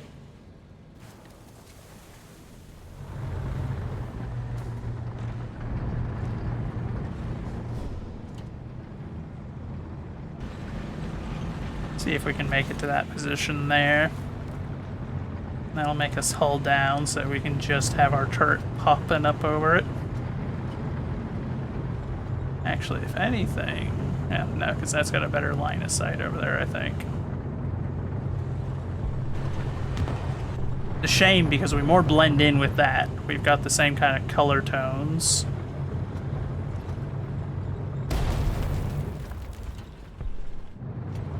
I don't think that was shot at me, but...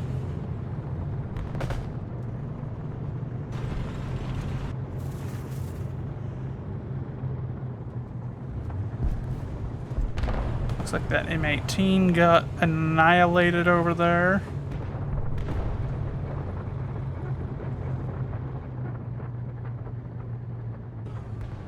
But hopefully we shan't be overly noticeable here.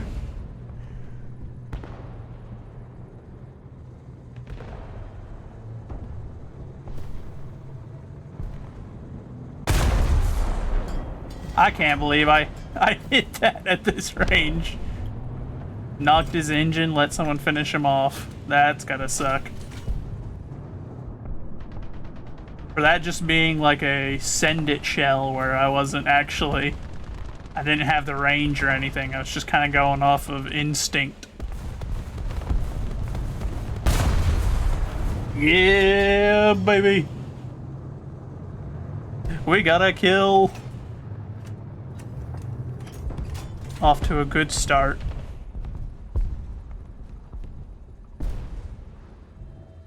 Set our gun to turn back over there.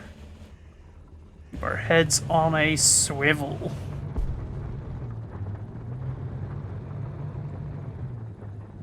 Looking for any signs of movement that are unnatural. Which means any kind of movement, because there's basically nothing on these maps that should be moving outside of hostiles.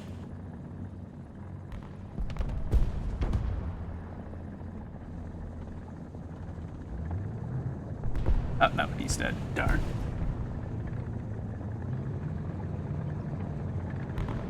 Trying to play USA in Hearts of Iron 4, historic with a twist, limited intervention, so you can send Japanese China, start getting some Flying Tigers, Rangers, fair enough.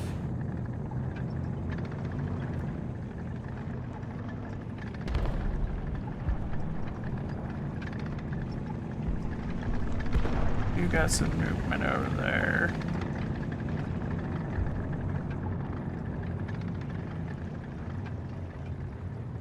Don't know where that Hellcat went, but we did have some movement over there.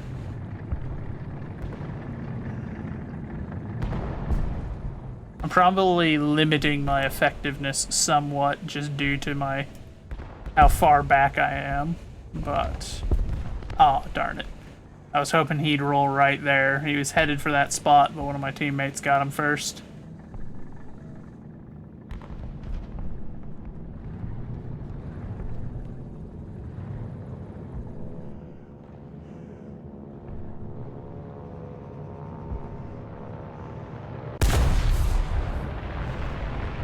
Darn, that would have been funny, I'm not gonna lie.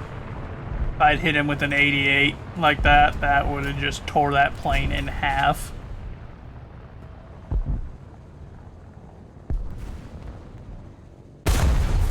Darn. I was tricked. I was played for a fool.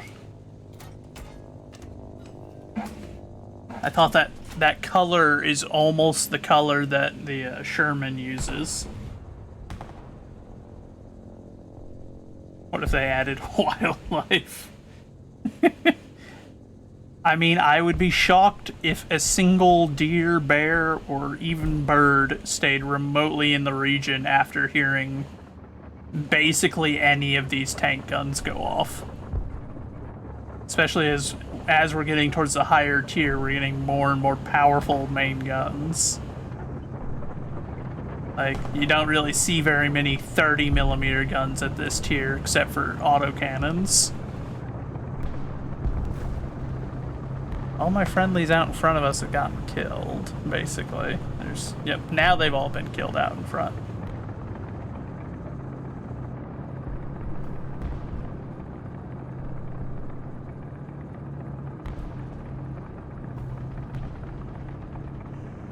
Though there are a couple of maps I could see there being like a few bits of wildlife on. This particular one I don't see it because, you know, this is Berlin.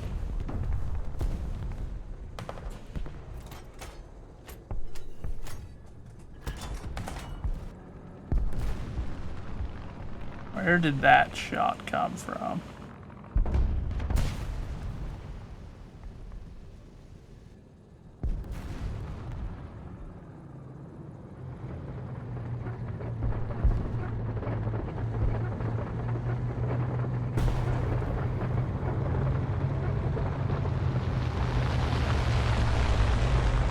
Finally off of work. Well, I see Rebozo. Welcome back.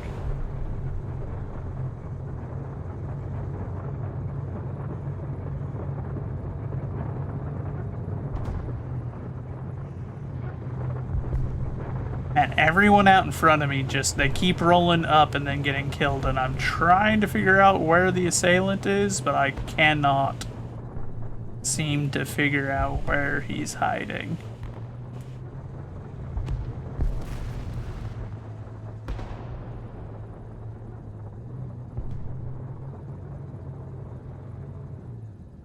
I saw that Hellcat.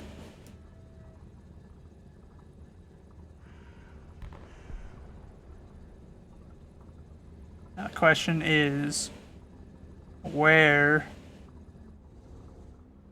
has he gotten off to?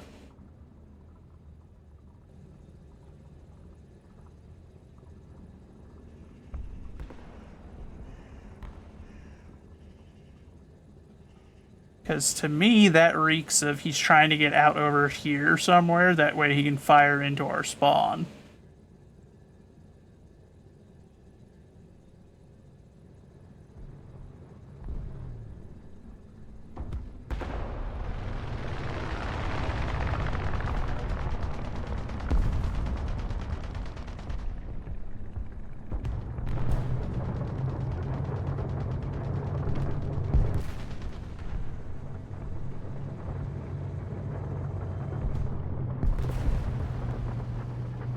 Crap, I hear someone coming on the left. No, wait, that's that aircraft.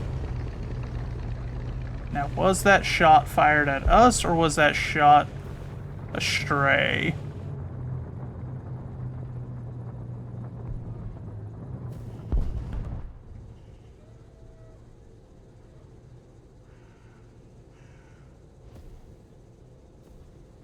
Man, holy cow. I've had so many bots to ban today. It's kind of getting crazy. Not gonna lie.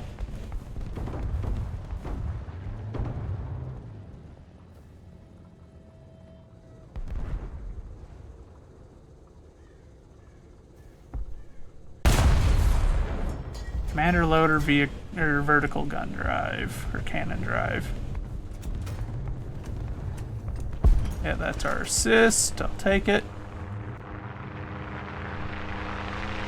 Why does that sound like I'm about to get... Okay, no, not going for me.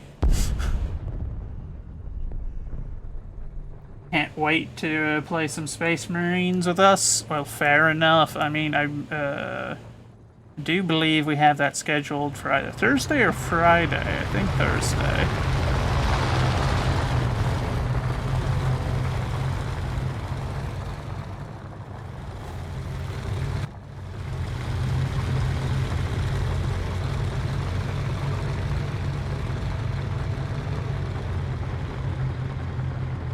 Friendly.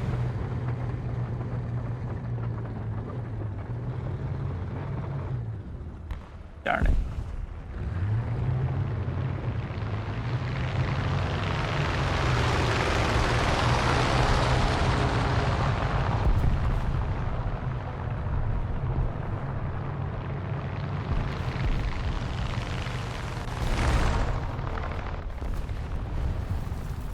I keep almost saying something about the aircraft, but I really don't want to tempt fate.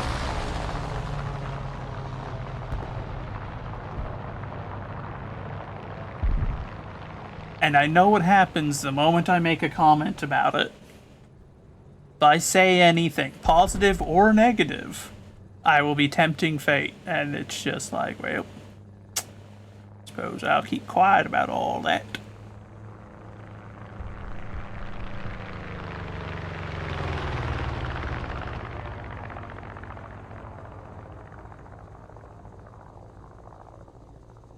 Let's get that range. Let's see what it is. 840. We'll set to 900. No, we'll set it up. 750 or 900. Those are the rangings that they set for this thing. That's kind of ridiculous. We signed off on that kind of a ranging system. Skipped over a huge zone.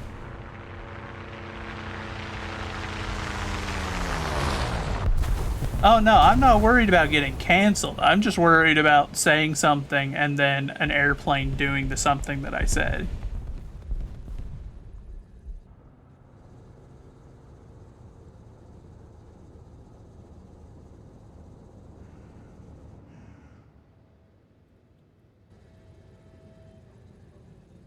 I dare not tempt fate. Do it? No.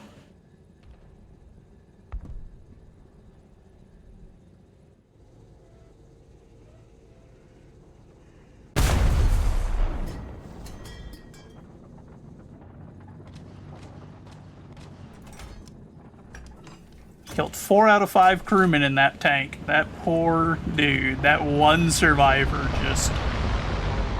He's never gonna recover from the PTSD.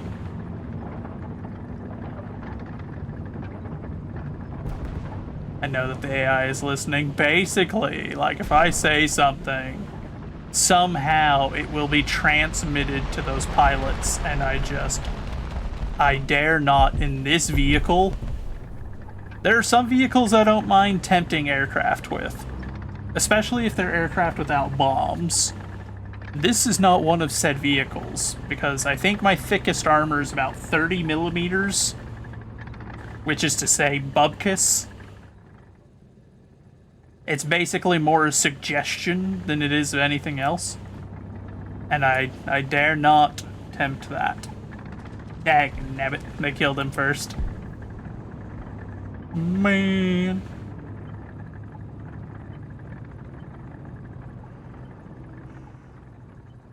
But yeah, when your armor is as thin as this thing is, and the fact that we are quite literally an open top, nah, I don't tempt fate with this if I can help it.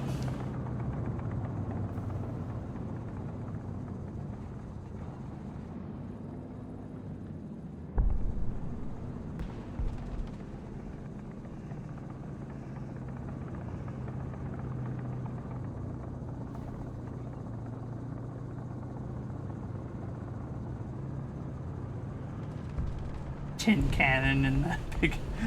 Yeah, I mean, this thing is, like, there are certain certain tanks and vehicles that are designed with certain roles, you know? A lot of the time a tank's role is to be able to sustain fire and also be able to trade it, you know? This vehicle is literally just a platform for this gun. That is the only reason it is here. It is so that way we can move the big gun around. Because it's a long 88, which makes it a very powerful gun. But it can't survive any hits.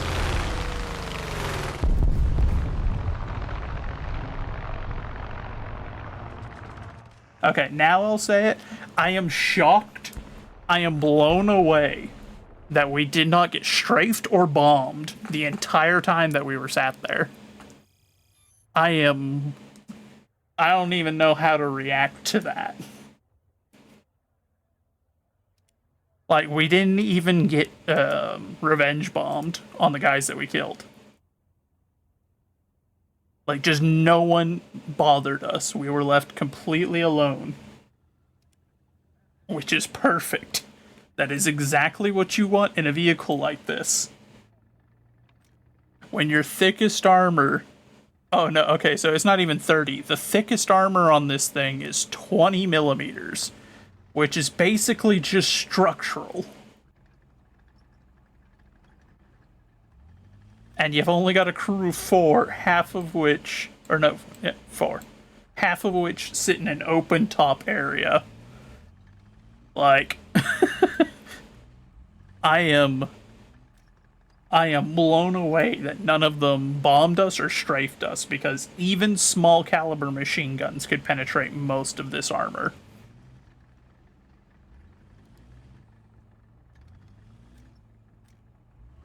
And yet none of them did. For which I am immensely thankful. But also, oh, what happened? How am I alive? How did we get through that whole match without anyone so much as returning a single shot in our direction? The only shell that even came anywhere near us was that one shot that I'm pretty certain was fired at someone else. I think it was just a stray shell that landed a distance away from us.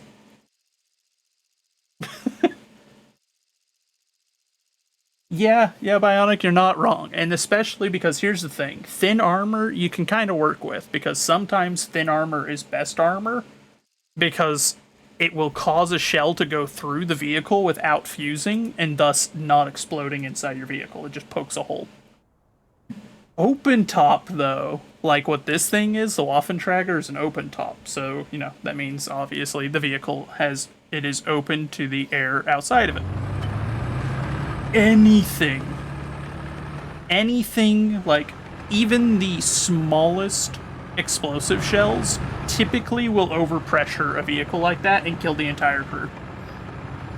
They don't even have to directly hit me with a high explosive shell, a high explosive squash head, a high explosive anti-tank. Any of those shells come close to me, it will likely kill me.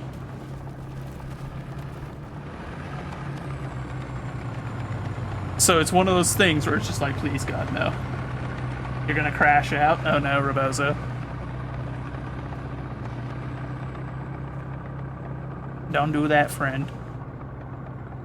Also, I don't know why that guy popped the AAA job the moment that the match started, because no one can spawn in an aircraft yet, so he wasted that order.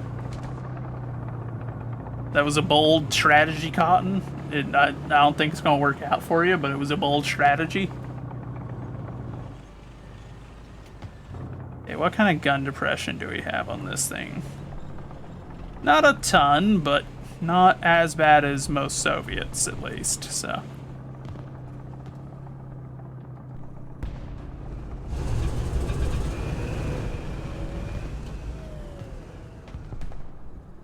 Not enough to do hill peeking, though, which is unfortunate, which means I need to find an actual firing position.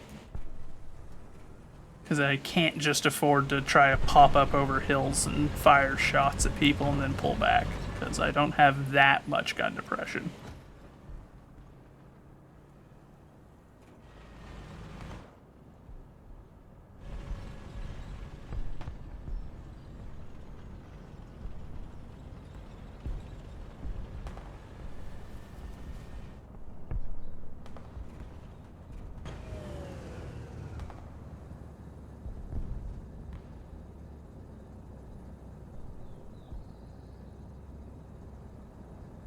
Get measurement. See what it says. 600? Okay.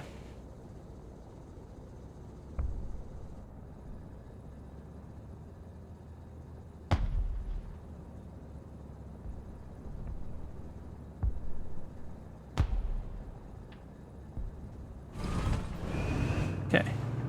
Clearly I need to move up more, because that guy over there has got the firing position that's letting him hit them on the other side of the railroad.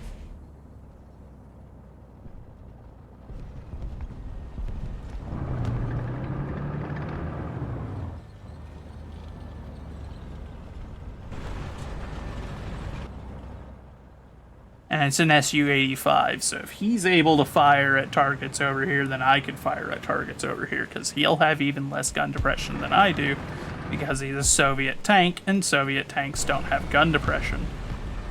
Ever. Like, the Soviets just adopted the strategy of, we don't need to aim down, we can just drive down the hill at the enemy. That will let us get our guns pointed low enough.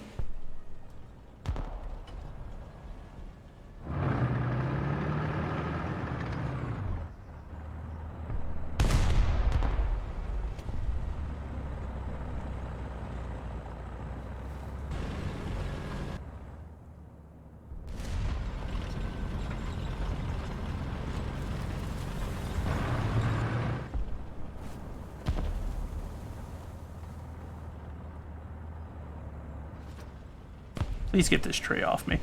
There we go.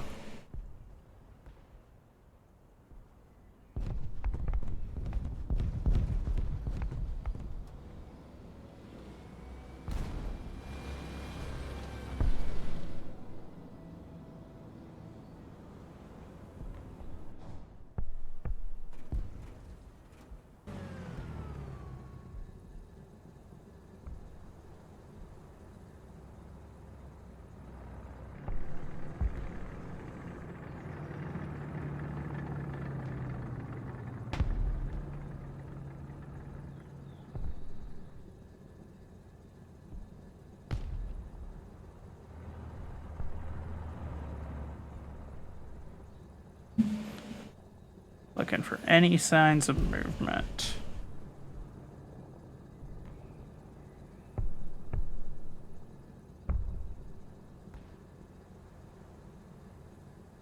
What are you pinging, bud? I don't see anything. The AAA order is over. I don't think a single aircraft spawned during that entire time. That dude played himself like a fiddle.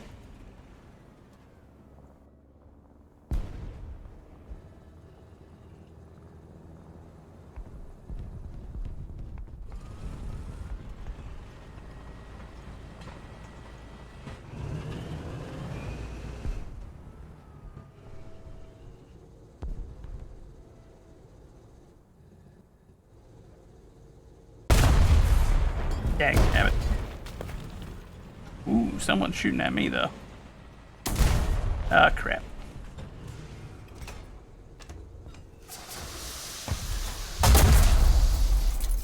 Come on, reload. Reload! Got him. Gotcha. So that's one of those situations of no armor is best armor. Because he hit us twice, but he only killed one guy in the vehicle because he was just poking holes in the vehicle.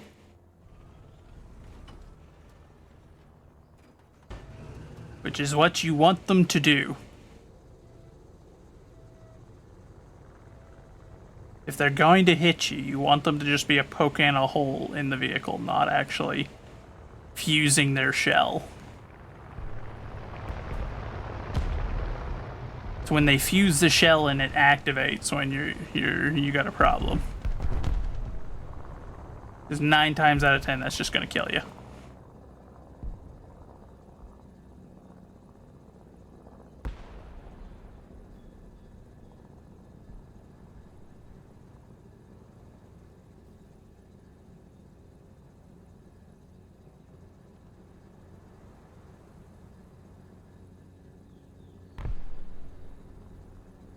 I don't like the sound of that. Oh wait, no, that's friendly, okay.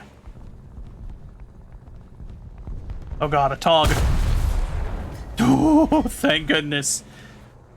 Thank goodness he missed his shot and didn't know the strategy for the TOG 2 is never drive straight forward. Drive in reverse in a TOG 2. That way you can survive a hit. As the rear of the TOG 2 is not only better armored, but aw, man. Or it's not so much that it's better armored, I guess, as much as the armor is just more effectively sloped, which makes it behave as though it were better armor. It's also, then you've got a huge amount of dead space in between your crew and where the shell's hitting, so that greatly increases the chances that your crew survives the hit. Sure, your engine will get knocked out and you won't be moving anywhere, but it tends to be okay because that gun that it has is good.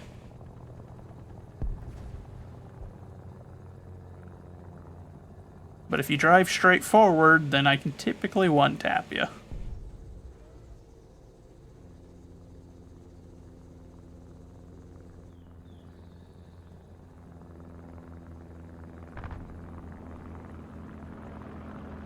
Also, his score must be really low, because he didn't try to revenge bomb us, which is normally the expected outcome of something like that.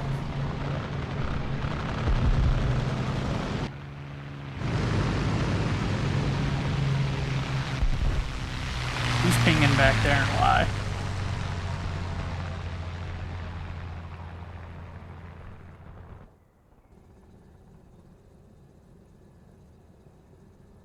The answer was nobody and nothing. In that order.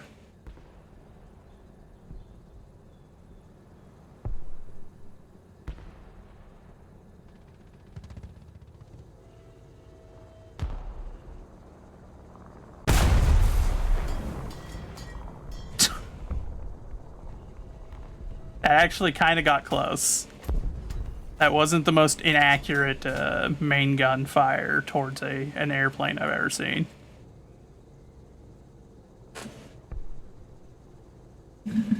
That would have been hilarious if it had hit him, though, I'm not gonna lie. I Sounds like our T-34 is moving up. He is, but he is hugging that edge of the map.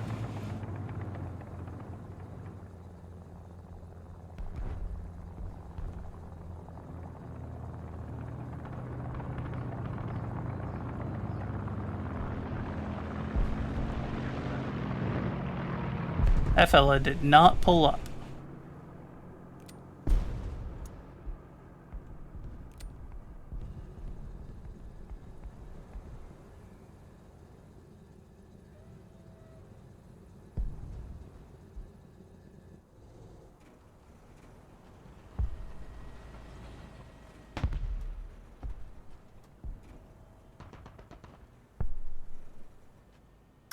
Why not? We'll relocate for now. We're gonna go resupply first. Pick up some ammunition from the capture point. And then we'll see about finding us a new firing position.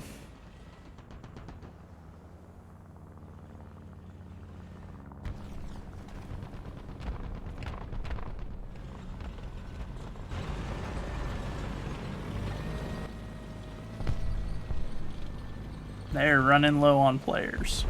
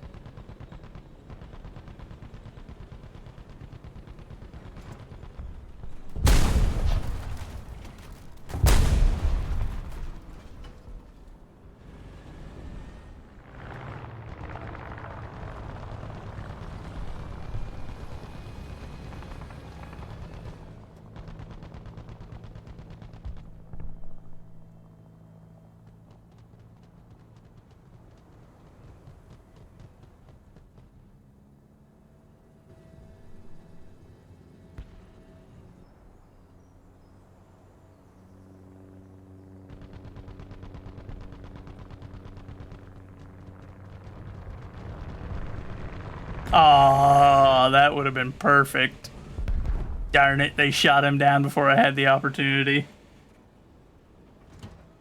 Flying in a straight line in our direction, but not firing at us, which is exactly the opportunity to get a air kill with this thing. But looks like we pretty handedly won this match. The enemy got eviscerated. I only got 2 kills, but both of them were on the same poor dude.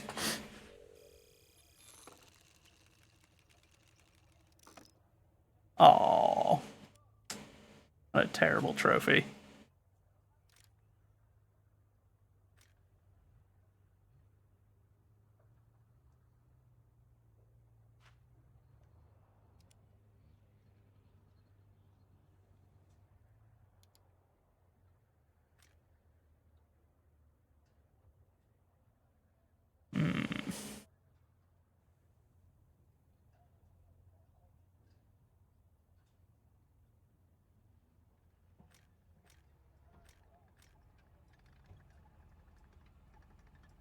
Probably save up for that one. We're getting close to the next level of leadership upgrade, and that tends to be one of the best outside of air-to-air, or AA platforms, rather. If you're an AA platform, you typically want to put your points towards, what's it called? The targeting. Because that'll let your character turn the gun and lift and lower it faster, which means you might actually get some air kills. Because 9 times out of 10, you miss shots with an anti-air platform just because the gun was either turning left or right or going up and down because your crew isn't skilled enough. It's just like, oh, well.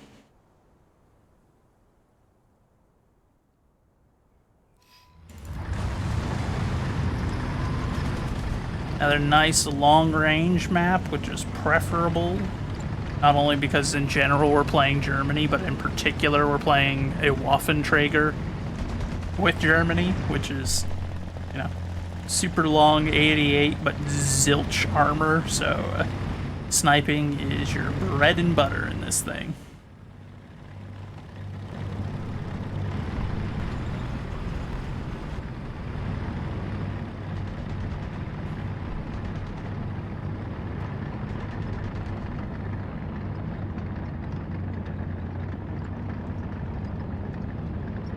Especially because it's not very fast, so you're not going to be a brawler with this sucker.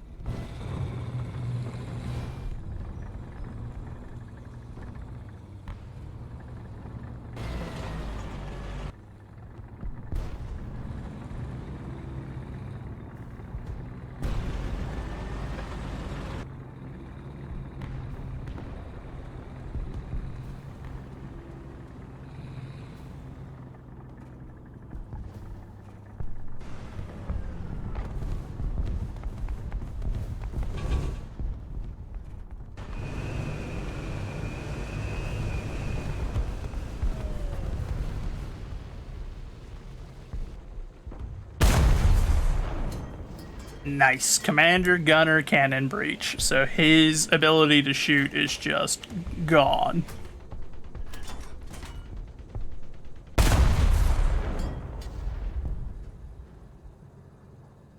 Get a measurement on that range. 600.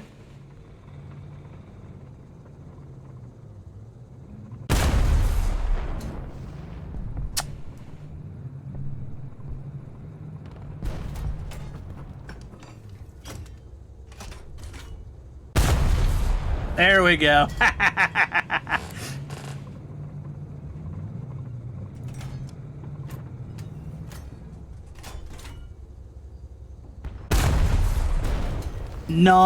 Are you kidding me? Also, someone's taking pot shots at us off the right side somewhere, but don't know who. That fella thought he was safe behind that hill, though. But whenever you're engaging at really long ranges, you can try and use shell drop to get it to where you can curve a shot up over a hill. Oh crap, I forgot I've already got it ranged, so I pointlessly had the gun raised further than it needed to be.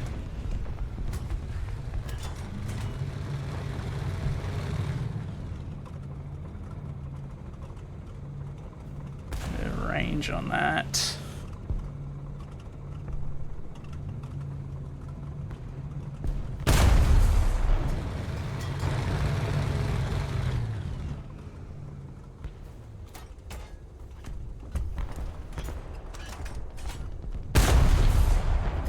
Non-pen.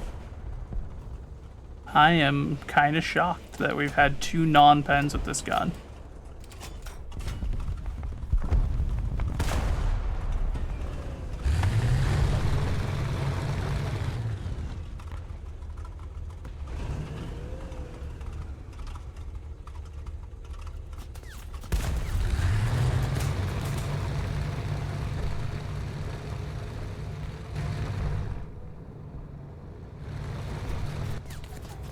Machine gun fire coming in from that guy on the right hill, which I think is a KV-1. If it's the same guy that I hit earlier, it's that KV-1. Which means it's probably that dude that I did dirty whenever I smacked him while he was on the other side of a hill. Well, hi there, Tiger. Let's get that range real quick. What is that? 750? That doesn't sound right, but...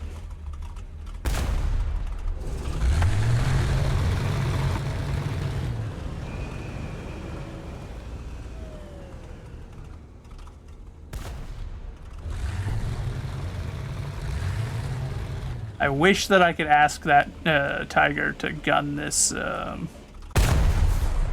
this little tree down, because it's kind of doing me over right now. But because I haven't got a machine gun, so I can't shoot it down. 750? Are you sure, game?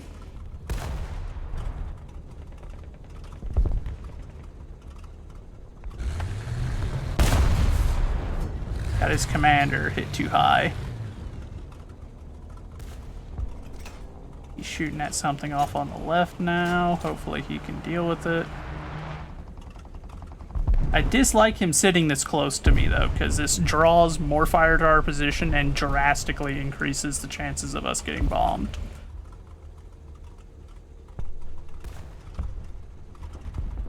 It's also inconvenient to have him firing directly in my line of sight, because that means that his smoke keeps obscuring my line of sight to the target.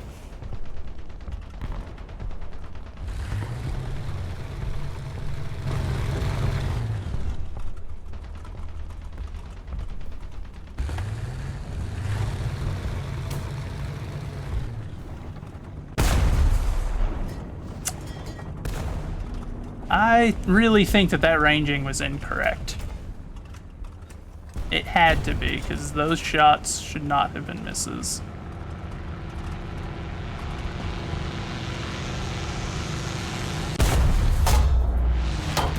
Yep. Yeah. Exactly what I was talking about. Thanks, Tiger.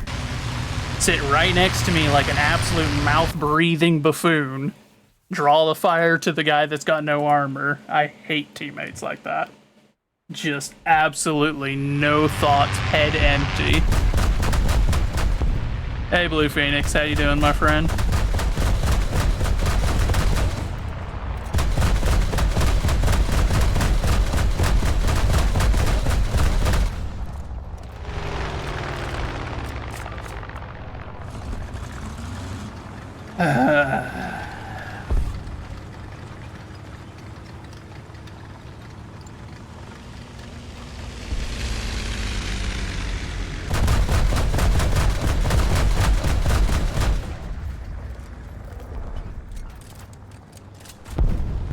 Looks like the tiger went and got himself killed, most likely. Yep. So he got me killed for no reason, and then promptly went and got himself killed for no reason. Like I said, I hate people that have no thoughts, head empty. Because that just tweaks me off that I got killed because he was like, ah, yeah, I'm gonna sit right next to this guy and make it way more obvious where the lightly armored target is. Buffoon.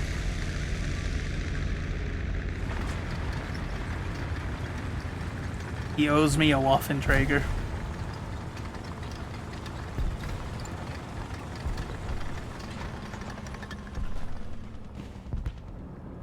Also kind of sucks I forgot to zero the cannons ranging out before I fired.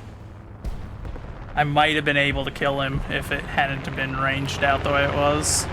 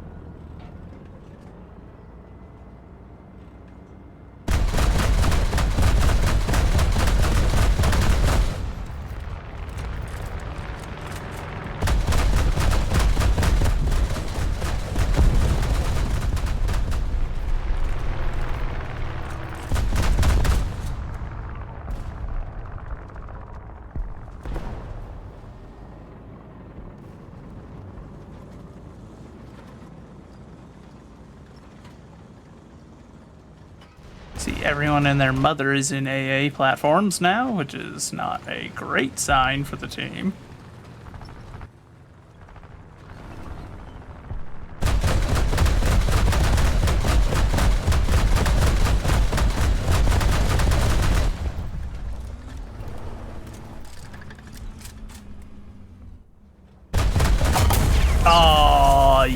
cheeky rat. That's what I mean about open tops as well. Anything hits you and it's just like, and you died. Perish. How dare you exist? And it's just like, oh, okay. That's alright, we got us another big gun. Another top down. The boys and their Hugo Boss just standing around ready to hit the club. Machine guns weirdly mounted on either side, so you can theoretically defend yourself from the side if the enemy attacks you with something lightly armored.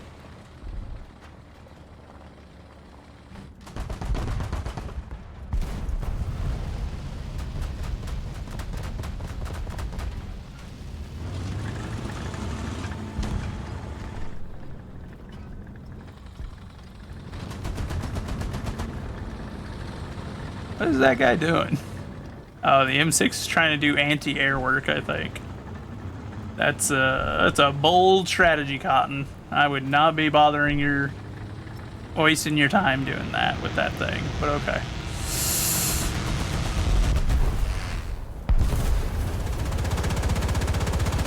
No.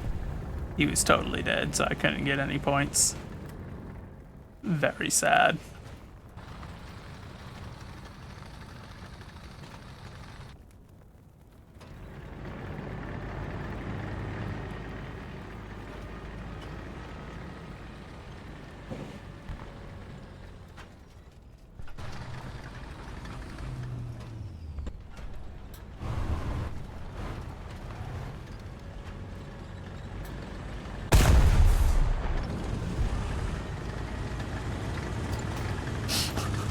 That got him to back off.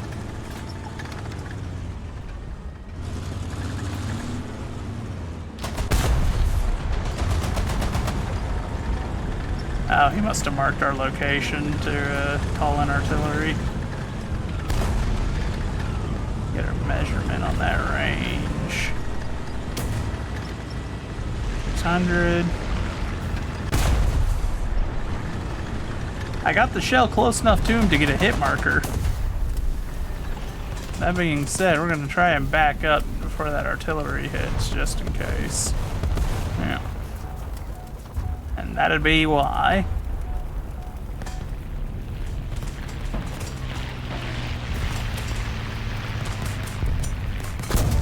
Son of a gun. Yeah, Type 75, that makes sense. It's an actual artillery platform from like the 90s versus a tank from the 40s. The fact that we're at the same tier is kind of crazy to me. I don't want to bring out the Panther just because it's not effective for grinding, but we're going to do it anyway because we need something that has a chance of turning this around, because at this point I see that the team has largely degraded to the point where they no longer have anything decent that they can bring out. So it's pretty much looking like it's going to be up to me to pull this back for us, which I hate when that gets to be the case because I'm not a good enough player to be the one that needs to clutch, because it's never a good sign.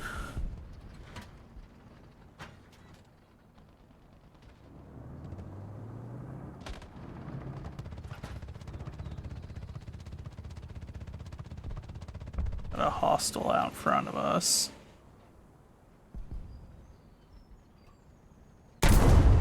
Are you kidding me, you absolute lucky rat? Come on, Gunner, wake up. Gunner, wake up. Misfire due to the gun breach being jammed. Come on, you absolute subhuman communist dog. The luck that his first shot knocked our gunner, damaged our gun breach, destroyed our turret ring. So our only choice was just charge forward and pray that maybe one of the firing occurrences it would actually work, and it just didn't. Absolute spit in the face from the game on that. Is this... No, okay, so we can bring the tiger out.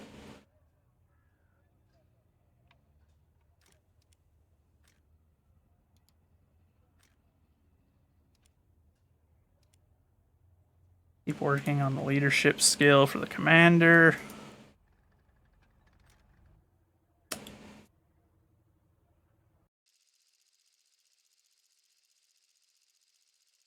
Ah, crap. Single point Flanders on this side of the map. This is gonna be just not fun to play. It's not even one of those things where it's like, oh, this is gonna be rough. This is just not going to be fun to play, most likely.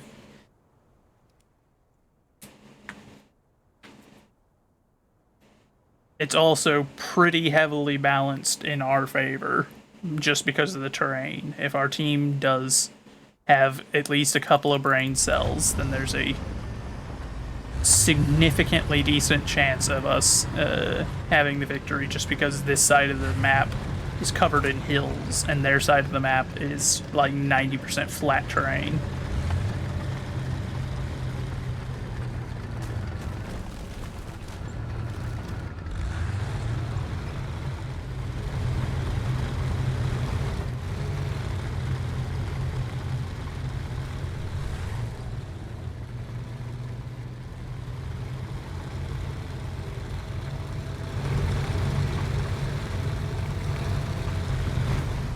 Hi there, Tiger. I guess we're on the Tiger Express for a moment. Okay.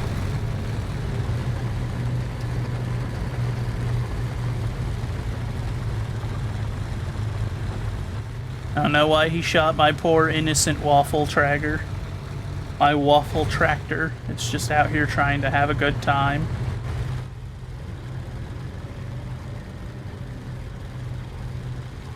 And he done went and put a hole in the back of it. Which is very rude.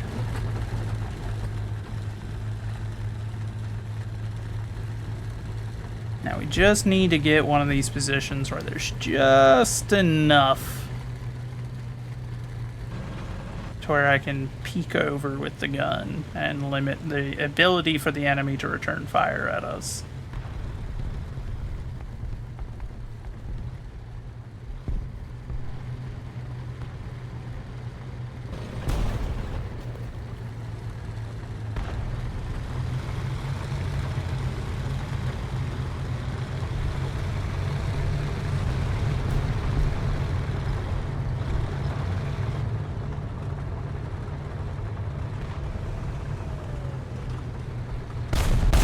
Oh, come on. Dude had the exact same target as I did. That sucks. And he pulled the trigger first, so... Waste of a shot for me.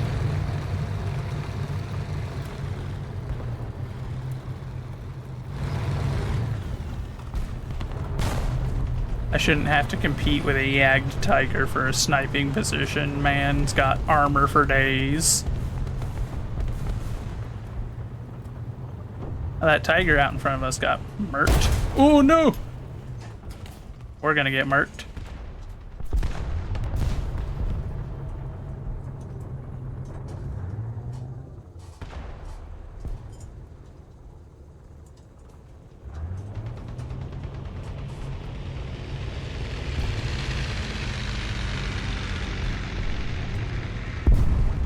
Okay, at least it was another occurrence of no armor, best armor, because he just punched a hole for the most part. Yeah, it knocked out our track and killed the driver, but it didn't fuse, so we didn't die.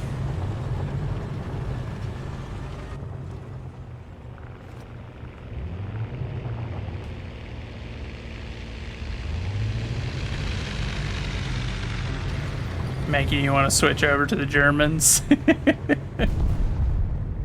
I mean, like I've said, I always set out in this game intending to main someone other than Germany, and then I always end up maining Germany, and it's frustrating, but it happens every single time without fail, and I have no clue why. I think I just vibe better with their vehicles. Like, their style and their play style lines up much more closely with mine. Sir?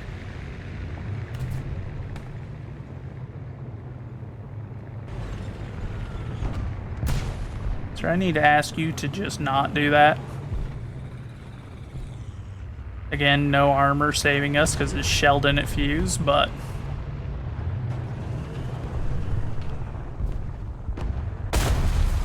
No way. That was deeply unfortunate. Oh, you...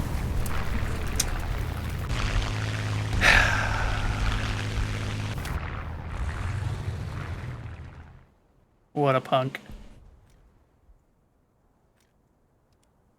Oh, hey, what's this guy? Scum-sucking subhuman animal that deserves nothing but death? Is that what it is over there? Where are you, you subhuman dog? Let me beat you to death. Man's come close enough to get detected by the spawn, so, the moment that happens, like, nah, no, now you only deserve suffering. Man out here trying to push our spawn.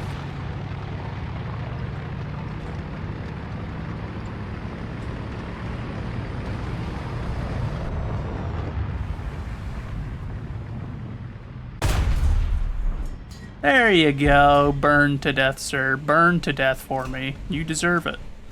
That's just for you. You... piece of crap. Oh well, at least I lit him on fire, so I at least got the assist, but... man done went and stole my kill. How rude.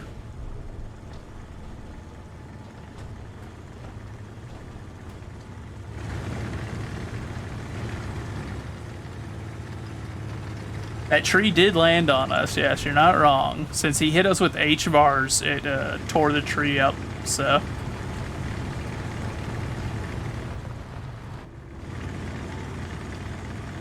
But yeah, we were pretty well doomed the moment that someone with H-bars locked onto us, because those are high explosive rockets, which means he just needs to get them into my general neighborhood, and I'll die to them. Because I'm an open top with 0 armor, so it's just like, well, guess I'll die.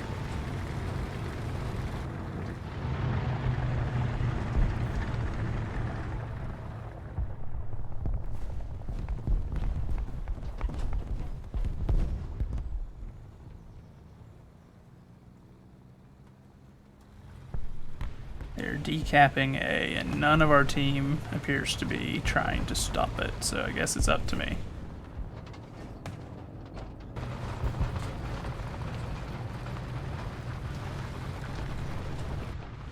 Okay, they got that guy.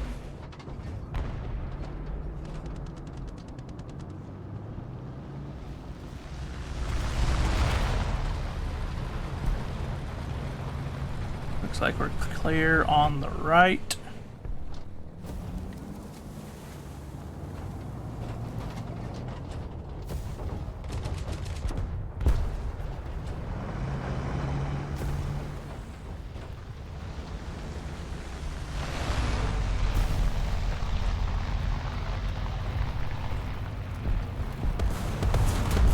Oh god, wait, hold on.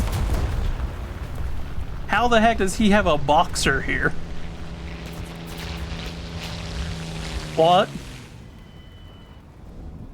How does that make any sense? That's like 3 BRs above us. How is he here?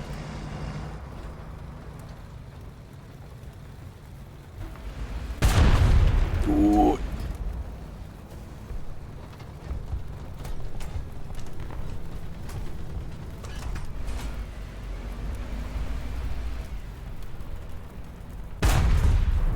Okay, game. I guess I could just not shoot his barrel.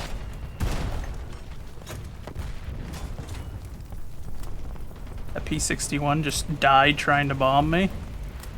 Oh, you piece of... No, wait, G6. Oh, that's that British truck. Okay. the turret is like the exact same type of turret that they have for the Boxer. Still, that's a vehicle from like the 60s or 70s versus a tank from the 40s. That is crazy. That man probably has night vision on that thing.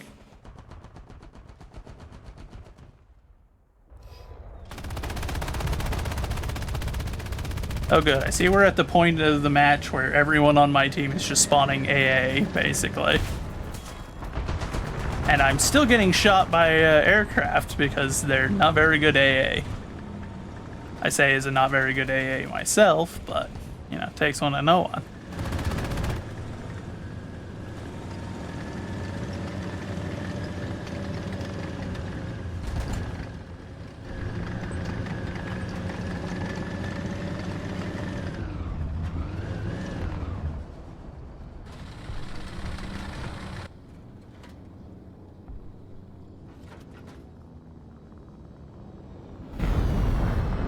Oh.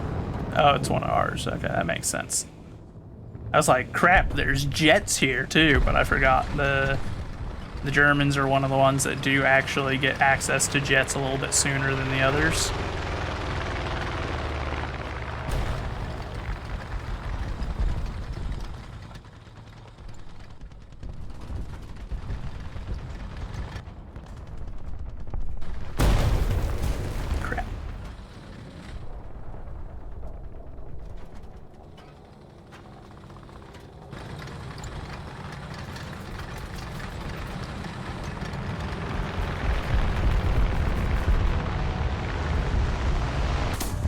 You piece of crap. Where are you? There he is.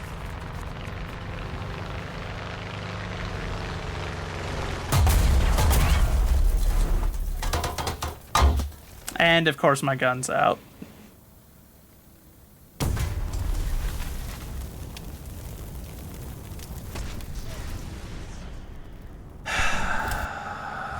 And I've only got enough for AA myself now. Great. I love this part of the match, by which me saying I love this part of the match means this is the part of the match that makes me stop playing the game most of the time.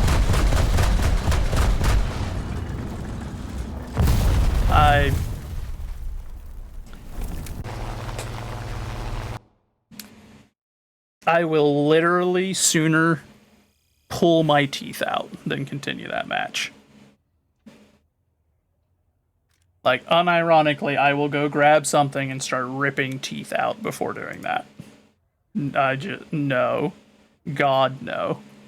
Not ever, under any circumstance. Once the match gets to that point, like, no. I will go defuse landmines. I'll walk through a minefield with my only tool being a slightly long stick.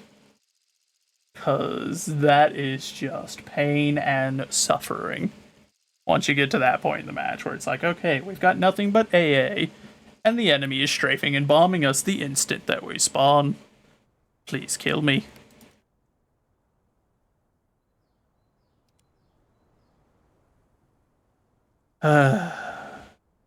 Absolute suffering. Every time.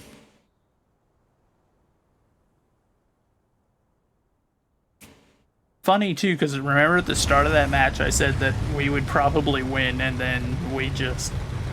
Somehow my team could not get pushed up enough to actually take advantage of the fact that the map geography is almost exclusively in our favor. Because most of our team looked like they might have had 2 or 3 tanks each. So most of them spawned in, got killed, and then just never respawned. Which is not good.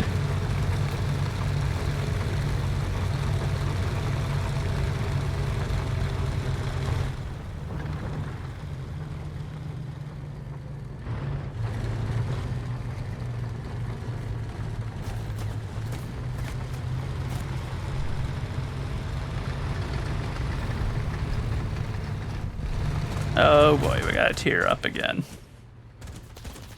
I'm pretty sure that's a full tier up too, because that's a JPZ. which is not what I want to see.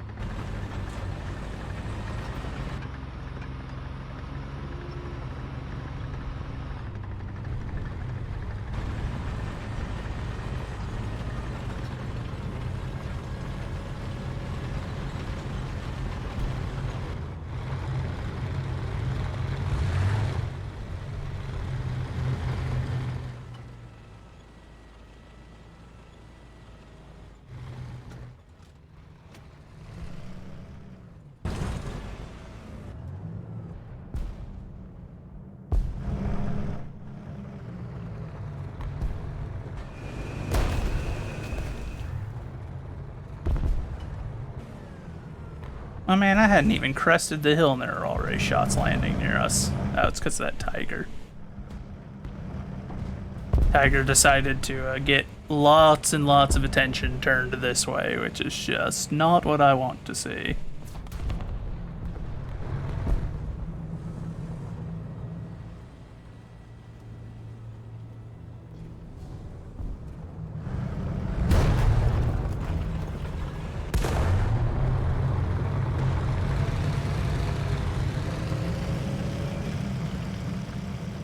Up over this ridge as quickly as we can.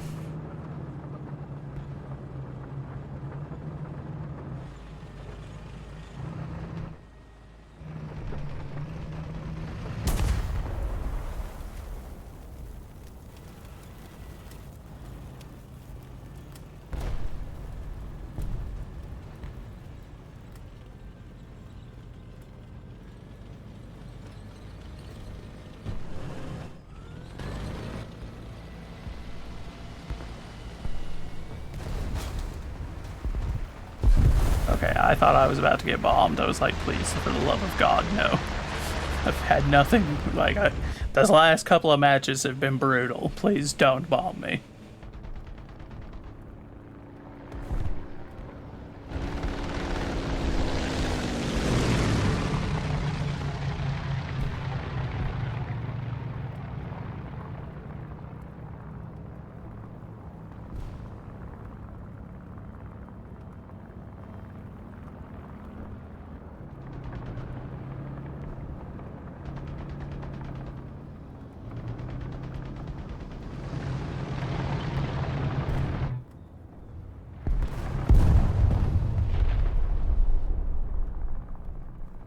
Please don't notice me bringing the gun around, sir. Oh god, he saw. Turn the vehicle back on. Yeah, we're boned. Okay.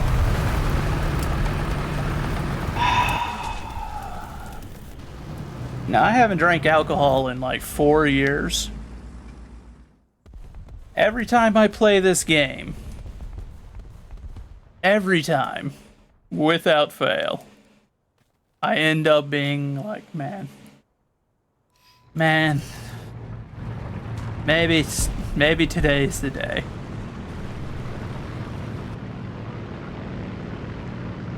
I don't know why I play it, because it makes me irrationally angry, and some of the people in it I genuinely wouldn't stop a genocide against. But, like, I keep playing it. I don't know why. I hate you. I'm so glad that that failed.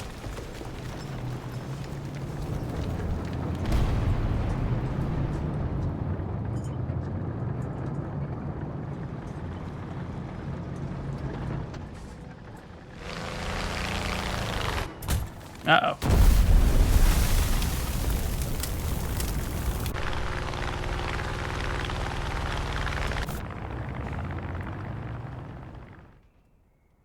I really hate that it also does that. Every time it changes screens, it resets where I'm trying to type. Which is just like, please, don't. Don't. I'm trying to actually type something. Quit, like, moving my my message 8 or 9 times during the process of one death. It's not necessary.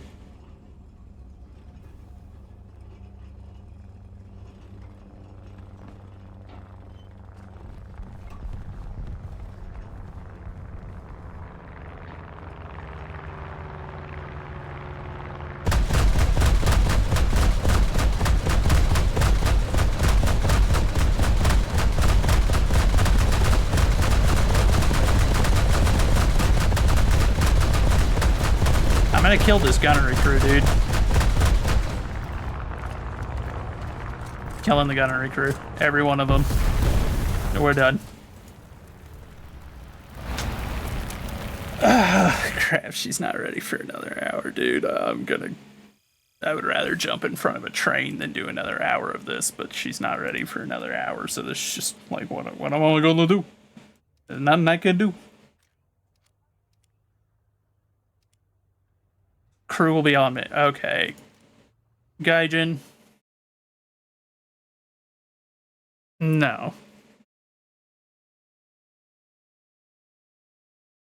We're just gonna play literally anything else.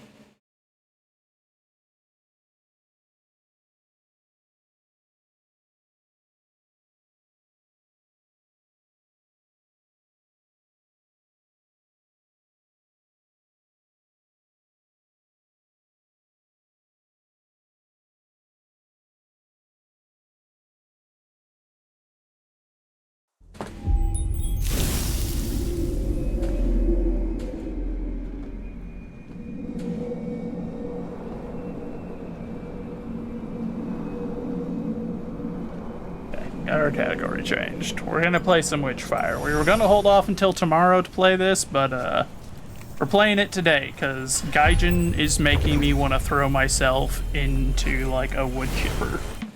So, not gonna keep playing that, especially when they hit me with the 1 minute 30 second, like the whole, you know, you don't get your stuff back for a bit because you left the match early. Like, no, no. Don't spit in my face like that, because that's a quick way to make me just, each time I get one of those punishments, I stop and consider uninstalling the game and never playing it again. Because I'm pretty sure that's what stopped me playing it for literal years. Like, I used to play it a ton, and then one day I stopped playing it and didn't touch it for probably 4 years, give or take.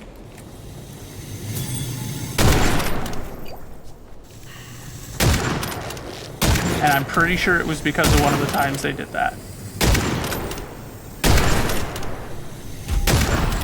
Oh, are you kidding me?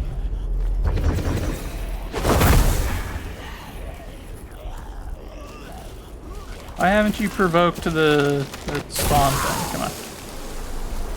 There we go.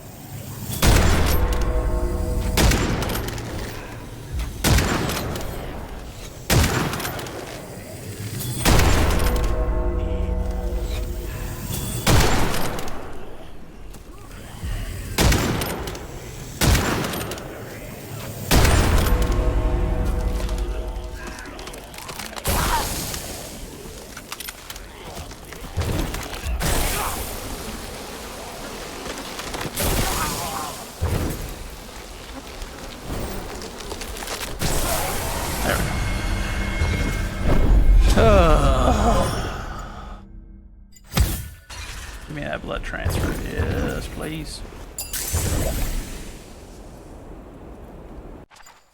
Okay, so he's coming this way already, son of a gun.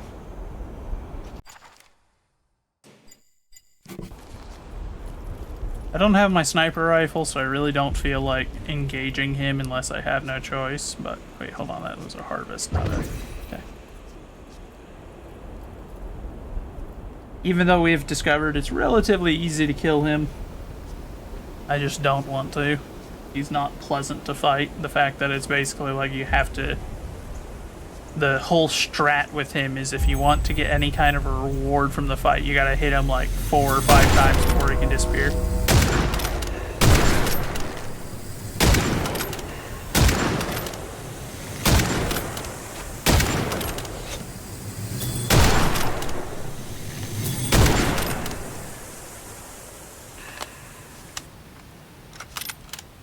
Because he'll teleport away very quickly, and it's just like, bro, please. It's my least favorite mechanic for a game like this, where it's like, please don't make the enemy just leave if I didn't kill him fast enough. It's very unfortunate, because then I feel like I've wasted my resources anytime I engage him. Gentlemen, hello.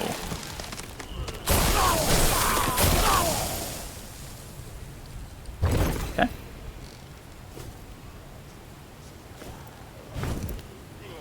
You the last one from your little group, bud? Hey, buddy. Hey, bud, I'm right here. Bud, there you go. They're a little slow on the uptake sometimes.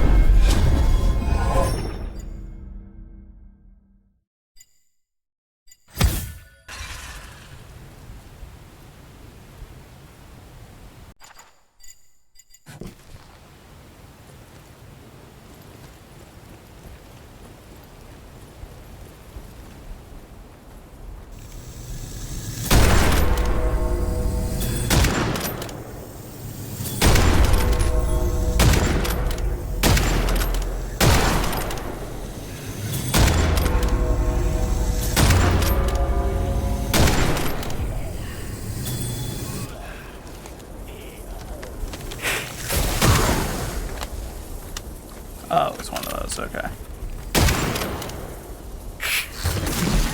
I heard it make that sound and I was like, what the heck is next to me? Hi, friend. Could you do your little wiggle for me? Thanks.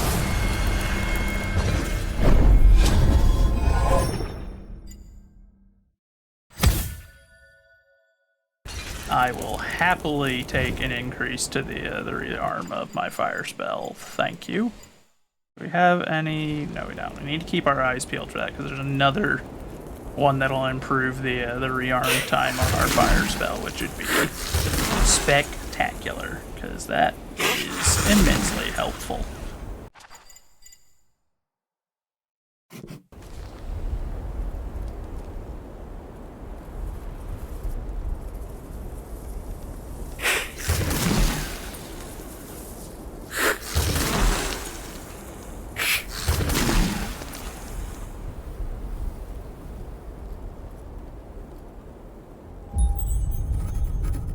Itinerant portal let out some hostiles. That's okay though. Is this the kind I can? Nope. Hey, sir. Show me your little dance, please. Wow. Oh, it's a. Yeah, don't need that.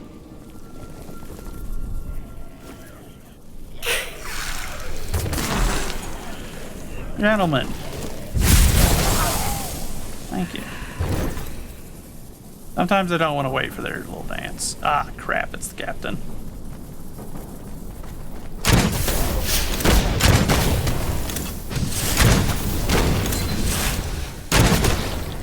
And of course, as per usual, he's got to bring a friend. What, you can't fight me without your boyfriend, bud?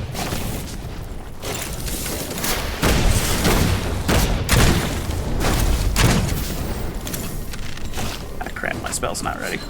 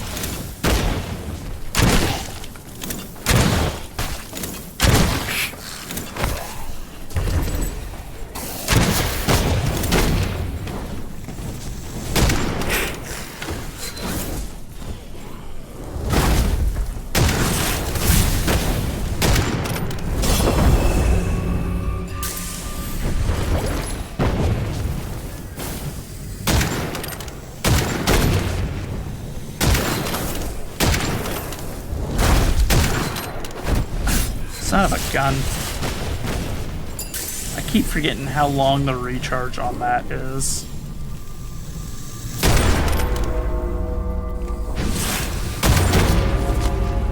And you're not so tough whenever you don't have an entire hit squad with you, bud.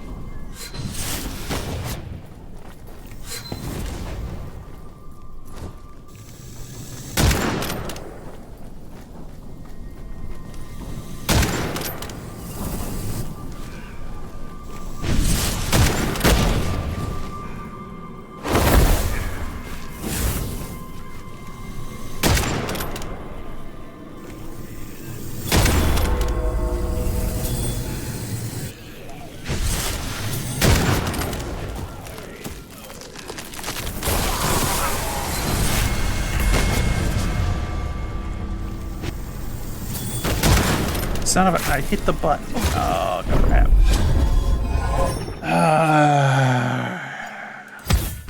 That's annoying.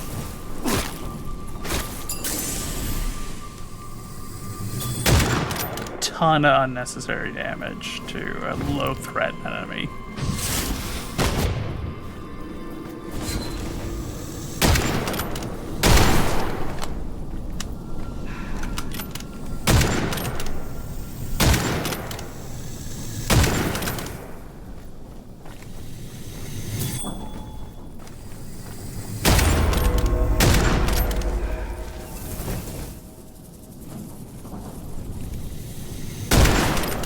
There we go.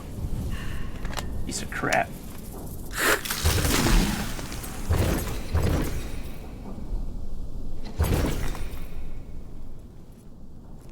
I don't know why he had the King's Bell, but I'll take it. And of course we got 3 levels of detection because of his stinking attack.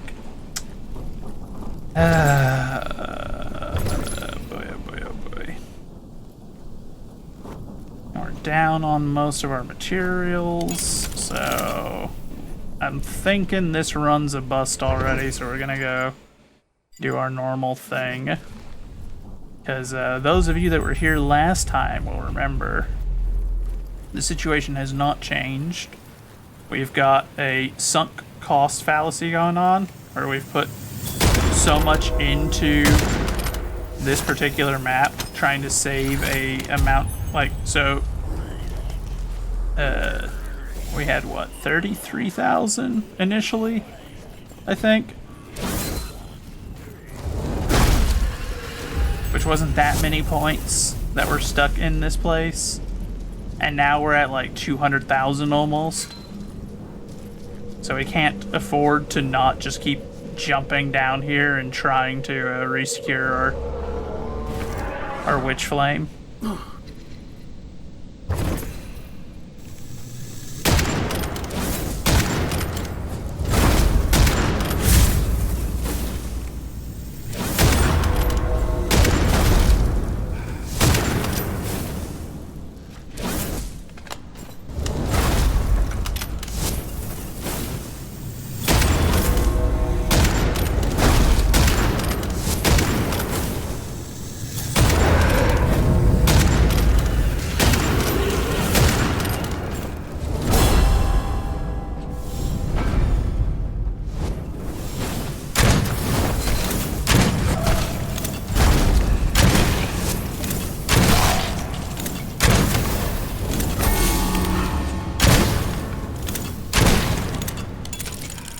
Come on, reload.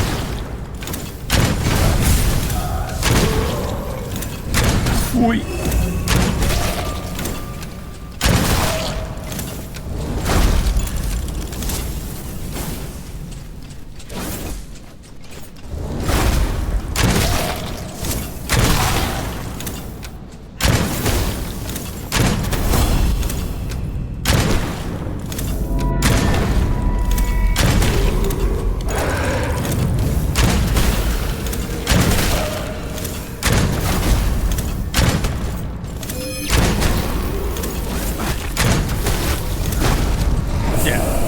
The fact that that still applied that debuff even though I was outside of it, that's kind of annoying. Like, if you get 194,000, I really just need the game to cut me a break and give me the safe deposit ability on one of these runs, because that's what we need.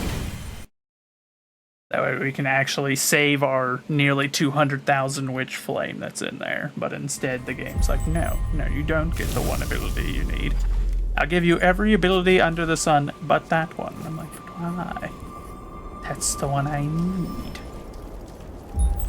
Don't you understand?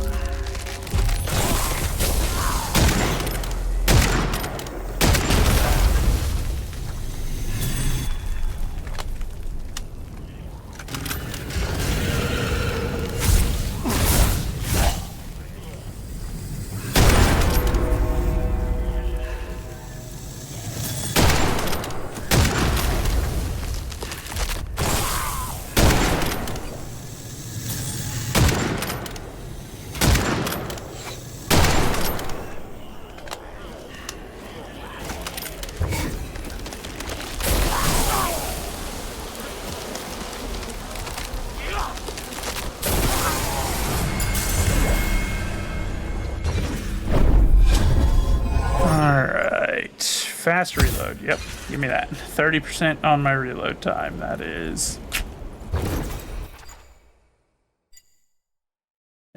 big.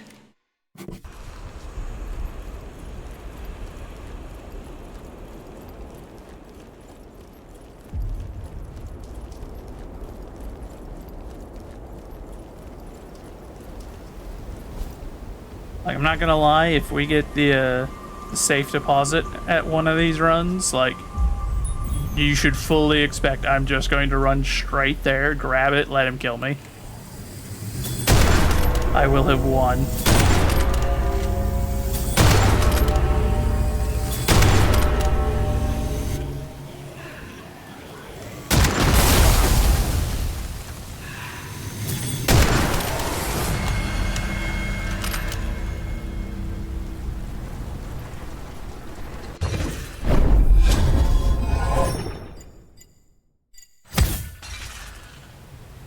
Happily take the one that increases the potency of my last elixir, because that could save my butt.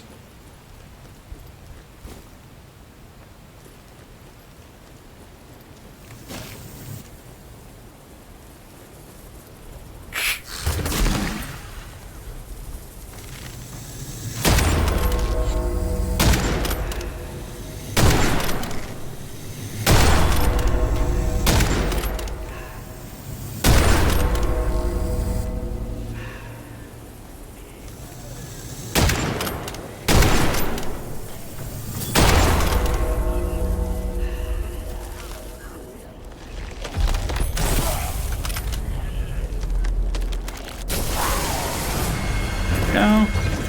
Safe deposit, safe deposit. Fire rate boost for non-automatics. I will take it. Since I exclusively use non-automatic weapons in this game, that is very appreciated.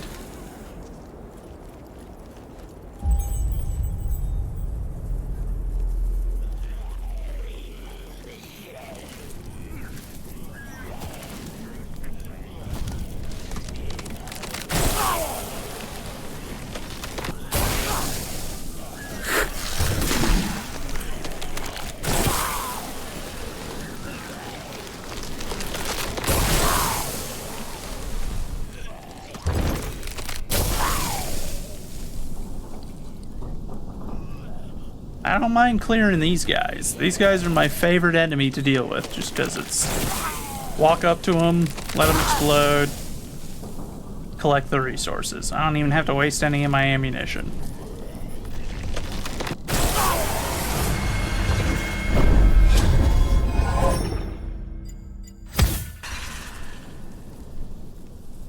Of course, the game's not cooperating very much with me. Because right now, what I need it to do is I need it to give me the safe deposit skill. I need it very badly.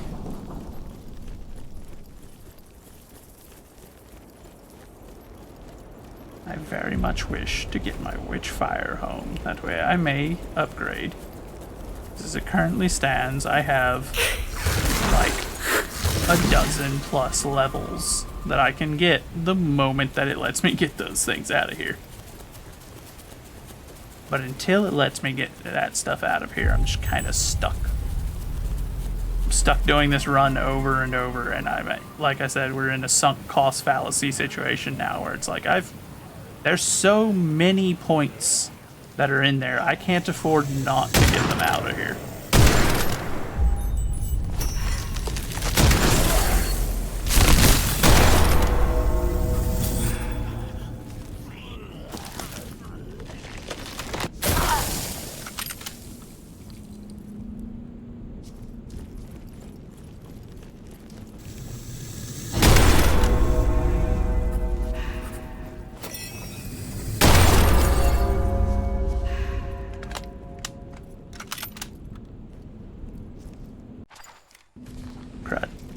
I forgot there was that one that we saw over here that I didn't go after.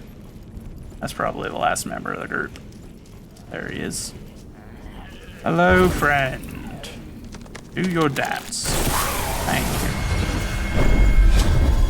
Curses.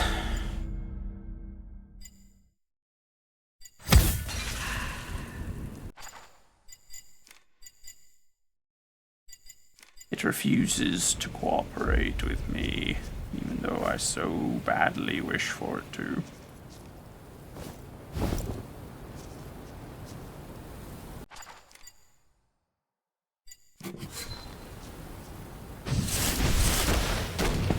Oh, okay. Is the captain after me again? Yeah. That explains it.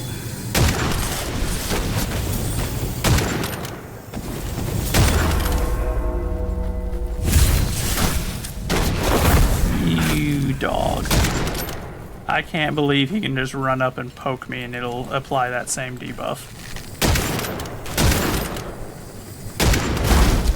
Son of a gun.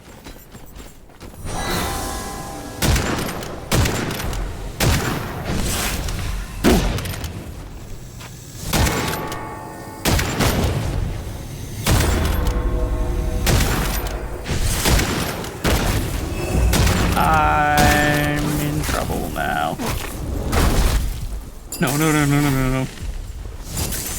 Okay, so moving up our objective time now, because now we can't afford not to go straight there.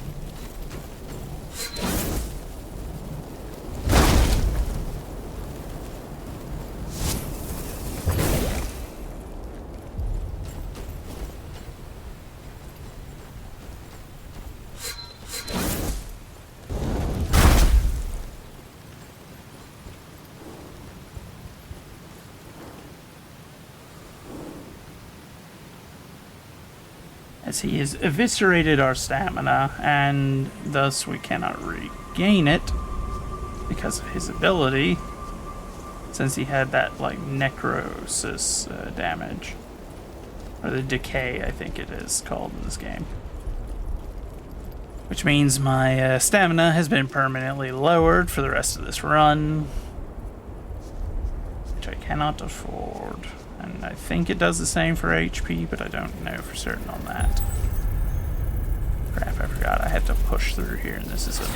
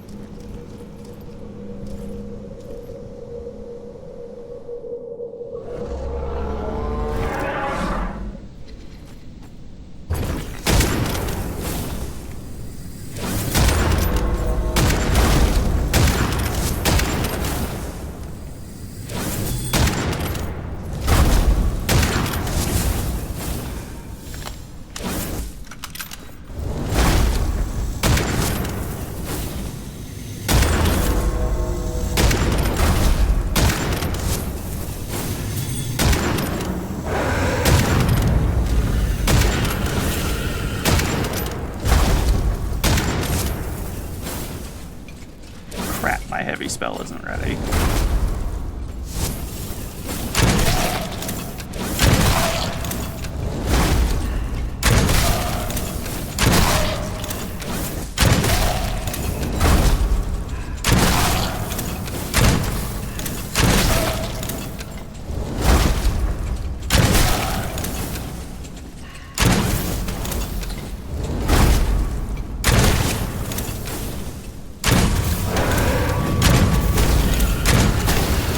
What, are you afraid to fight me solo, man? Gotta have your boyfriends in here? I guess if I sucked as much as you did, I'd need them too. Heck.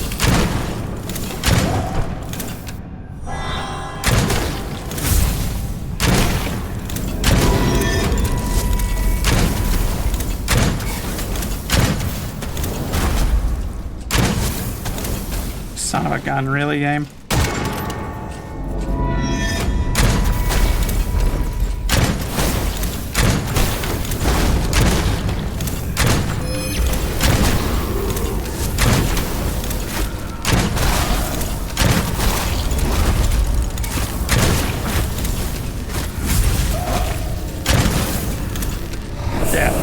I wasn't even anywhere near the circle, and it still killed me with the decay damage.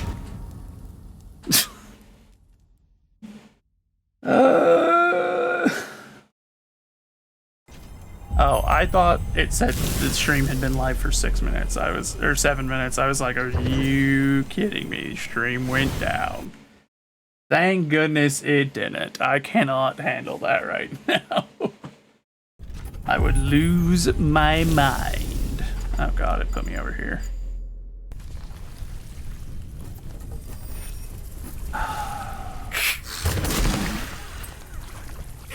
I really feel like I should get some XP for disarming these. Something, you know.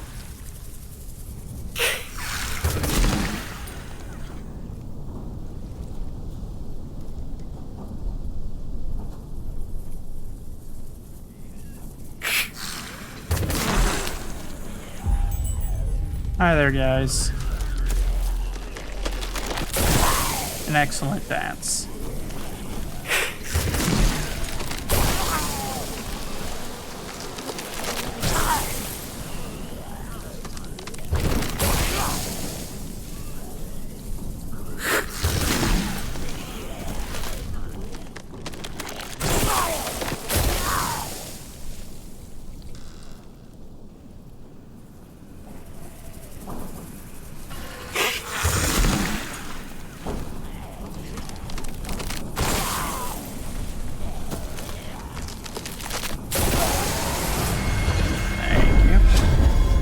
Please give me it. Son of a gun.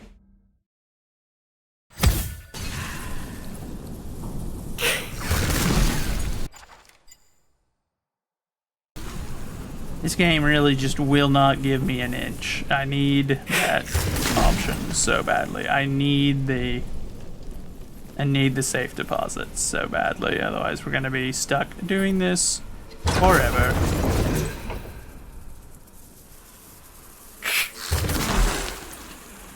And I'll be honest, I don't want to keep doing this forever.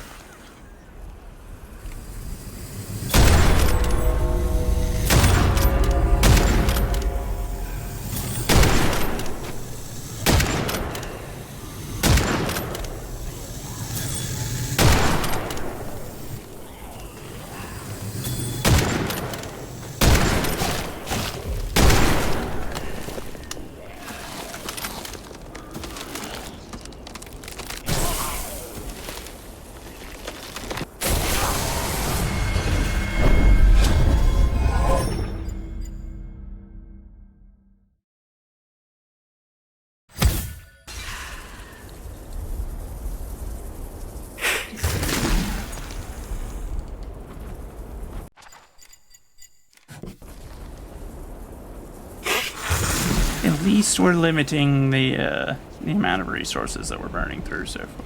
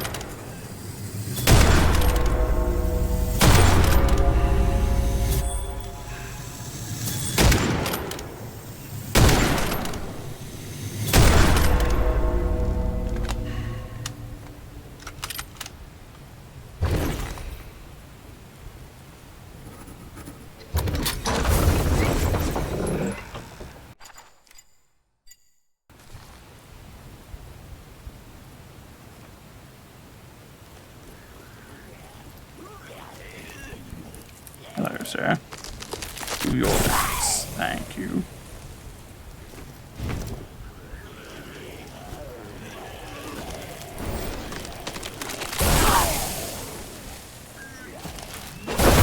Oh, I didn't think about that.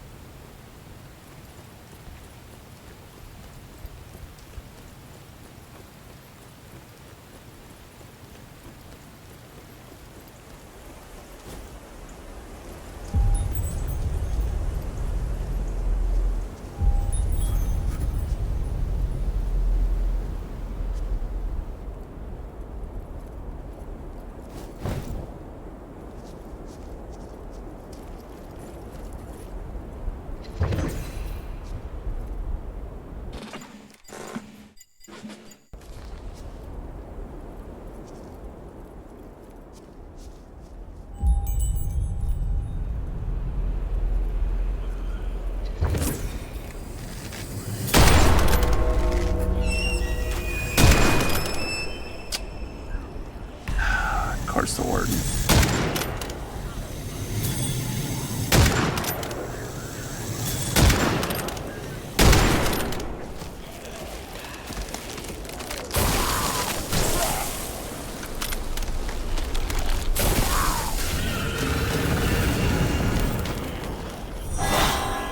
That's not what I wanted, but okay.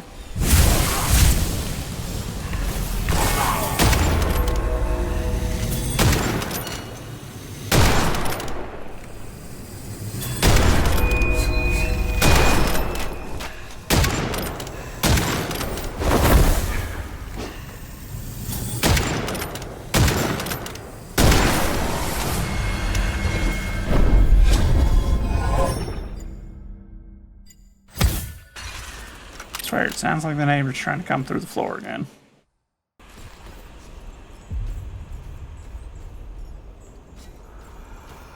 Like, I've got headphones on that are actually really good at insulating sound out so that I can't hear it, and I can still hear her.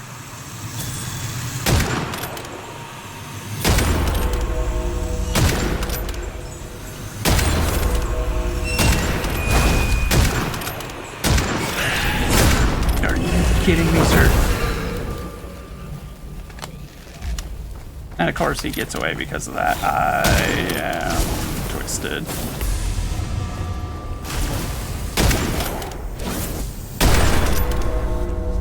All because that piece of crap came up and smacked me.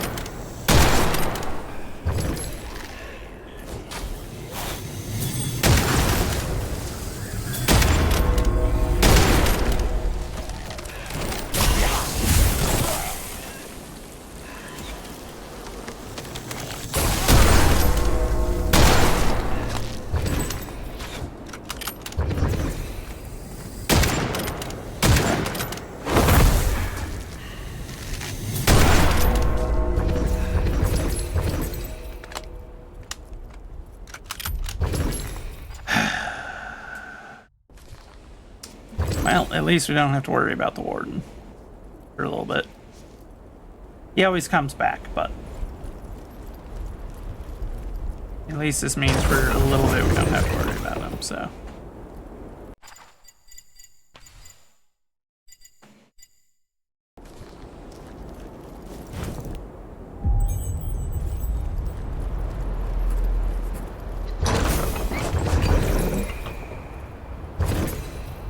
Game's being weirdly giving with the healing elixirs right now, and I'm kind of suspicious.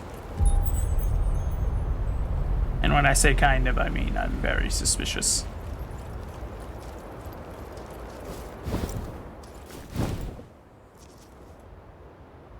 Like, this game is never giving with resources.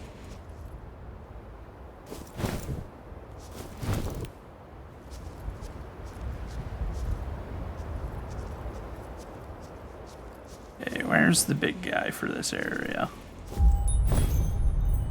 There he is.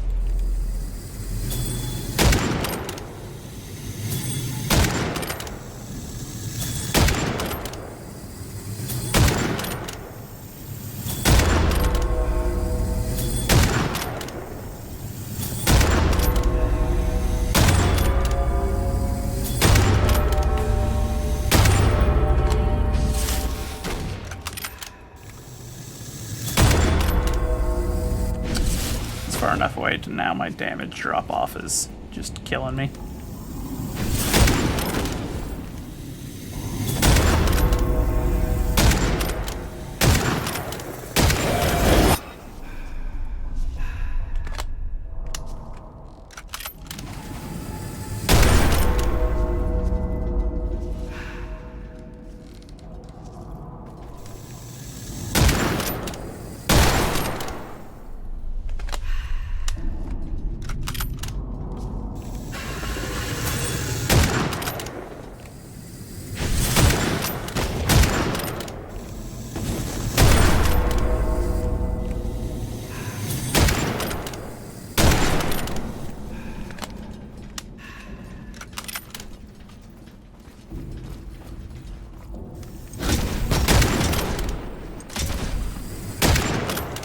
Crap.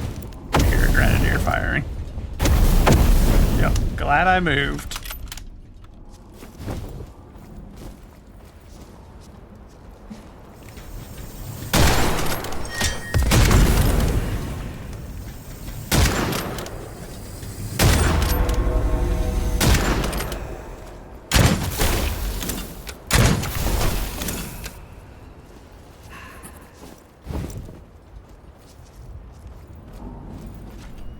I didn't even realize how low we were getting on ammo. Not great.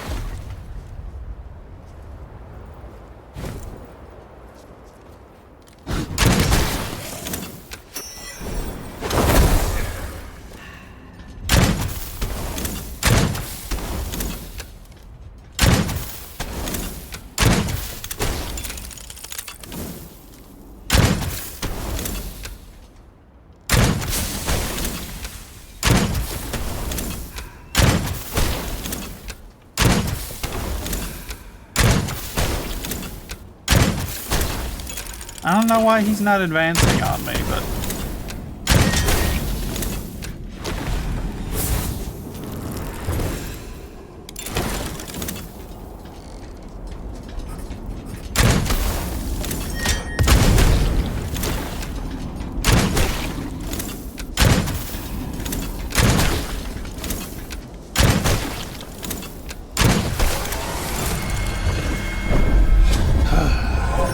Okay. Give me that fire rate boost. I thought I heard a gunshot and I was like, please God, no.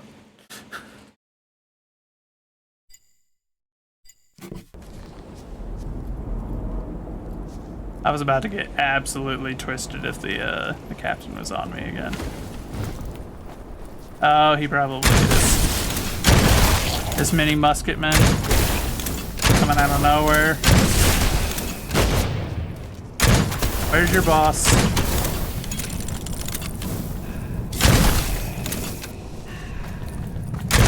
Stick around. Thank you.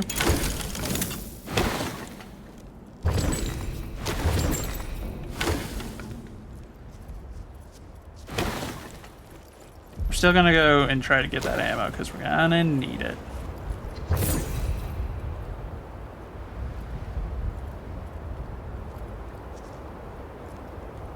And yes, I know that joke was terrible. I couldn't help it. So one thing I really like about this weapon is just it tempts me every single time I have it to just start saying that particular joke and variants of it. I keep forgetting I have this. I should probably use that. It would likely help. By likely, I mean it would almost certainly help.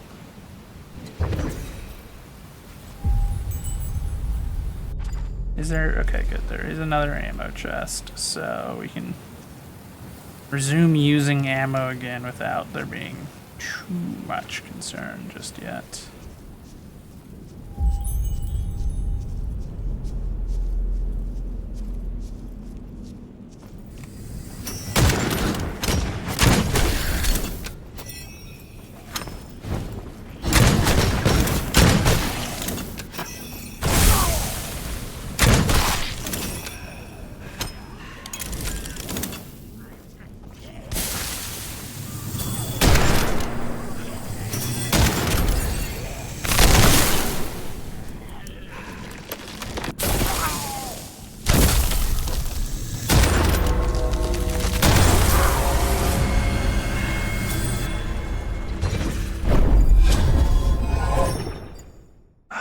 It's really not giving me nothing. Dang nabbit.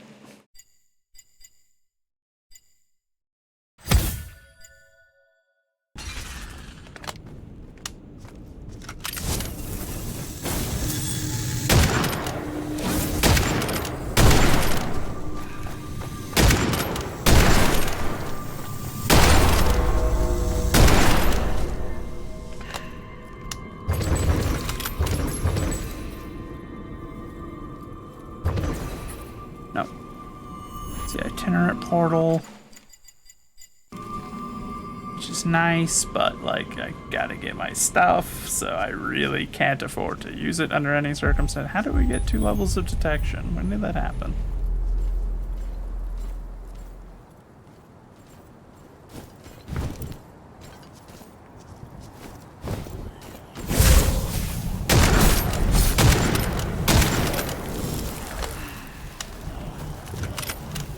That dillweed. He did a lot more damage than he had any right to.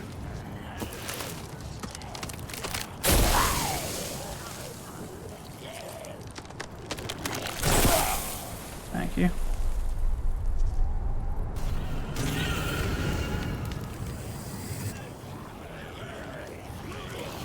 Gentlemen, gentlemen. What was that old show called? So You Think You Can Dance? Essentially just running up to them, hitting them with that.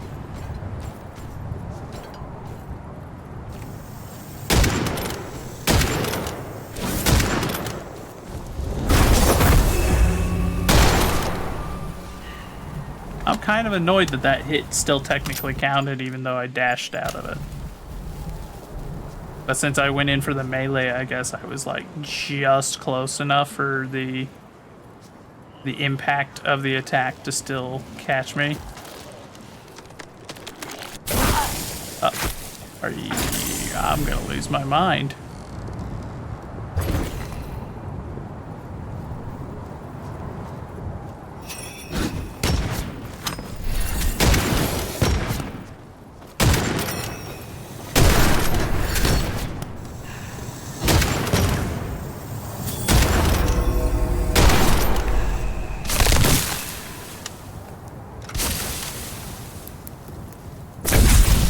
Why did I waste that just now? Like, I know that I'm about to be going down there and fighting, and now I'm gonna have that spell on recharge.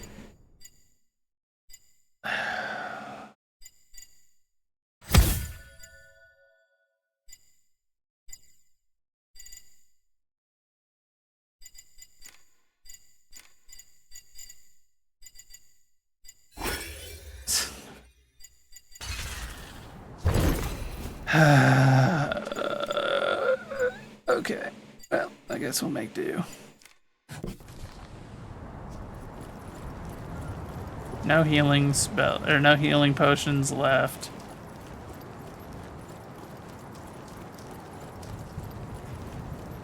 No safe deposit, no nothing.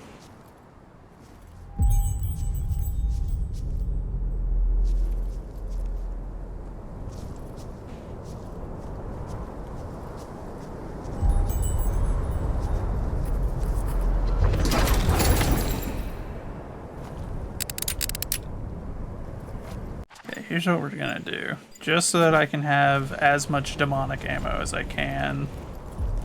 We're gonna go hit up the other resupplies, that way the other resupply, so that way we can get the demonic ammo from that one, and then we're gonna hope that does enough damage to actually do something for us. Nope. Those are safe ones to eat. I recognize them.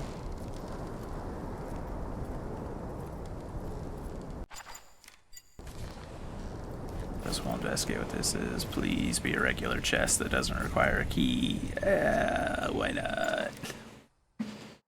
Why does this game hate me so much? I just want stuff.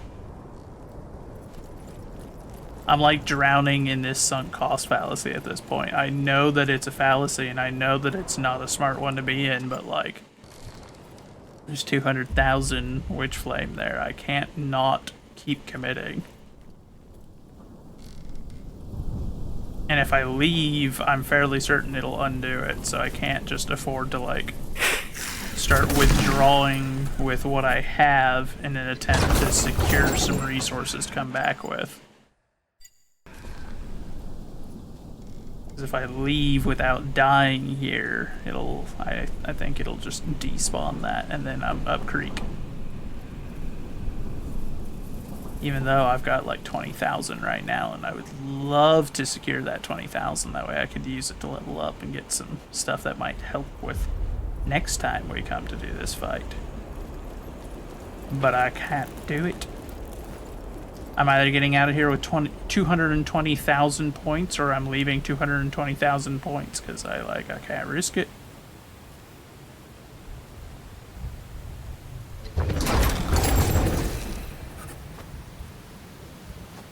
Okay. So, we're gonna try and like start the fight off with just hammering him with the demonic weapon and hope that maybe, just maybe, it'll give us the advantage we need to just slaughter him. Like I said, I still have no clue how we won the first time against this guy that I went through this. So I played this a little bit off stream, and the first time I fought this guy, he killed himself. Like, I don't know why. He did that orb thing that he does that does the decay damage, and then he just stayed in it and died. And I was thrilled. And I'm wondering if it had something to do with the fact that I was running nothing but ice spells on that particular character, but I can't do that here because I don't have any gold, and I can't extract with any gold until I secure this stuff.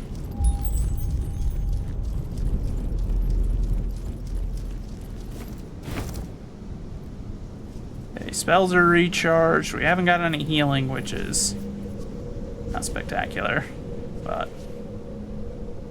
it'll have to do.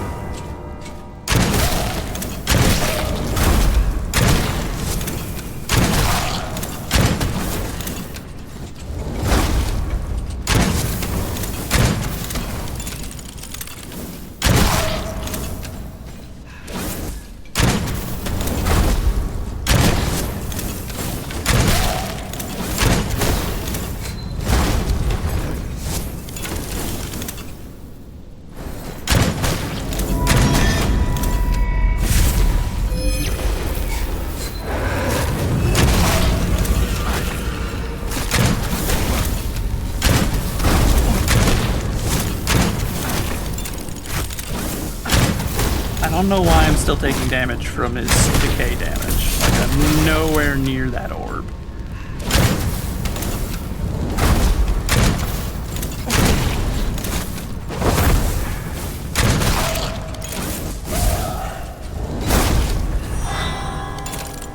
Oh my god. Game.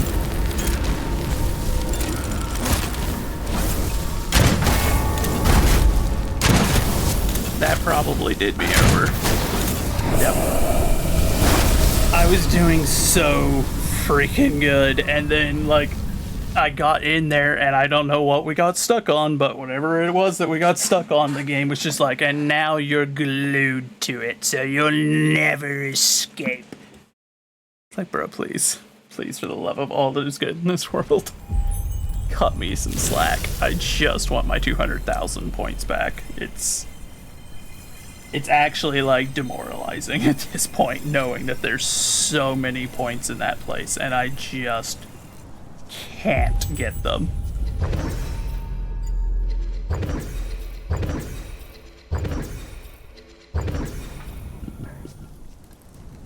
Like, it's such a kick in the teeth. And I can't trade anything with this dude, because we just don't have the things, and I'm gonna lose my mind. Okay, here's what we're gonna do. What? Oh, it's F, okay. Okay, at least it let us keep those. That gives us a bunch of points. Now we can go up here, and we can just, like...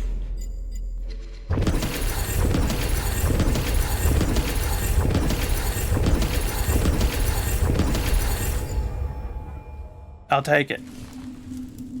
I will take it. That is at least some kind of progression.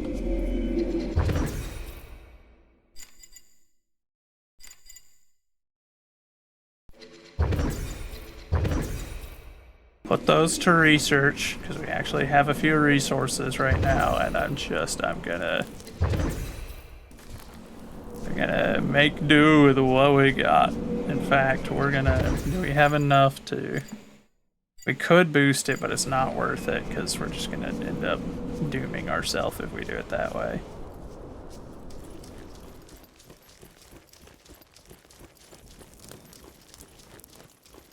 I didn't realize it was letting us extract with those at least, so that was huge. If we hadn't had that, we were gonna be like we were just up creek. There wasn't a whole lot we could do there. But hopefully that was enough increase to our health and our healing capabilities to give us the edge that we need. But let me check and see if it's gonna be half an hour late. So okay. Well, that gives us more time to take another crack at this. So, with our now leveled up character, now will we be able to crack it and kill that familiar this time and get our stuff back. Oh, it finally changed the layout. I'm kind of shocked. It's been the exact same for so long that I was not expecting it to change the layout on me.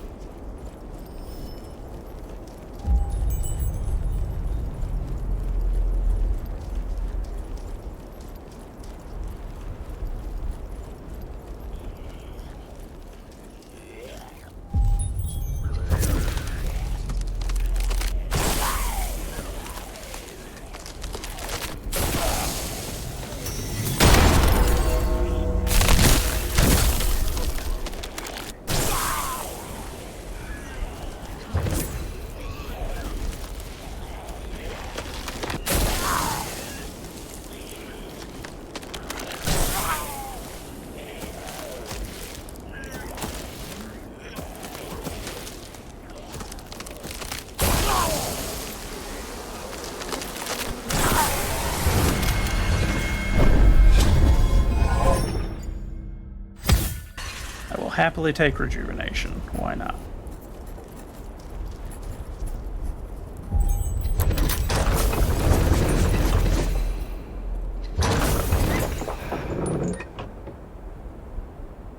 Okay, so let's see.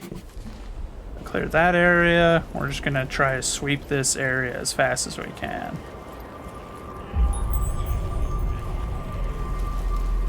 Gentlemen.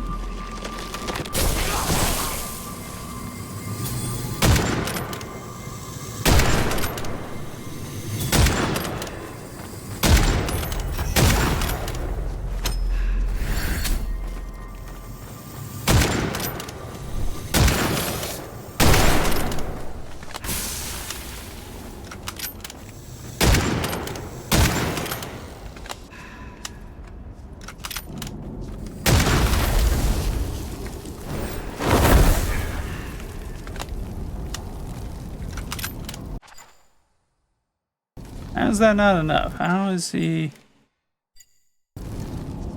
Who's loitering? Who's hiding? Come out and die with your friends.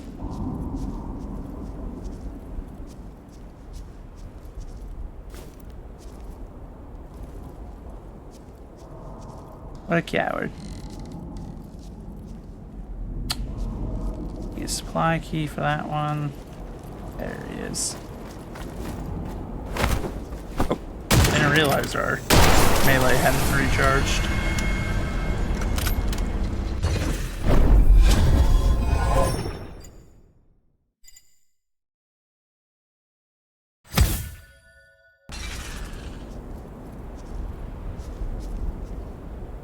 That's a healing mushroom, which is good stuff. Okay, now we're gonna go back this way, clear those other small areas, and we're just gonna keep knocking this out as quickly as we can. And pray that this is the run, that we get all of our points back, now that we got some level ups.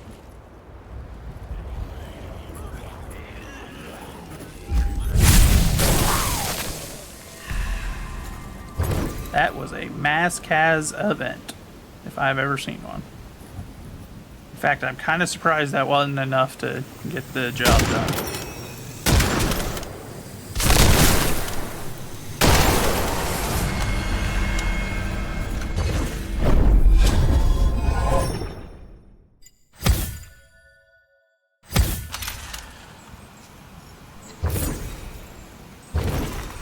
How is he so close already?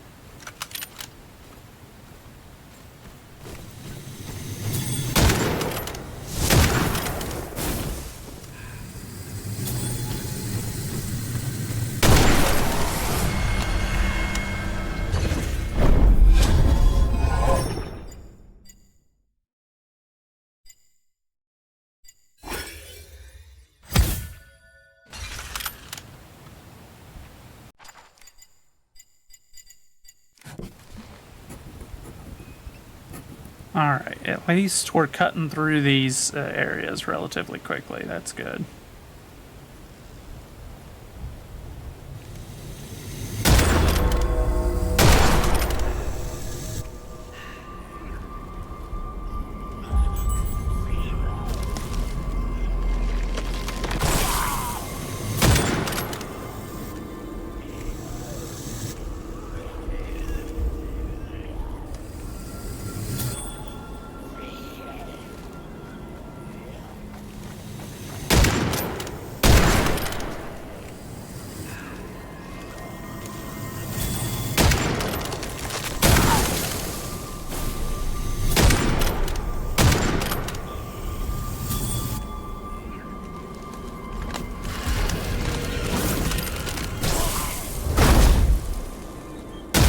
Okay, I don't know why it wouldn't let me melee there, but...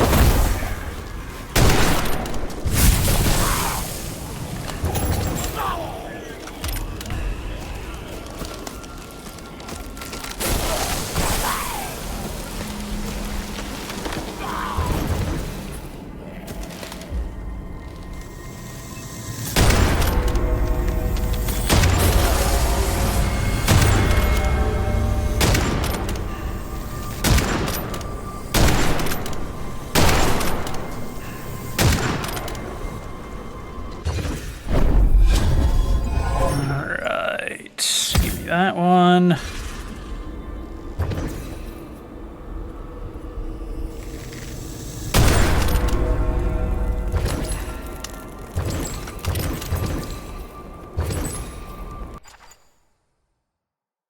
Oh, that's probably where those other melees were coming down from. They were stragglers coming over from that camp.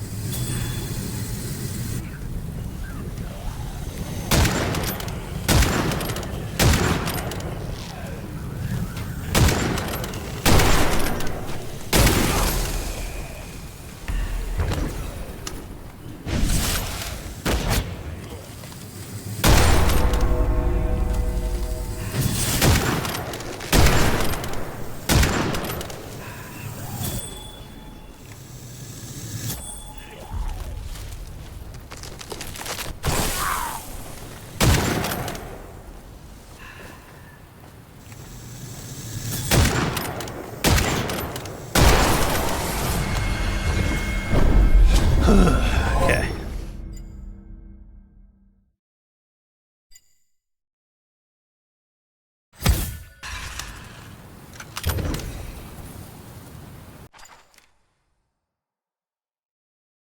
I promise I'm not trying to like constantly go silent. It's just this game has a habit of making me focus really intensely because it's just it can be very punishing if you're not paying attention.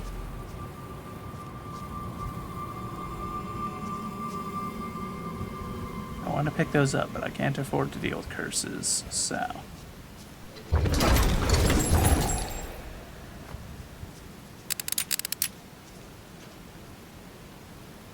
Ooh, some Angelica.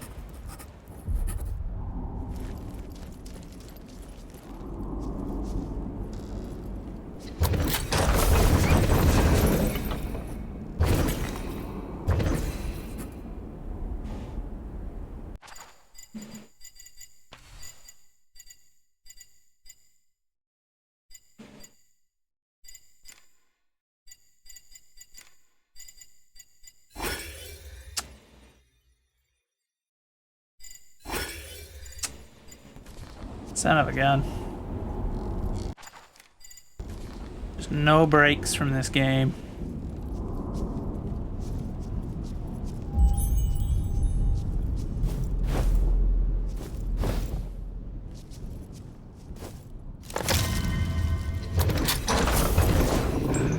Some gold at least, I'll take that.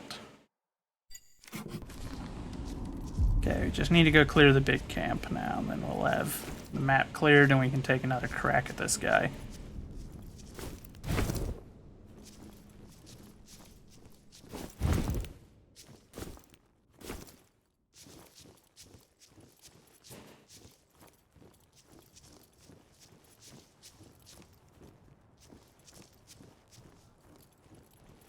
What's this about?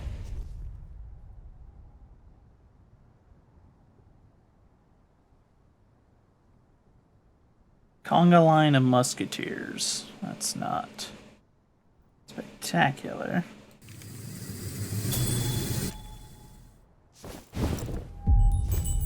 That makes me think that the drowned captain is somewhere about, and if he is, that's annoying.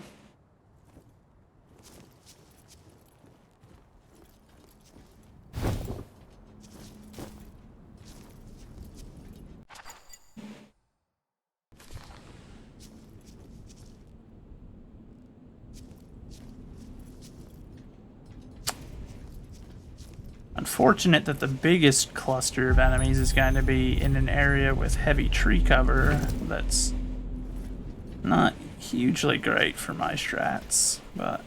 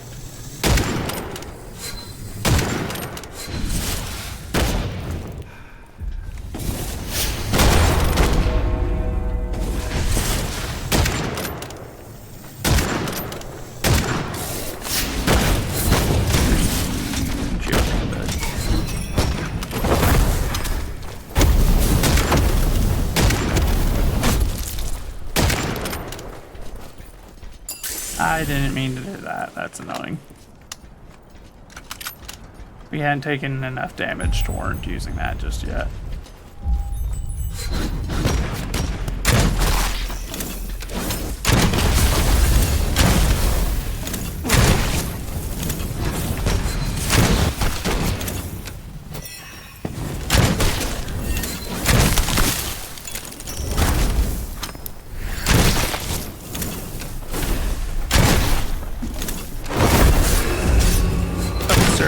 I'm gonna need you to not do that. I'm gonna need you to do literally anything under the sun other than that.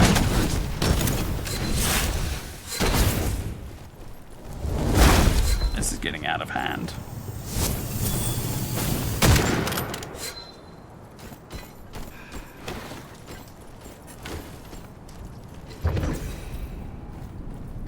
Please let me ADS.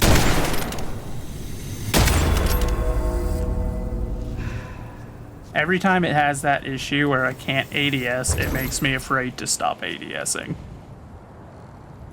It's just like, I can't afford to not be able to do that. That gets me killed.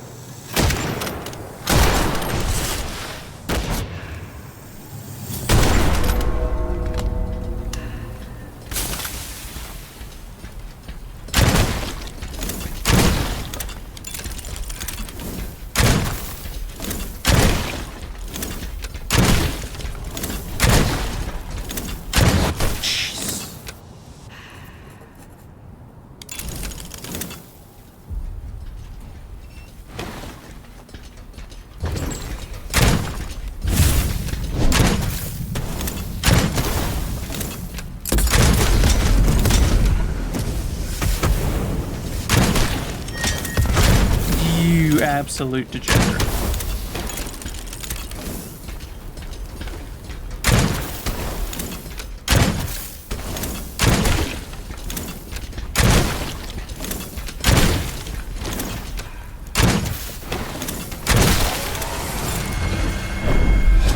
That was way more of a struggle than it should have been.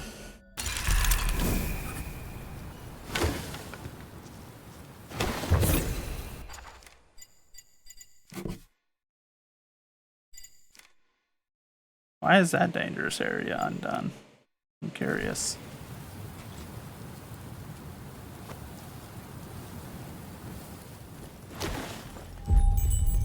Okay, so I know there were a bunch of those healing potions that got left behind on the other side of the map. Oh, okay, these ones are from the itinerant portals.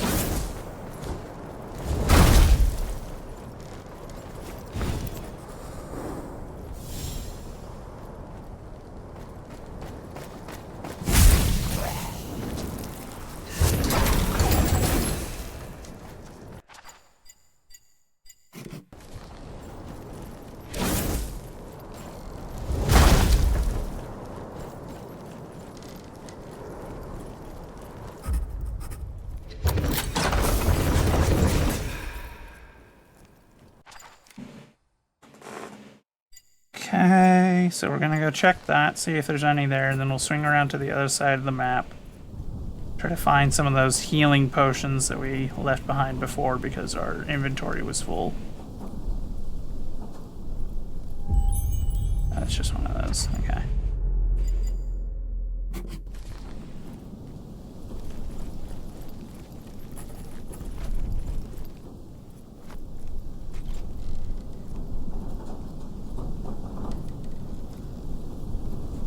And while we're heading over there, we're going to see if we can find some of the good mushrooms that'll heal us along the way.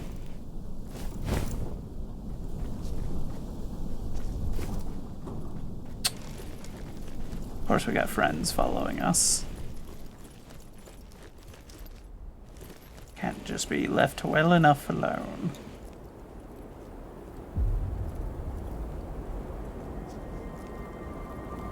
I suppose I did wipe out all of their encampments and whatnot, but like, still, how rude.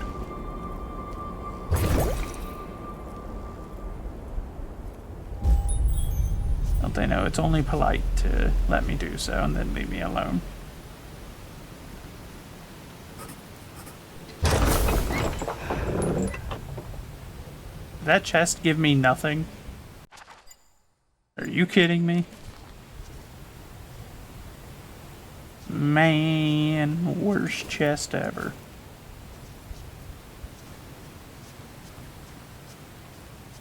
Also, I don't know whose goon squad that is following me, but I'm not a big fan. I don't think any of those are healing mushrooms.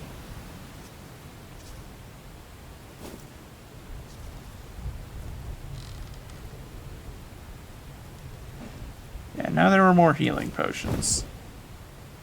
Need at least one more. The game's being far too stingy in reminding me where they were. I don't know if that makes any sense, the way I said that. I don't know how you could be stingy about me not remembering where I saw something earlier. But, I've made the accusation.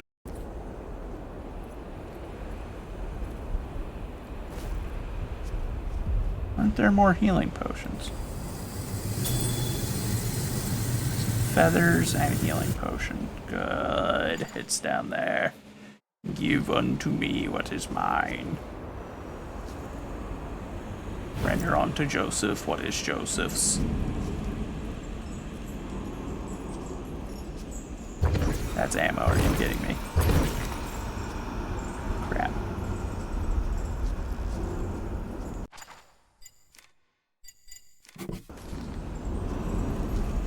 That goon squad's still following us.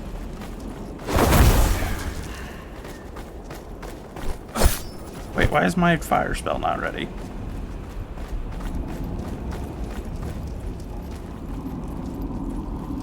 That's ridiculous. I forgot. Stuff doesn't recharge over time. It recharges based off of you killing things.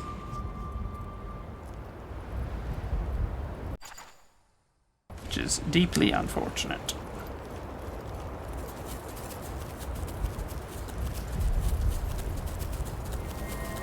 I'm not following you, Ghost. I'm just going this way.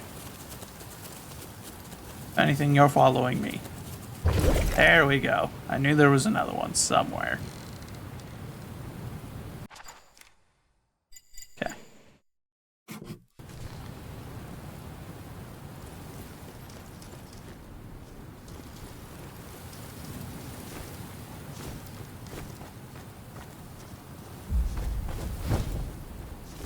Just because I don't feel like dealing with those two that are following me around anymore. We're gonna go up top where they cannot follow.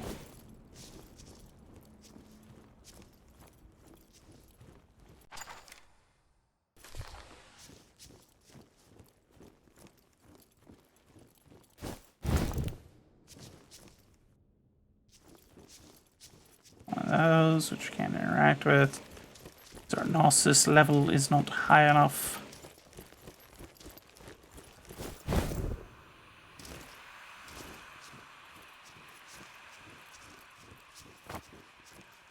I see Captain Slowpoke is still down there. He needs to hurry up.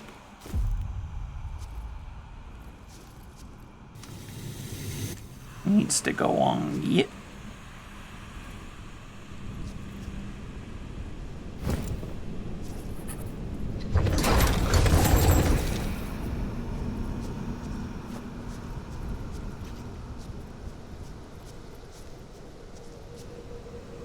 Okay, so this is our best chance that we've had in a while.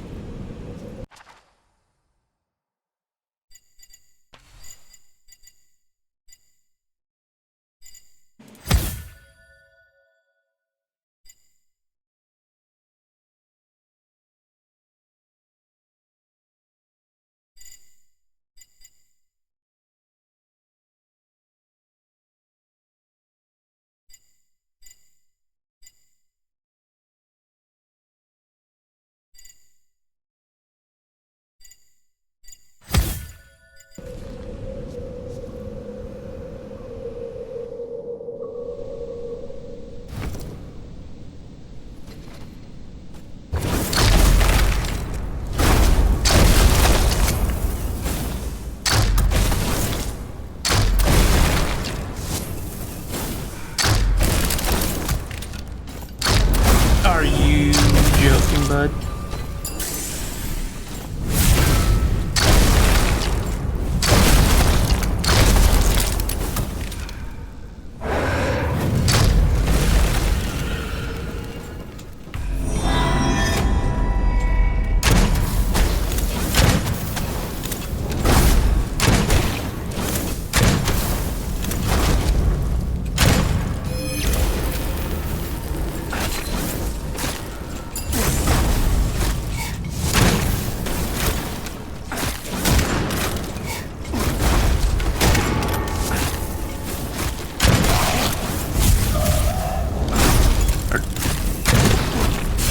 This dude just disregards my abilities half the time, and it's very frustrating.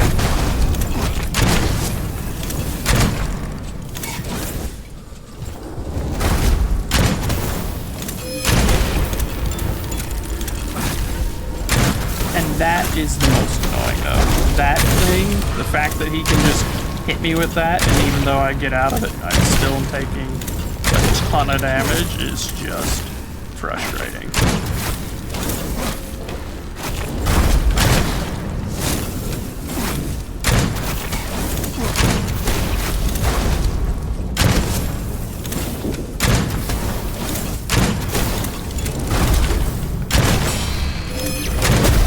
Oh, we got him.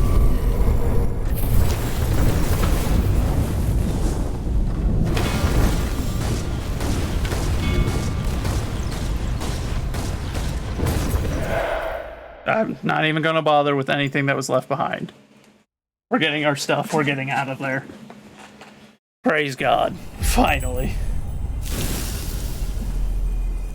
I couldn't even like stop and celebrate though because the calamity had started, so like we were gonna start having trouble there real quick. So it was just like turned into one of those situations of, well, time to go.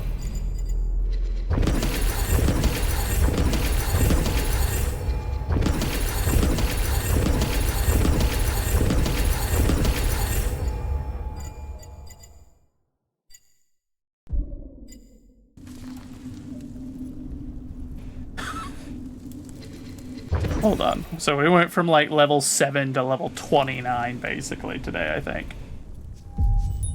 Just because of those 2 extracts that we got with our stuff.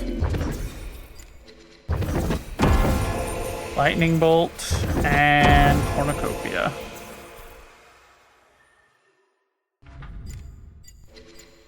Those are both pretty crap, so we're gonna do it again.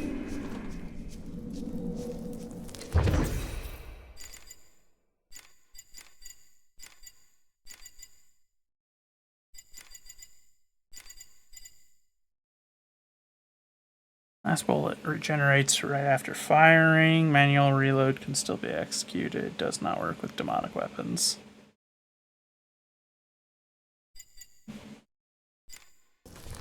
I am so relieved that we actually got that though. That we finally got our stuff out of there, because that was starting to get extremely frustrating. Like, I'm not even gonna lie, the fact that that stuff was left down there for so long. Starberry, welcome in, my friend. How are you?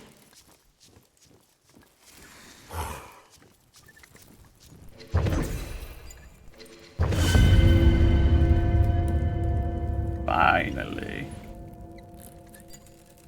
It also got us Gnosis level 2. Finally.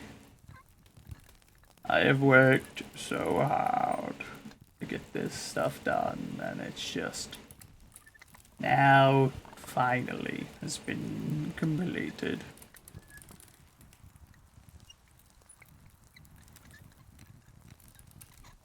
Oh.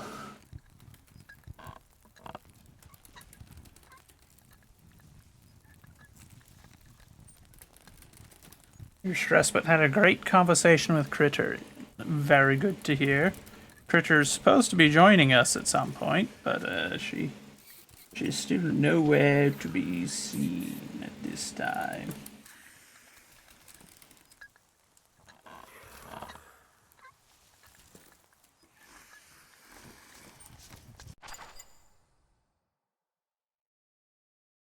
No, it's alright. You don't need to apologize, my friend. I understand. Things happen. It is all part and parcel of being alive and having a severed ear. Oh boy. All part and parcel of having a severed ear. Don't you know? I realize now that I kind of strung those together for some reason.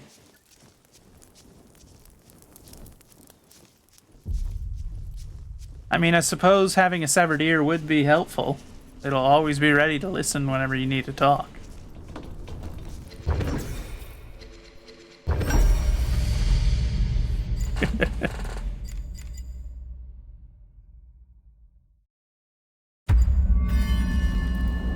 Hey, hold on.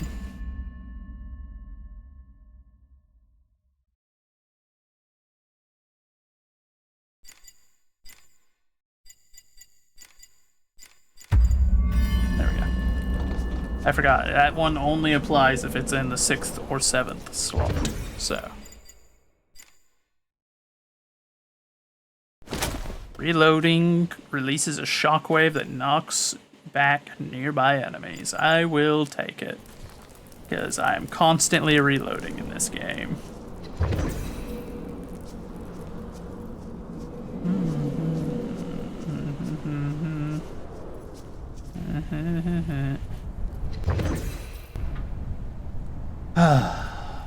We finally did it, chat.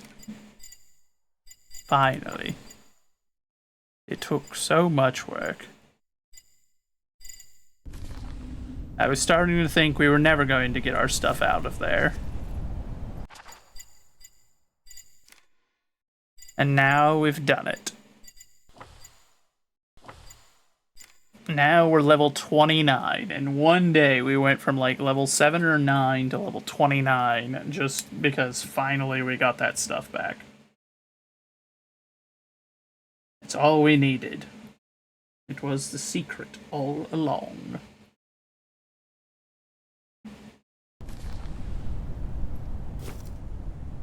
Which means now we can go and relax and play Powerwash whenever when Critter arrives.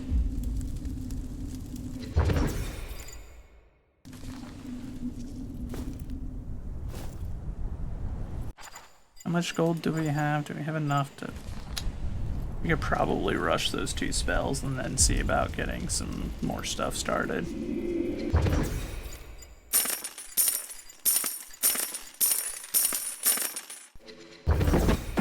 Ice Sphere. Yes! Fireballs! I suppose that's okay as well.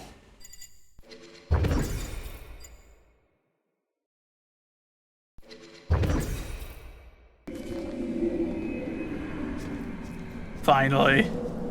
We finally got the one heavy spell that we've needed the whole stinking time.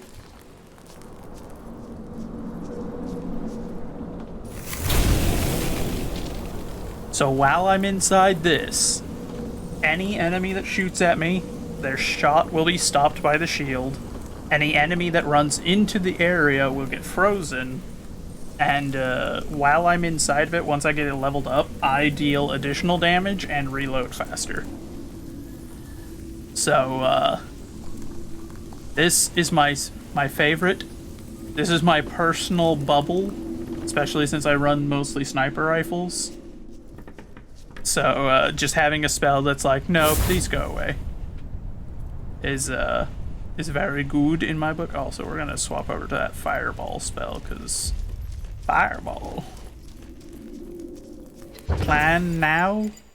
Fireball.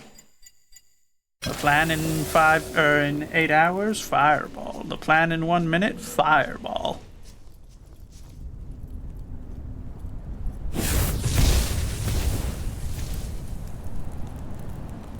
Any situation can be fixed with a fireball. It's as simple as that. Don't you know? We also now, yes, we are able to now go to the Iron Gate Castle.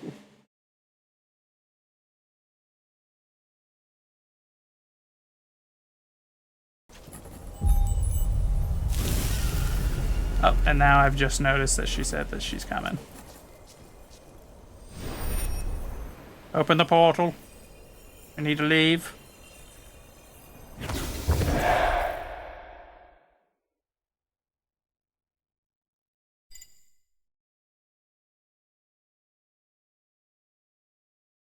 I don't know how we got 2% just from stepping into the area and then leaving, but I'll take it. 2% towards the research of those is good stuff in my book.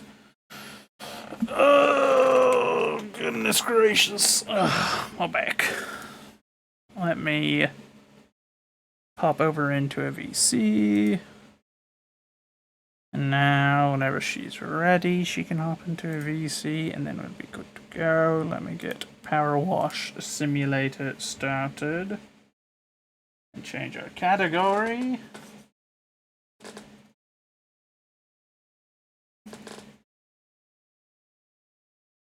We'll wind it down with something a little more chill. Indeed, I see. So, just hop into one of the VCs on the Legion, and I shall drag you in here. There you are. Well, hello, friend. How have you been?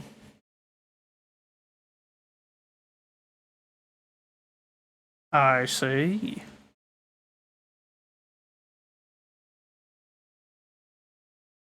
I completely forgot that I've had the music turned off until just now.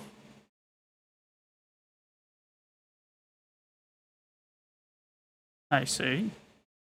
Let me make sure that the audio is capturing the game. Oh dear.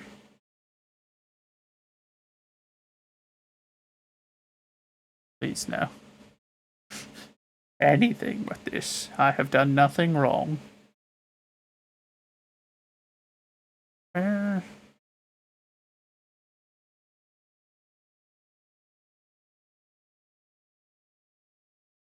Why is it not an option to capture it?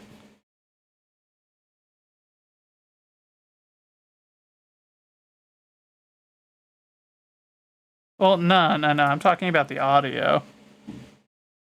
It's capturing the game, but it's not picking up the audio. There it is, finally. Alright, let's see.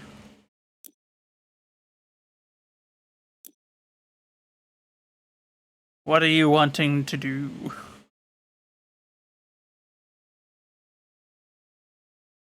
No, you proposed this. You have to make decisions.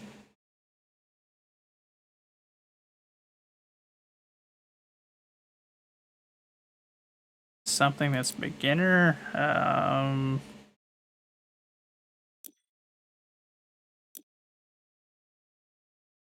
Okay, let's see then.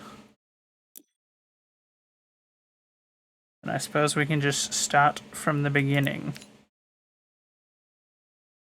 In the beginning. And yes, quite clearly.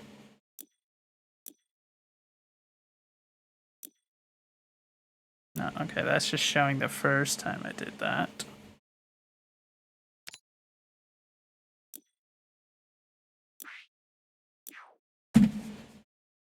Yes.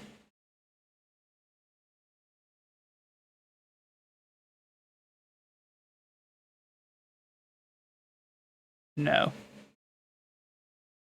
Why will it not let me start this? Just because I've done it once before, that doesn't mean anything. What if I want to clean the van again?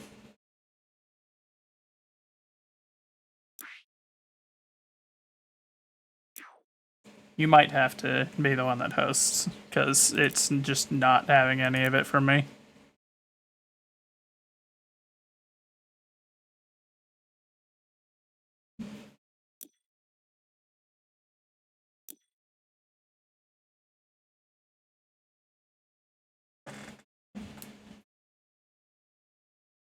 Oh wait, you can... There...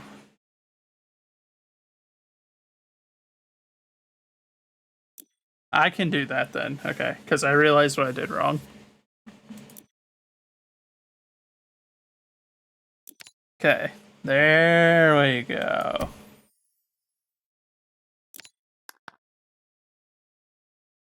Let me send you an invite.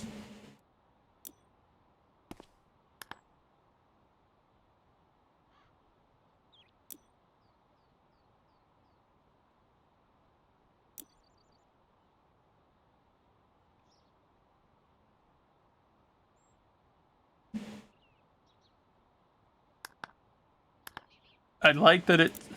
There we go. No, it was just being a pain in the butt because I hit the invite friend button like 6 times and it was like, I don't want to.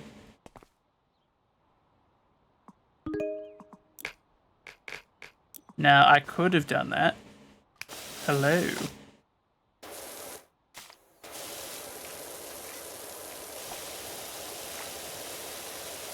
I suppose this is actually a game where I don't really need my particular music playing. Oh. Yes. Here, chat. I will pause the music, that way we can just hear the oddly satisfying sounds of pressure washers.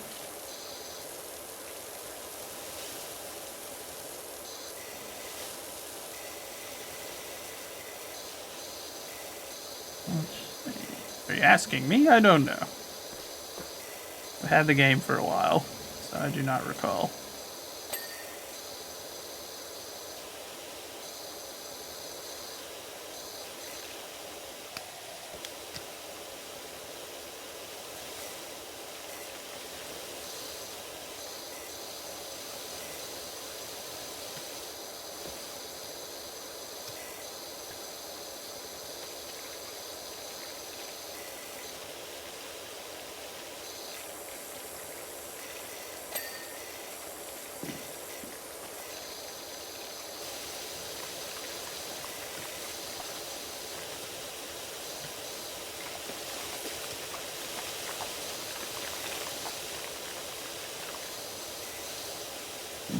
Yes, it appeals to that odd part of the brain.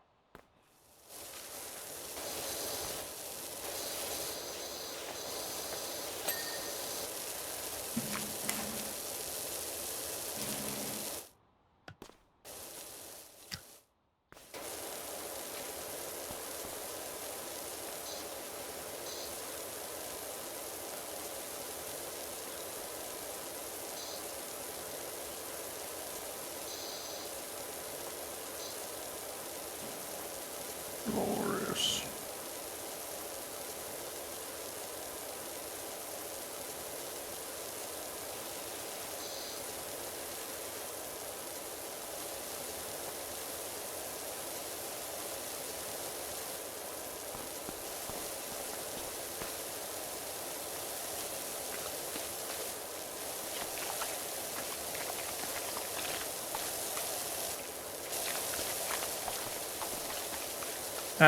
So I ended up stepping away from it because I was about to attempt to stop a train with my face.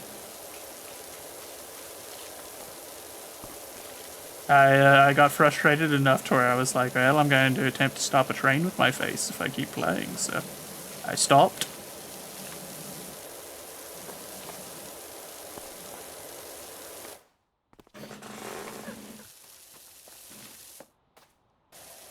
I will win that game of chicken.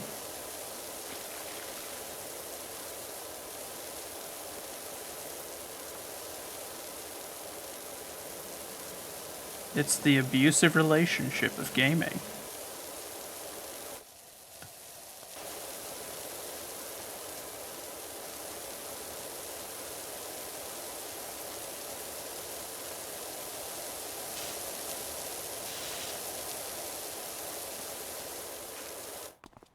I mean, I literally have my review as the game as a don't recommend, and I describe it as a gulag that I can't escape from.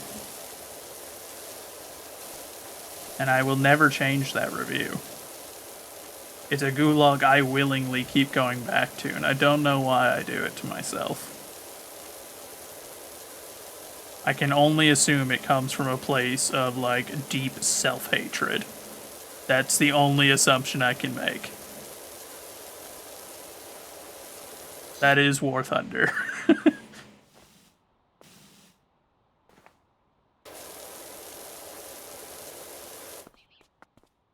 Yes, I saw.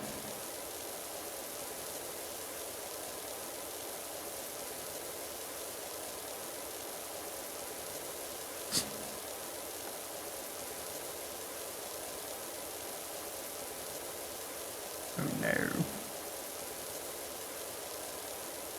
And then we went and played Witchfire for a bit after that, because I couldn't do it anymore.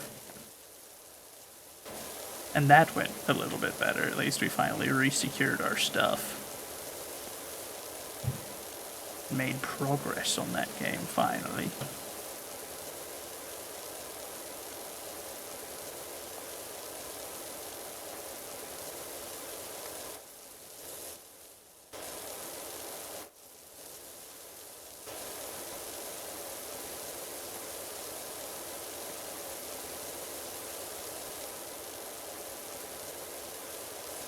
Hello there.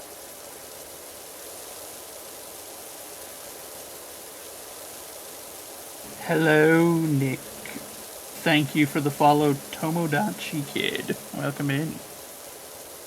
How are you? How are you two doing? Welcome in, welcome in.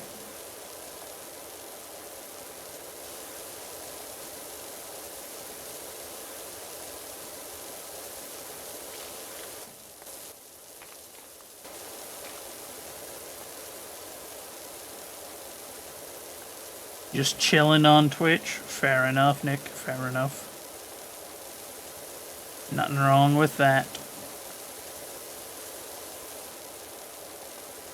I would say that there are worse places to chill, but I'll be honest. As a Twitch streamer, I don't know if I entirely believe that myself, but this is sometimes a place of great evil.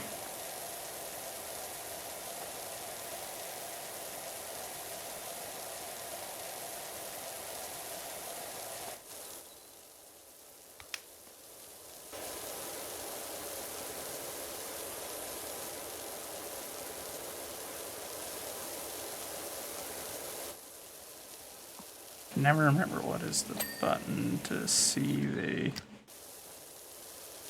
There we go. It's tab. Just trying to remember.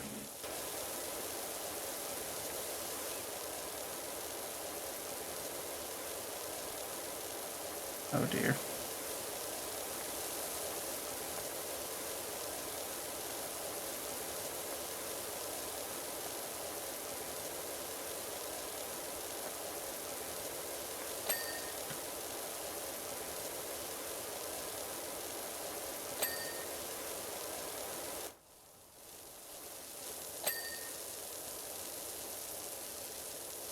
Is that the case, Nick? Well, fair enough.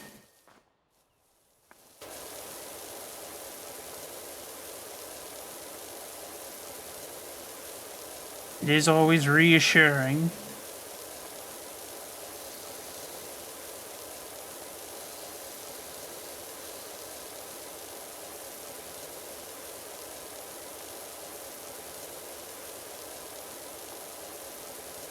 Don't you... I'm trying to be productive here.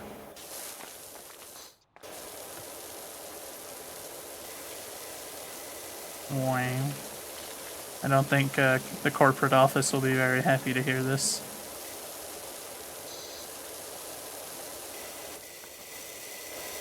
She will not get her Christmas bonus. Most unfortunate.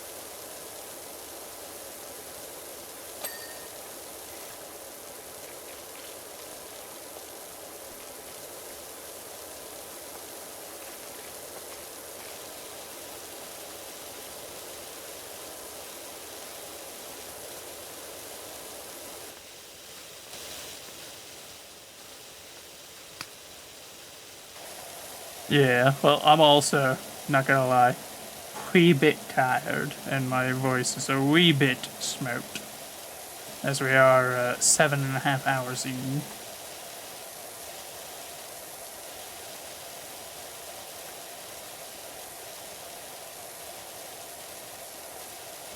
That's alright, we can go until whenever. I sound tired, that's because I am slightly tired.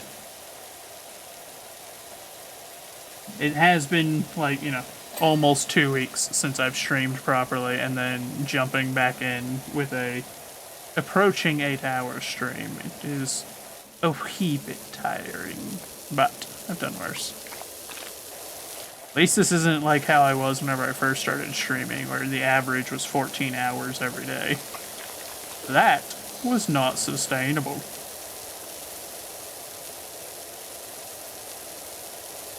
My goodness. Yeah, I just keep switching games. Anytime my ADHD gets that way, I'm just like, and new game.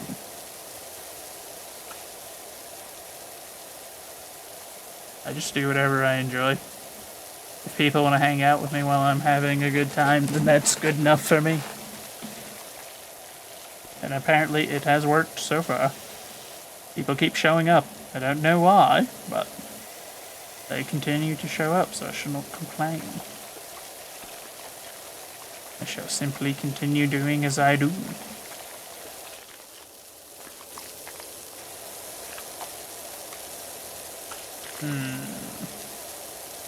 It is unusual. Hold on, let me check. Logitech, or not Logitech, whatever you're called. Fujitech. Fuji, reveal yourself unto me, or I shall begin bombing. Deliver me from mine enemies, O my God. Defend me from them that rise up against me. Deliver me from the workers of iniquity, and save me from bloody men. The mighty are gathered against me. Awake to help me, and behold.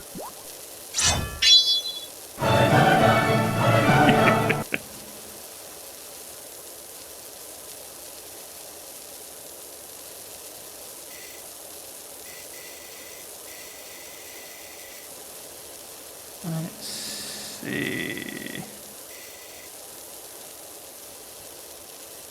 Do that, and then...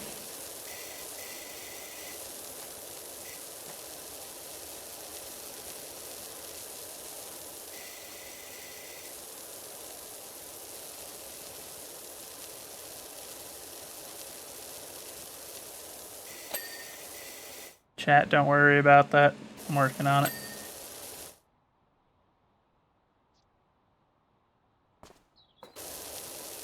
And then we do that, and then we grab the quitter.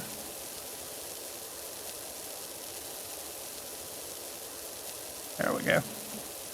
Now you are present.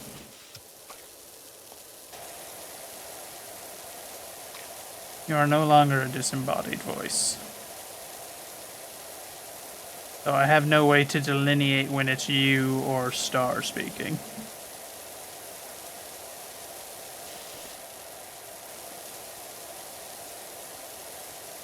Oh no. Oh no. Are you saying that you're a Wendigo?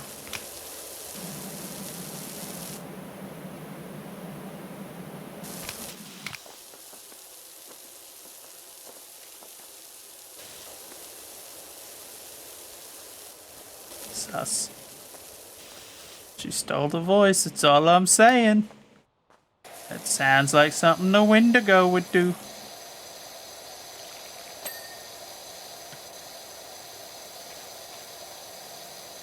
She's a thief. This is most unfortunate. Next she'll be stealing faces. True. A Wendigo? Oh no.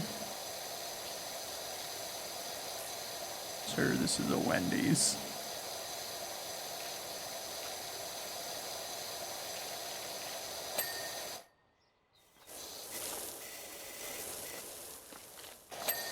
Nah, I made it a Wendy's.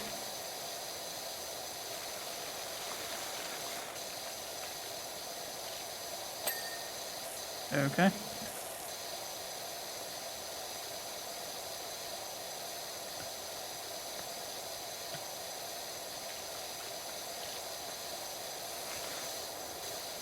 Oh. Okay then.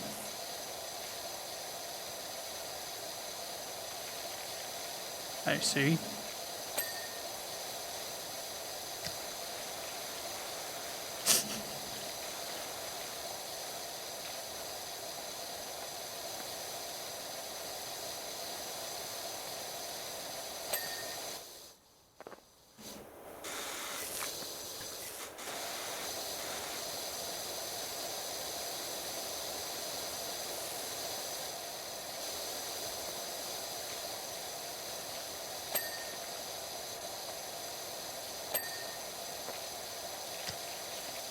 Borb.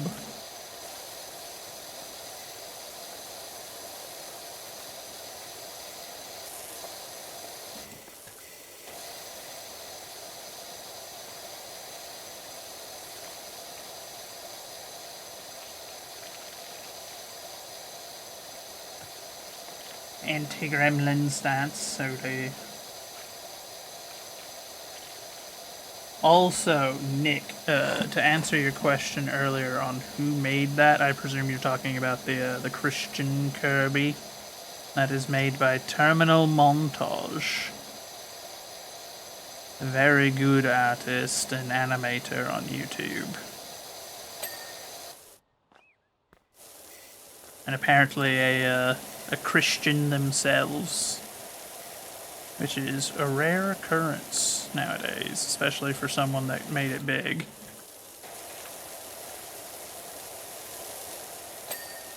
Someone had that particular one that he made was made in response to, I guess, someone commented on his videos that was essentially was like, come on, people are tired of Christian Kirby, you gotta stop doing it. And he was like, no, watch this. I'm gonna make an entire animation that's solely about that. Yeah, it's one of my redeems.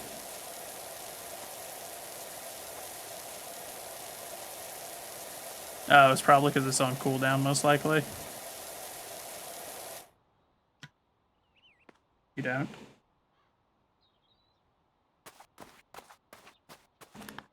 Chat, why did no one say anything? What? Let me open that. That's strange, it's capturing...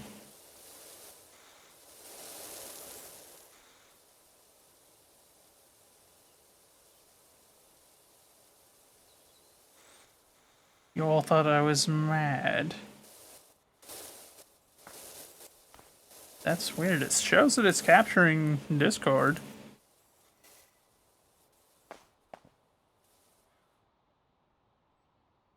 Here, I'm gonna see if I'm just really low. Because I'm seeing my character pop up. I changed it, so now it's capturing Discord again, but just... There I am. Okay. I guess if it worked, it worked. I don't know why it was being weird about it. Christian Kirby time. Deliver me from mine enemies, O my God. Defend me from them that rise up against me. Deliver me from the workers of iniquity, and save me from bloody men. The mighty are gathered against me. Awake to help me, and behold.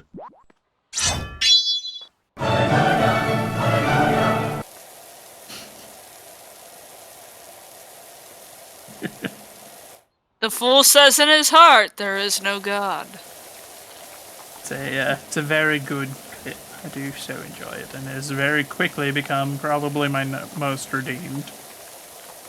I never like saw it. I never even heard of it until like just a little bit ago. Yeah, it's Terminal Montage. He makes YouTube animations, and as I said, that one was made because someone kept complaining about Christian Kirby on his videos, and he was like, well, watch, I can make it more Christian. Oh, you don't like that it's Christian? Oh, you want it more Christian. I got you, because I don't care what you think. I love Jesus. That's how it is here.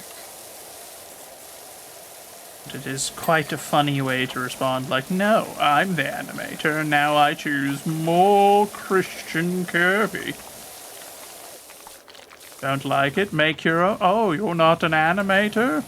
Well, sucks to suck. This is the correct way to respond.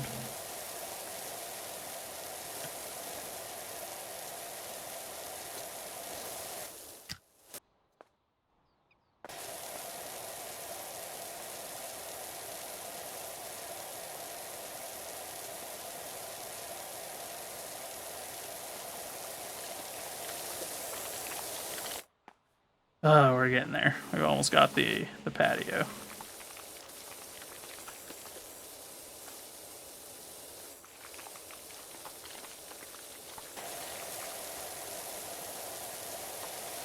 I swear my neighbor sounds like she's trying to come through the floor.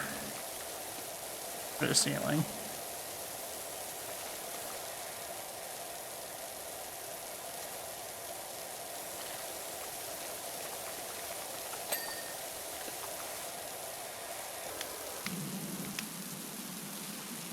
Now hang on. Can I open this? Can I open this? I cannot. This is redonkulous. A sad day. How am I supposed to clean this?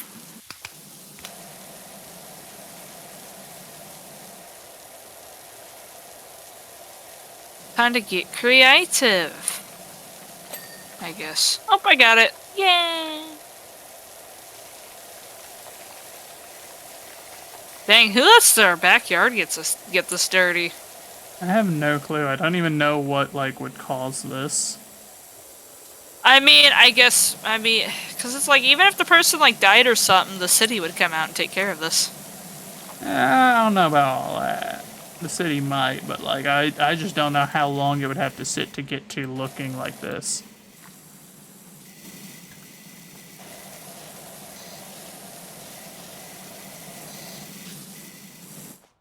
Probably for, like, months and months, maybe even a year.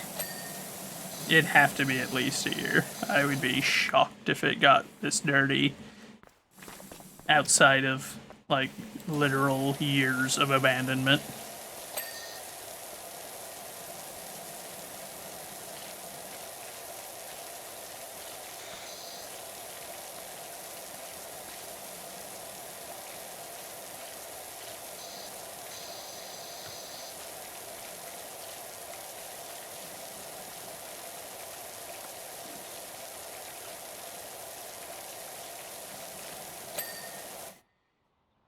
Oh, I finally got the patio.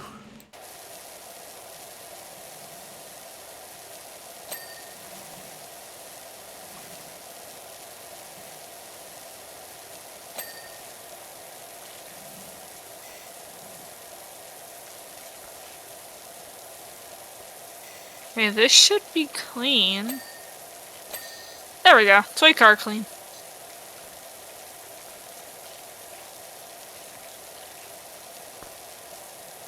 I gave the chair a face.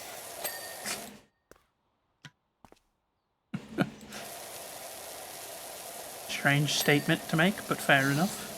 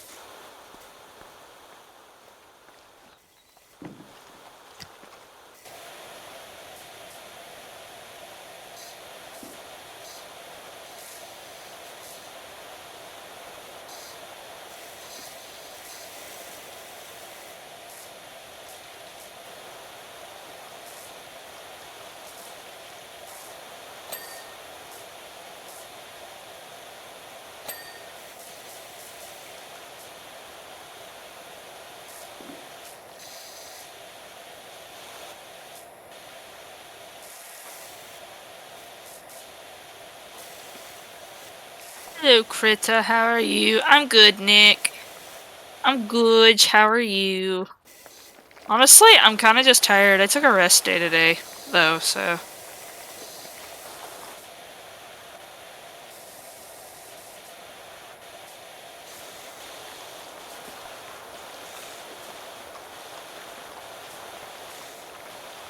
Slowly but surely. Huh? I said slowly but surely. Indeed. Actually, we are 62% of the way already, so...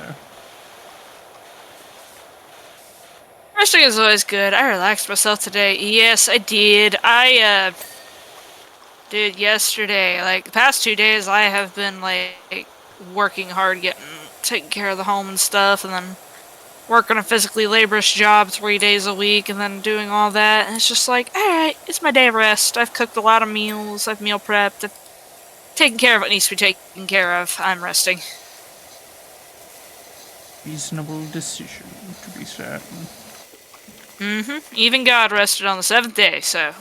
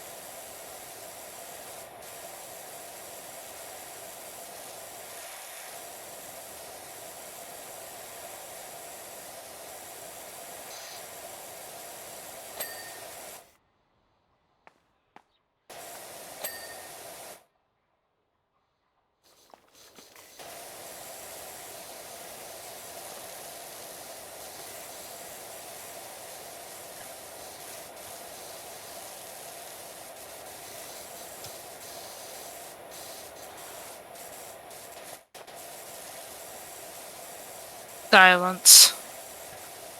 I mean, The best music there is. I mean, I just enjoy the sound that the game makes, the sound of the water pressure. I do too. It's quite pleasing. I just don't want to feel like I don't want to talk to nobody. I'm just vibing.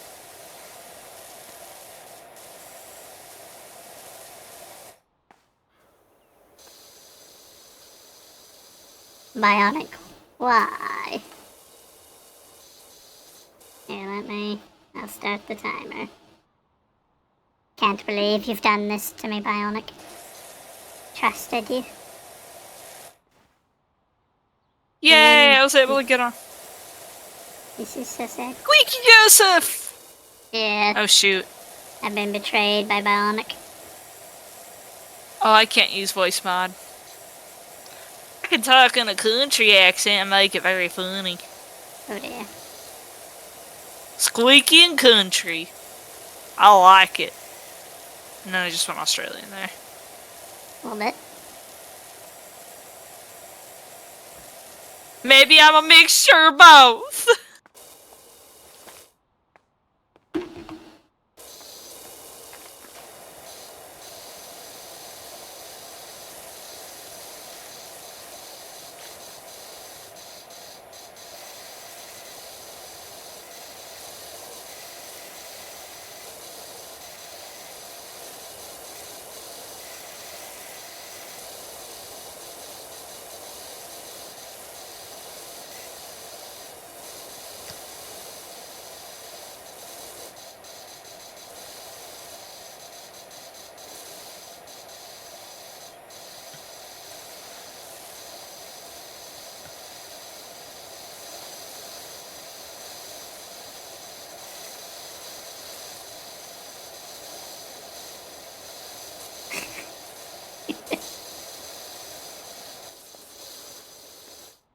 Sounds like a Christian Saturday morning cartoon, Squeaky and Country.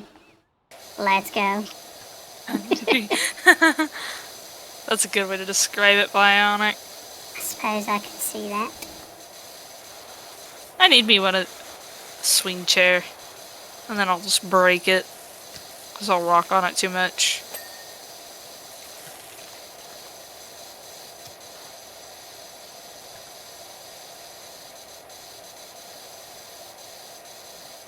See, my first objective is just to get a place to call my own. I'll figure everything else out afterwards. That's fair enough. I cannot wait to not be renting anymore. And specifically, not to be living under the terrible, dreadful woman that lives above me. That will be Well, a I good definitely day. I pray that the good Lord blesses you abundantly with that. Because I totally get it.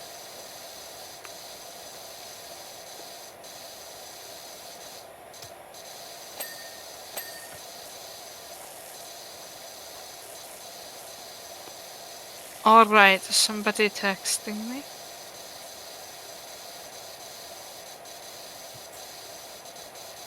No, that's just my Discord notifications going off 5 million times.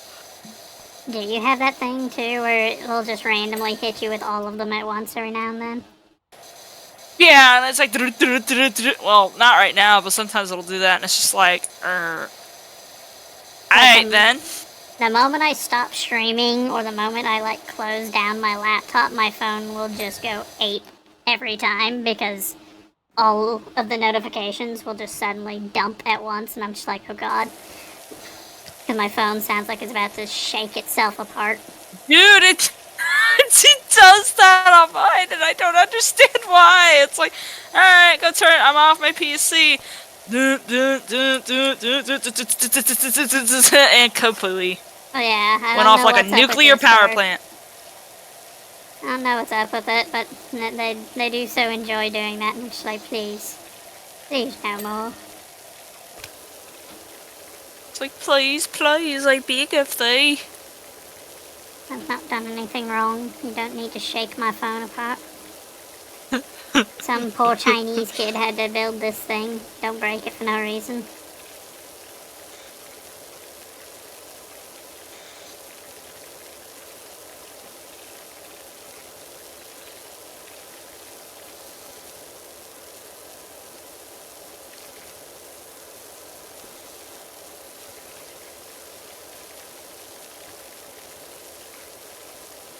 You know, at least they put a retaining wall here. That's smarter than some folks.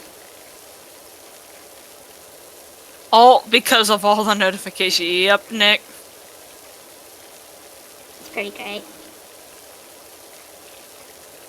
Ryan, welcome in.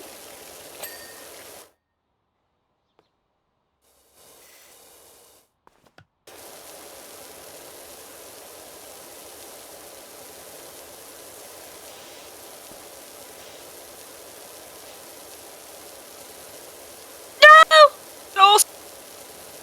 That's okay. Let's come right back up.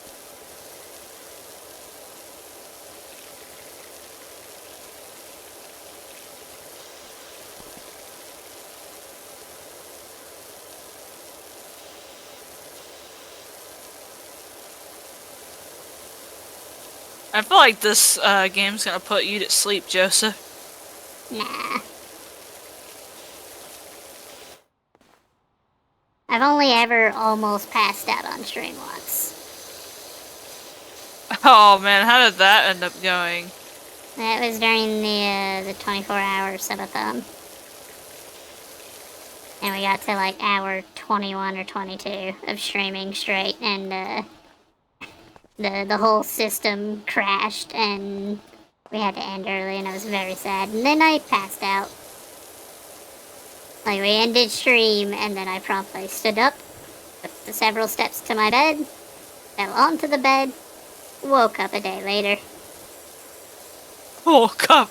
You slept an entire day. Wow, I remember that. I remember when you wasn't that the bean boozle you did too? Yes, it was a wildly unpleasant time. Yeah, didn't you do like the Carolina Reaper? Yeah, we had spicy stuff that we had to eat. We had, funny enough, one of those items that we got for it was like a super spicy ramen that I had to eat during it, and we didn't end up reaching that goal. Now I've eaten some of them just on my own. I've discovered how's they that are going? exceptionally hot, but they're quite good.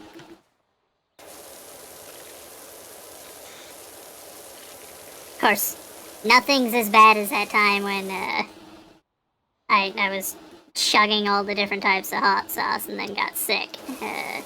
Started with Was that on the stream? That was on, I think it was on Starstream. Yeah, and you went and vomited or something? Yes, I had to get up and go and die by the toilet for a while before I eventually like crawled back and was like, I lived! I think it was just that time was I had drank so much of the extremely hot stuff that I then chugged enough milk that my stomach was just like, I don't know what to do with all this. We're gonna get rid of it all. And I was just like, but wait. There's capsaicin in those liquids. If you make it go back up, you will drench all of us in capsaicin again. And it was like, it's too late. Here it comes. It hurt almost as much coming back up as it went going down. I'm sorry, I don't mean to laugh at the way you're just telling the story. Oh yeah, no, it's quite comedic. I tell it that way because it's funny. It was like, here comes capsaicin and stomach acid. Enjoy. And I did not enjoy. And he never did that again. Not yet. Not yet? You didn't learn for the first time? I don't learn real fast. I joined the military. I'm telling Faithful. I'm telling Faithful. What? That I was in the military? She already knows. Oh, I'm telling Faithful you're gonna do it again. No, that's illegal. Don't be throwing a corgi to distract from this. I'll throw as many corgis as is required. I'll catapult those corgis. It will not work. Oh my word, look at how cute it is. Speaking of cute, pudgy little things, you know about the little pygmy hippo, Mudang? Yes, I have seen the memes. She is so cute. I'm like, I wish I could look that cute, chunky. Is this where I give my hot take on Mudang? You can if you wish to. I don't know if there are any, like, big time Mudang fans in the chat, but I do not. Like, Mudang is cute in the it's so ugly that it's cute category. It comes all the way back around. I think it is a rather hideous looking creature for the most part, but it ends up looking cute in its own weird way. Because of Hey, your opinion. You have a right to your opinion, and I respect it. This opinion has not been well received by many people. Whenever I say it, I'm just like, nah, I don't think Mudang's actually all that cute. Not in, like, any sensible way, at least. I mean, well, you know, I always look at life this way. I look at life this way. You love Jesus, you honor him, there's no other opinion, quote-unquote opinion that matters. That is the fact. Everything else, as long as it glorifies God, you are entitled to your own opinion. Fair enough, I suppose.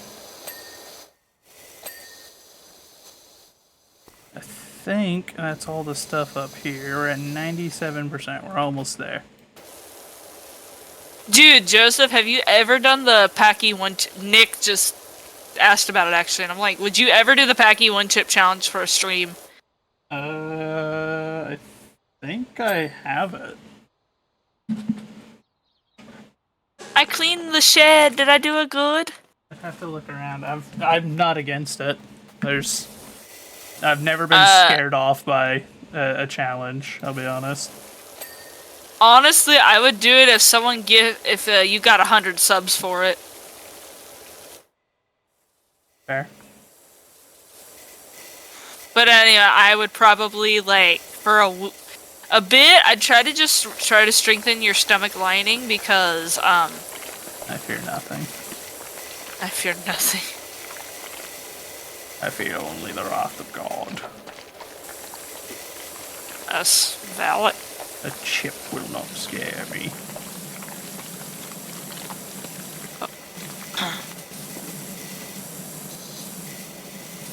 Be cleaned. Yahoo! We did it! We did it! Oh, we're 99%. Okay, what's the 99%? I don't remember. Turns your tongue blue. Oh. That sounds unpleasant.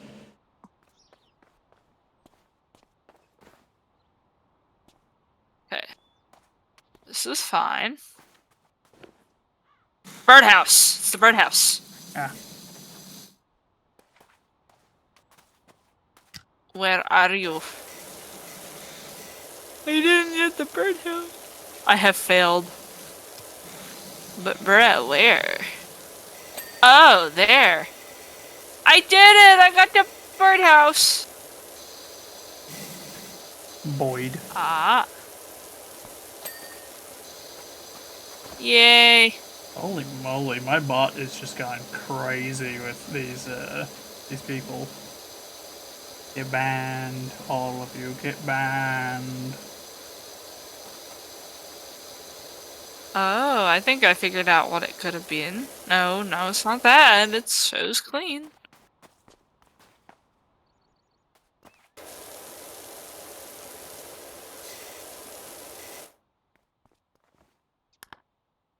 Let's see. One of the stepping stones isn't done. Yep, and then the sofa cushion's not done either.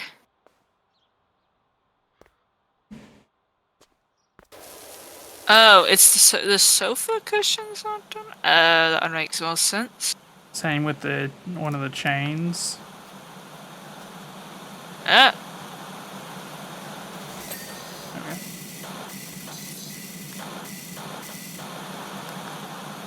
This doesn't clean you, then I don't know what will. Come on, baby!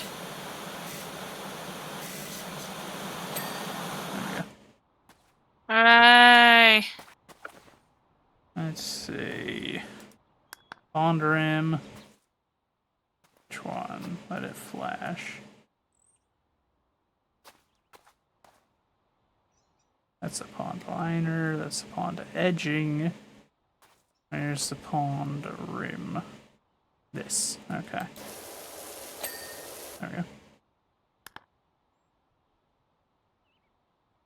Lawnmower engine.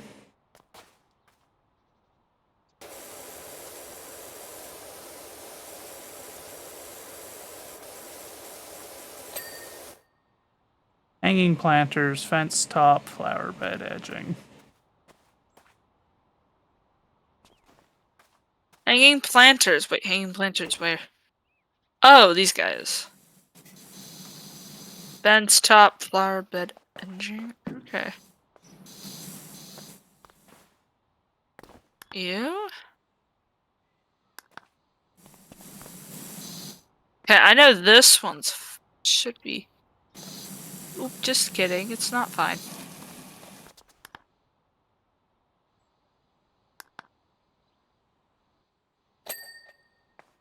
Okay, that one's fine.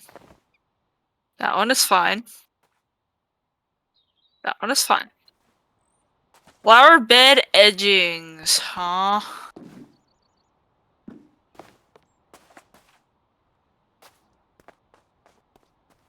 That one shows 100%. It must be this one.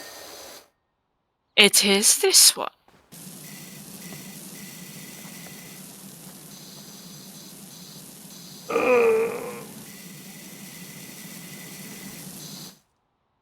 Are you good over there, my brother? Yeah, I was just stretching. That's not allowed. That's illegal. You cannot stop me. Yay! Glorious. We did it!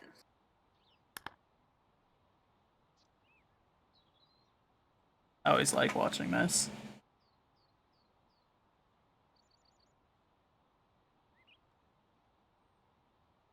Glorious. Now a bungalow, apparently.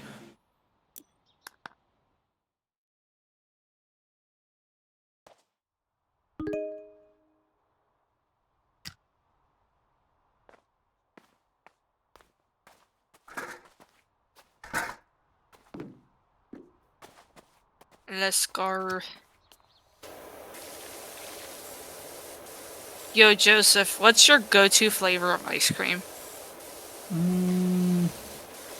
mean, I'm not big on ice cream, honestly, but I suppose if I don't have a choice, if that's the only thing that's around, I'd go with something like what do they call it?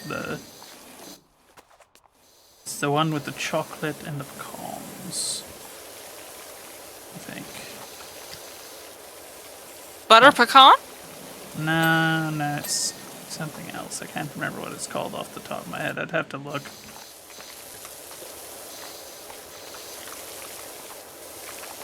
But I've never been a big fan of ice cream. honestly. That's valid. Which is funny because my first job was at an ice cream place. Nice.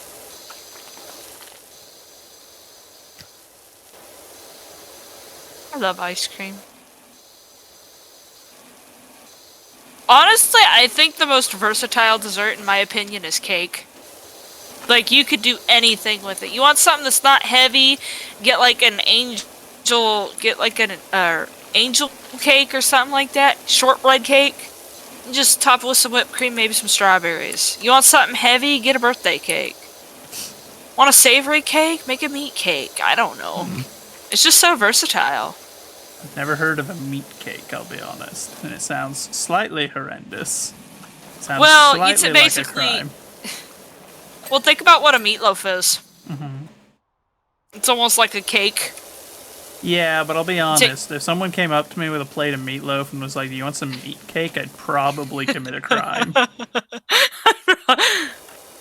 I won't even pretend. There's a coin toss level chance that they don't walk away from that conversation.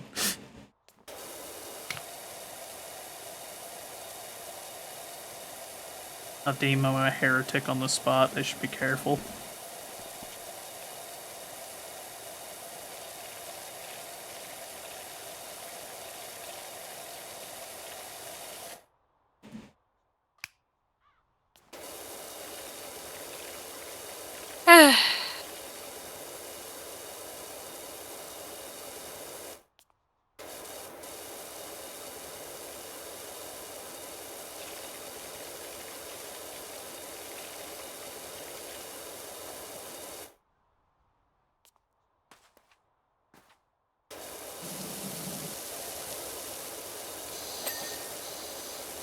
Just had the completely irrational fear that I was slipping off the roof. It's a video game. If I slip off the roof, who cares? But for that split second, my brain was like, "Uh-oh, we're gonna die." Einstein, you're getting really tired. Nah. It's only 7:32. I'm not that tired. No more so than normal. After a longer stream. Yes, there's a reason I have that tag. Some days it's more noticeable than others. I literally associate the term perma-sleepy with you, I'm not gonna lie. Yeah. Just because you said it. I've always found it to be an accurate description.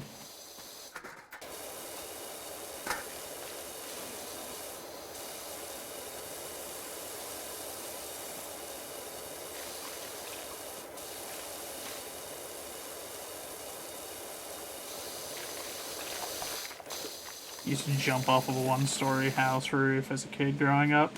My goodness. Hello there. Hello, Silly Jello. Thank you for the follow. Welcome in. How did you find us, my friend? I presume the game, most likely, but sometimes it's the tags that bring people in as well, so care to tell? I'd love to know.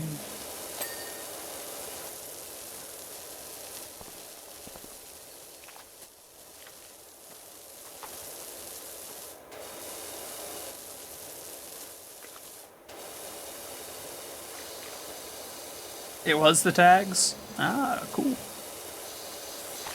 Well, welcome in. I certainly appreciate you following and showing up. I hope that you enjoy yourself. We're just chilling, where we're winding down the day. Hanging out with our friend Critter Hymns. Hello. Hi, silly Jello. I have a feeling you're a little silly. I don't know. Just a hunch. Perhaps. We love silly here. Can't you tell? Silly, sleepy, and shenanigans. The 3 S's of this stream. I am silly. Love it. We love silly here. I say in the most monotone, mundane voice. It's not a voice that makes something silly. It's the content of it. True. It's how you put yourself out there, I guess. I was gonna say, some of the funniest things that have ever made me, like, die laughing are just deadpan as all get out. Honestly, I almost prefer deadpan comedy most of the time. Like, if someone can keep a totally straight face while saying something ridiculous, it gets me. It's much more effective than, like, trying to do the over-the-top stuff in my book. Fair enough. Of course, I also blame the British for that, because I got into British television when I was younger, and they've always had a habit for dry humor.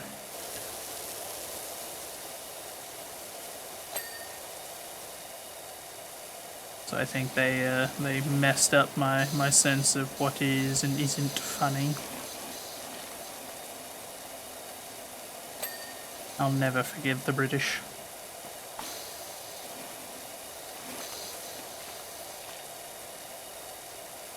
Which is perhaps What does the Lord say in His Word? We must forgive. I know you mean it in a silly way.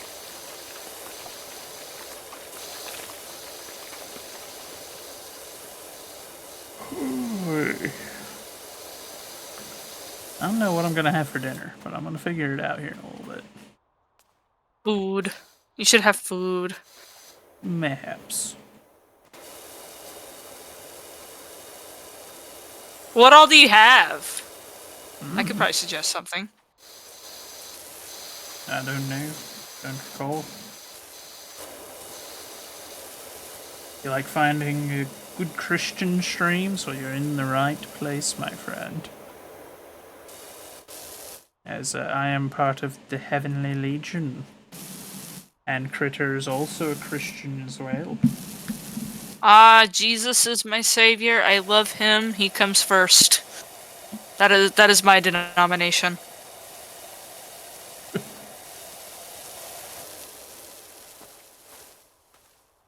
No, I just love, because it's like, you know, because it's like when you fill out stuff and like you exclaim that you're a Christian and stuff, and it's like, yeah, what are you, like, what's your denomination? Jesus Christ is Lord and I follow the Holy Bible denomination.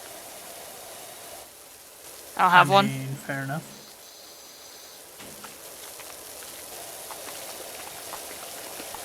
Well, I was actually a part of a Pentecostal church a few years ago.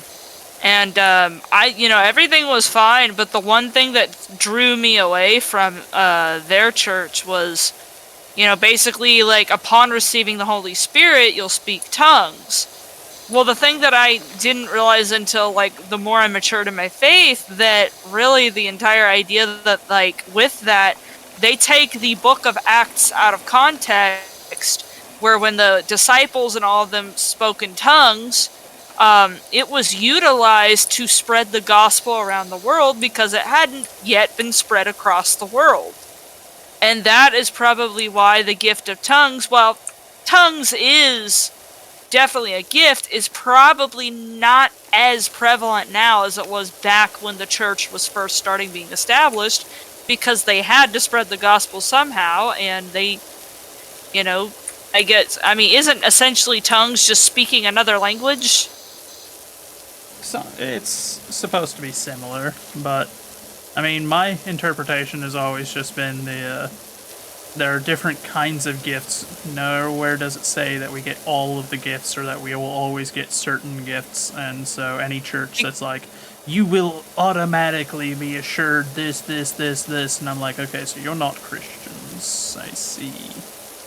Yeah, no, they think, like, they were speaking in tongues, and I'm just like...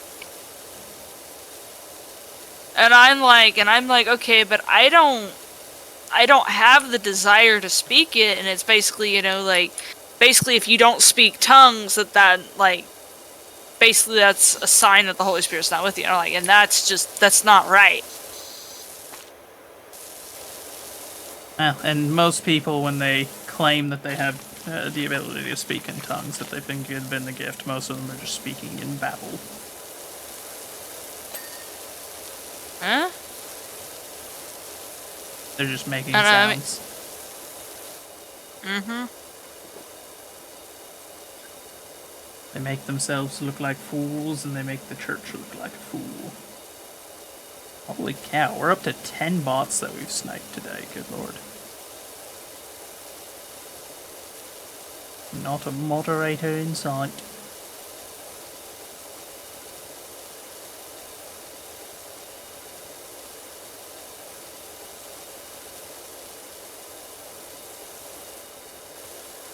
This is really satisfying. Although I can't get up top there unless... Hold on. There's a ladder. That's true. I'm thinking your ladder. Oh no, I've been stranded. That's... And I fall off the roof. And I'm totally not free falling because we don't want to get the MCA copyright. I don't think they'd slap you. Well, this is your stream. I don't want to cost you.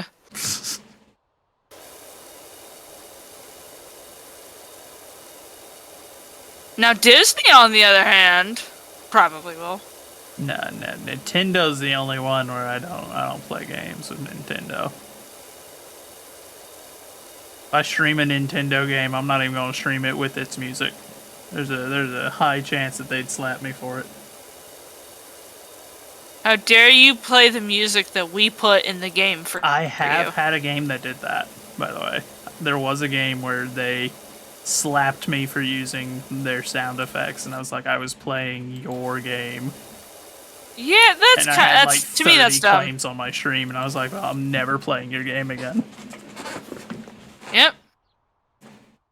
What a good way to like not get your game out there and make people not want to stream it. Yeah, I was like, if you're gonna hit me with like a million slaps for playing your game because I used your sound effects, by which you mean I was playing your game, then surprise, I'm never playing your game again. Like, it's just... I know, it's so weird to comprehend that. It's like, whoa, it's almost like when we're overbearingly strict on something, nobody wants to play it. I don't understand. Well, and it was... Cause and effect? It was also just silly stuff, things that they could not have any right to claim. Like, where they were like, we patented that. That's specifically our copyright. And I'm like, my man, you can't copyright, like, the sound of a page turning. I'm sorry, but, like, that would not hold up in any court, ever. You could... Honestly, I think they're just money hungry. Yeah, I was like, yeah, I'm never playing your game again, dude. Simple as, like, you're gonna play stupid games, win stupid prizes. Yep. And I had never When was played this? that What again. game? Avoid it. It was like Apothecary something. Let me check if I still have it. I don't think I do. I'm pretty sure I returned it, even though it was like at a point where I couldn't get my money back. And I was just like, I don't care. I don't want your game. Let me check though.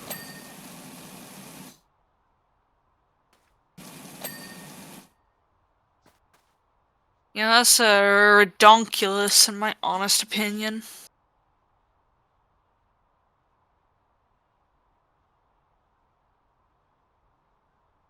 It'd help if I could spell it.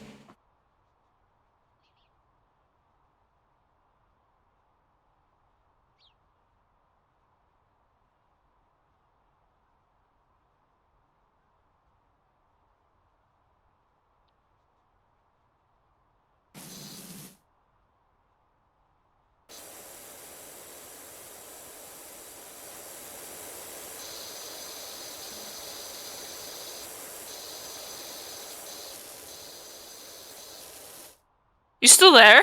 Yes. I didn't even hear you. I wasn't saying anything at the moment because I was looking for that game to see if I could figure out what it was called. The moment of silence was almost frightening.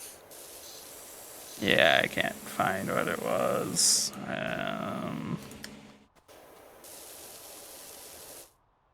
Oh, wait, is it this game?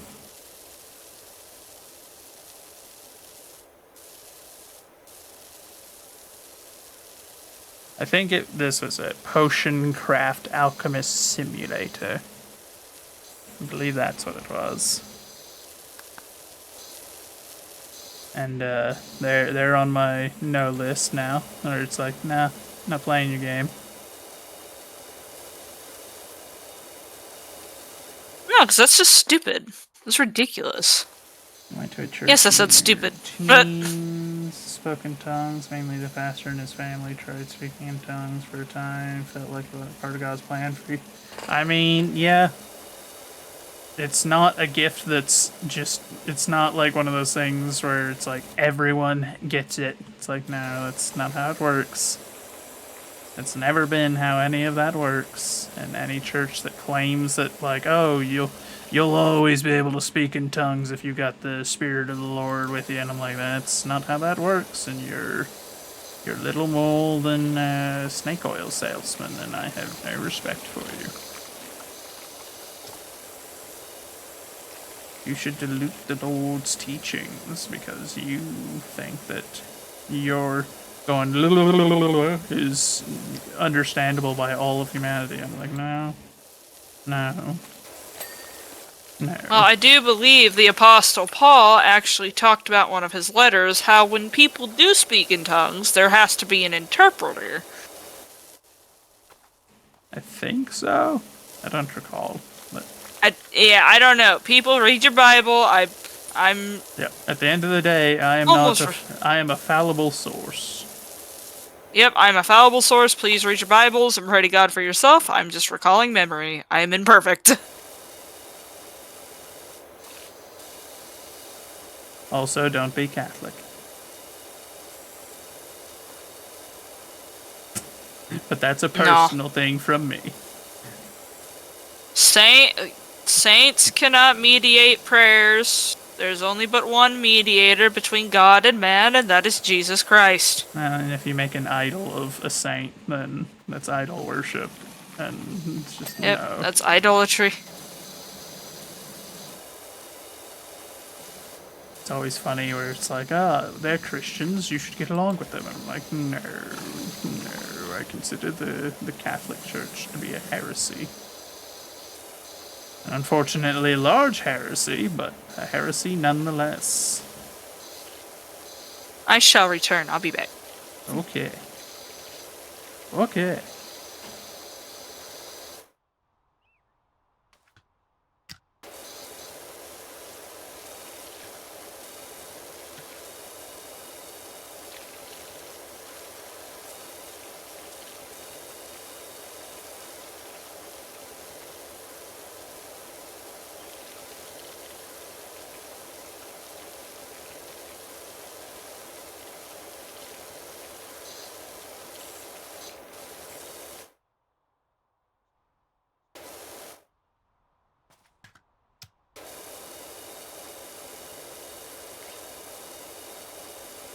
We'll go a little longer chat and then we're going to wrap it because I am getting towards the upper end of my energy, getting tuckered out. I've been going for a while and I do wish to figure out dinner as well at some point.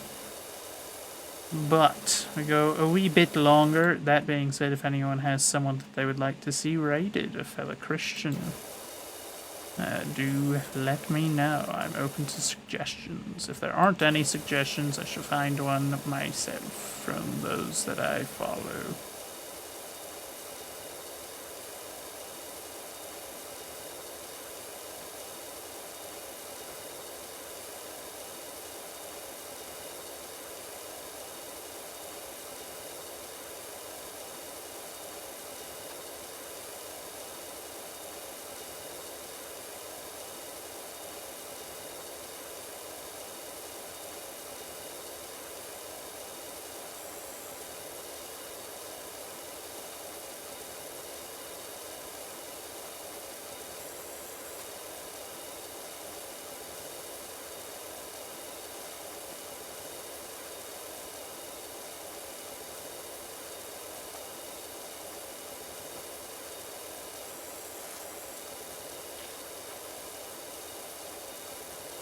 Alright, I've returned. Welcome back.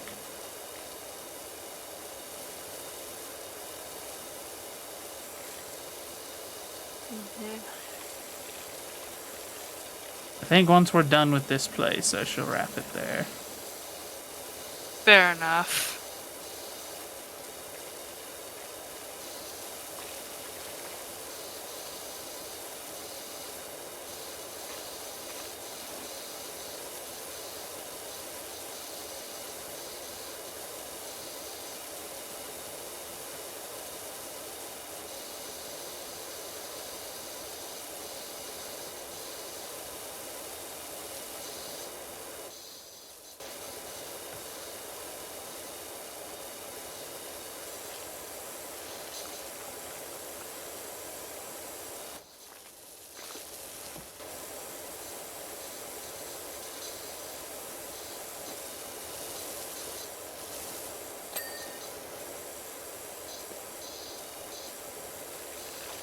Oh, I fell off the roof finally. Most unfortunate.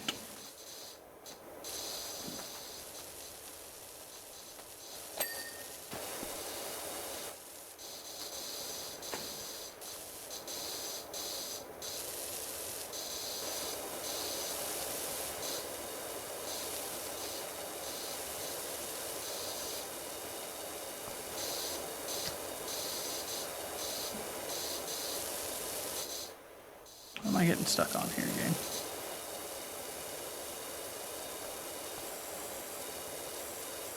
Whole lot of nothing. That's what I'm getting stuck on.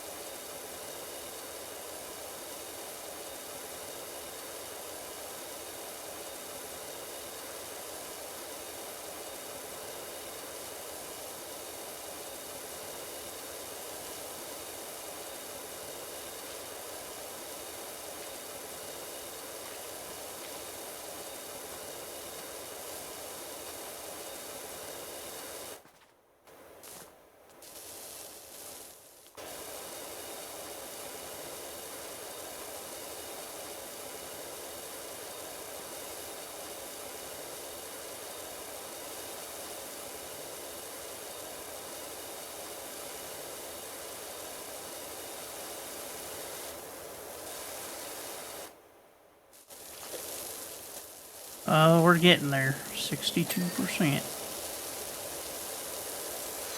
I'm working hard. You working hard or hardly working? Whore. Oh no.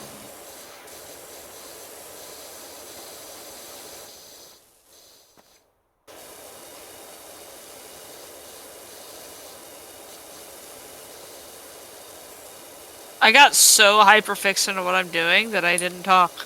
The game has a habit of doing that. I know, because I'm just like, I feel like, yeah, let's get together. Doesn't talk much. Yes, great. I mean, You're this such is a team just player. this is one of those games. It's perfect for that. It also makes it perfect for like if you're trying to do interviewing type stuff. Like if you're trying to ask another person questions on a stream, because you don't really have to like think too much playing this game. You can just kind of enjoy yourself. It's a good game where like you play it and you just get some good conversations in it too. Yeah, if you want a game to have conversations in, this is a good one for it. Because this is not typically something that's going to require too much of your friend's attention. Though the only risk being if you go into it unprepared with questions, then you end up just, look at the dirt, get blasted away, glorious.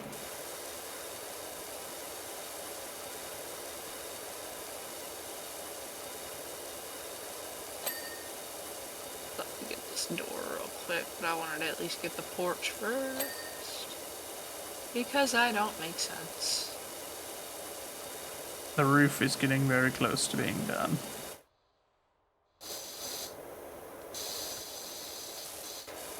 I like that we essentially arrived, I immediately went up on the roof, and I haven't been off the roof since. Except for that time I briefly fell off.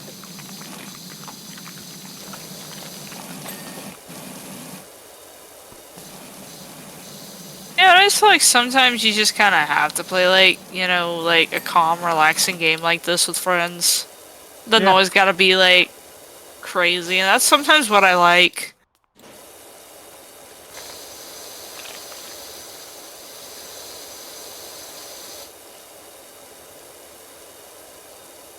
I mean, I've got a variety of cozy games that are like that, where it's like, it's mostly just for playing and hanging out with my friends. Whereas, then I've got games like War Thunder and Witch Flame, or Witch Fire, whenever I wish to suffer. Why am I stuck? There we go. Raichu told me to stay away from Team Fortress 2. Why? What's wrong? Do you know about this game? Do you know what's wrong with it? I wouldn't say if there's anything particularly wrong with it, just that, I mean, there's a reason that the game is still like an active MOBA shooter, even though that's like one of those super saturated genres, and it's been there longer than any other. It definitely has a strong fan base, is how I should describe it. Now, if you ask me for a game that like I advise people to avoid, it tends to be League of Legends. It's like, Why is that? Don't go anywhere near that place. It's toxic beyond belief. You'd have a better chance So toxic surviving. it makes Call of Duty look healthy? Yeah, pretty much. I'm pretty sure Chernobyl is less toxic than your average match of League. That's crazy. That's kind of actually crazy. There's some people that really love that game, but like, it's one of those ones where like I jokingly recommend people stay away from War Thunder because it's a pretty toxic game as well, but like, it's addictive, and if you're like me and you really enjoy like historical and combat stuff, then it's one of those games that you're gonna have a hard time staying away from. But then there's games like League where I'm like, no, genuinely, you should probably stay away. I know that there are people that have utterly ruined their lives over the game. How have they ruined their lives? utterly devoted themselves to the game. Oh.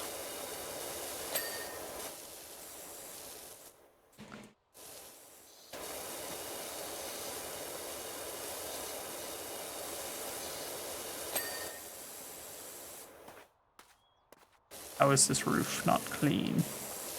Where resides yet still filth? It might be on certain parts of the roof, maybe. I've been trying to get underneath as much as I can, but... Ugh. Yeah, it looks like the top side of the roof is good, so it's just the... Yeah, there it is. That's...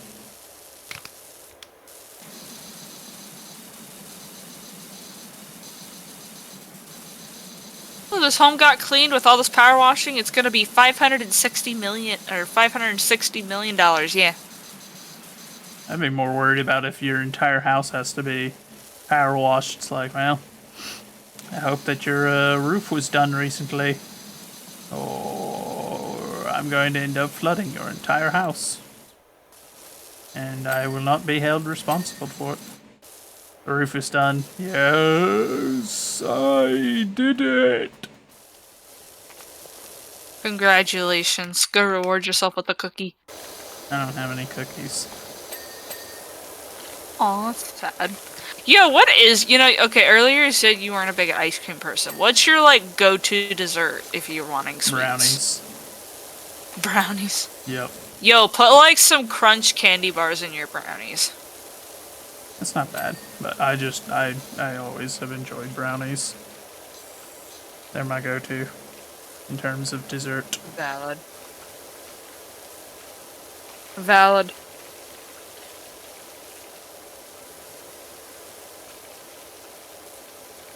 And now I want brownies. Dagnabbit. Yours, I'm gonna have to take this thingy. The climbing thingy. This thingy. The climbing thingy? The ladder? Yes.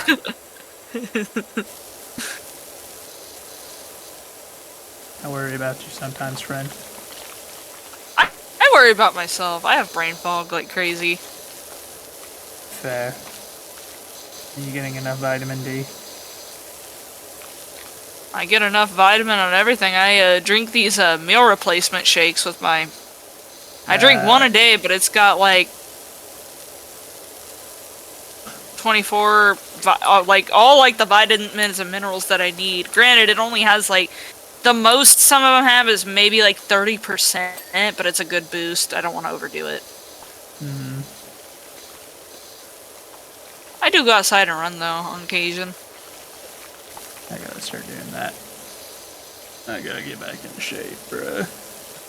I've been doing cardio and working out, and then I work at my job that's physically laborious, so...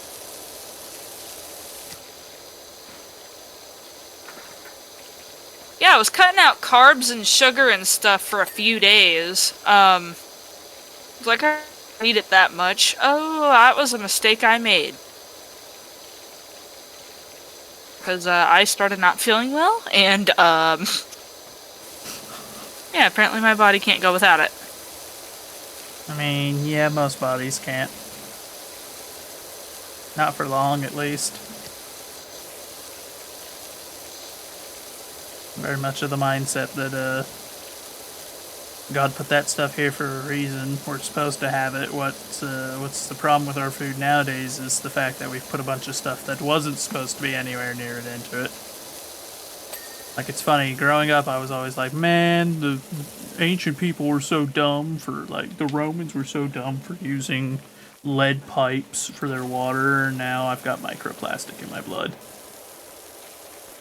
It's just like, you know what? Guess I'm not allowed to judge. We are no better. I've got like 37 So is it just the thing chemicals. that just men, no matter what age, they just think about the Roman Empire? Yep. Why do men think about the Roman Empire? Why wouldn't you?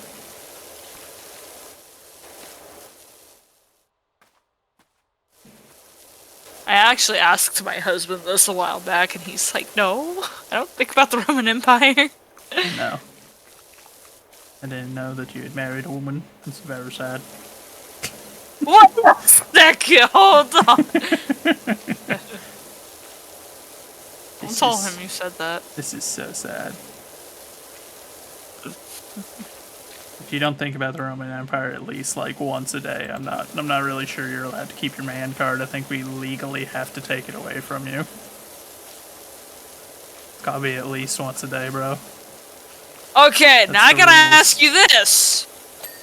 Do you put your toilet paper roll on the actual dispenser roll, or do you just place the toilet paper on like your countertop or whatever? I put it on the roll.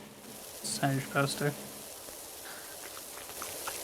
Why is it every guy I meet does it? You're supposed to put it on the roll. That's why they exist. We literally made them specifically for it. Why don't you? Now I'm concerned. Why don't you put your toilet paper roll on the roller that's meant for the toilet paper? I do. It's the men. It's my husband and his brother-in-law and his brother that don't. Wait, no, but then, actually. Wait, but now I'm confused. You said why it meant I put it on the roll. That's what I said. Like the roll goes onto the roller. No, yeah, I said that you're normal for that. I'm like, cool, awesome, because the men in my home don't, and it's like, why? I assume it must have something to do with them not thinking about the Roman Empire. There's something wrong with them. I don't know what's wrong with them, but there's something wrong with them. You put the roll on the roller, that's why we made them.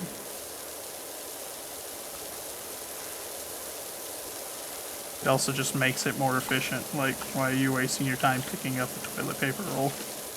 You got better things to do, like thinking about the Roman Empire.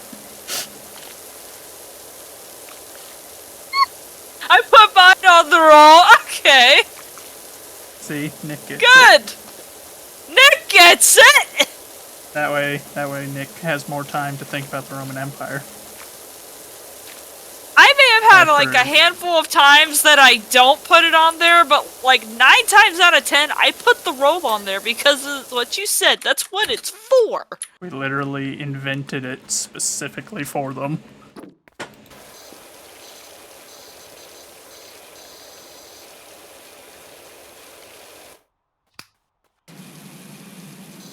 Uh-oh, I think I found it. Which?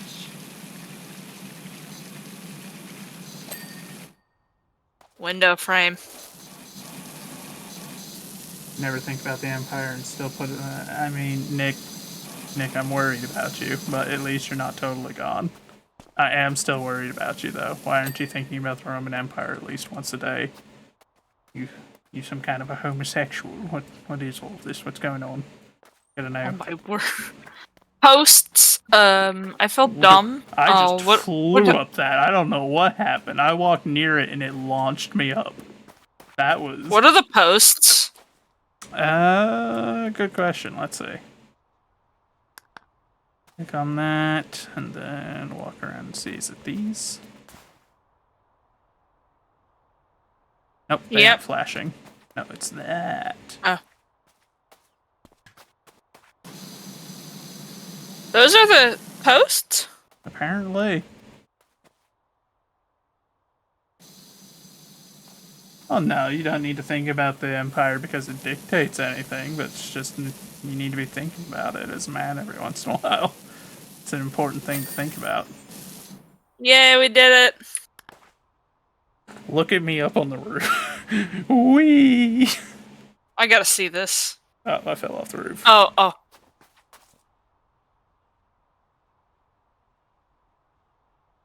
Glorious. I like that there's a restart job button in case you just want to do it again immediately. Oh yes, I'm so excited to do the same job over and over and over again. For $200. Yeah. Yo, I wanted to jump on the thing! It wouldn't have let me anyway, so... Thank you for a fun time, Mr. Joseph. Of course, we can always do this again some other time. Clean some more places. I like this game, so take it easy, God bless, and I will see everybody later. Ciao. Alright, good night, God bless you. Bye. Alright, chat. Since there were no recommendations on who to raid, let me pull up my list and see who we're going to raid.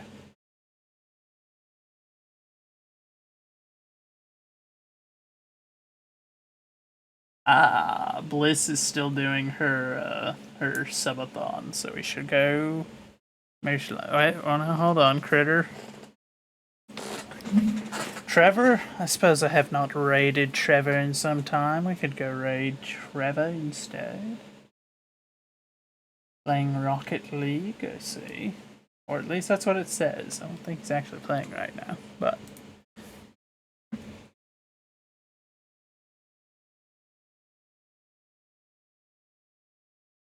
Let me get that set up. Regardless, I shall see you all again tomorrow.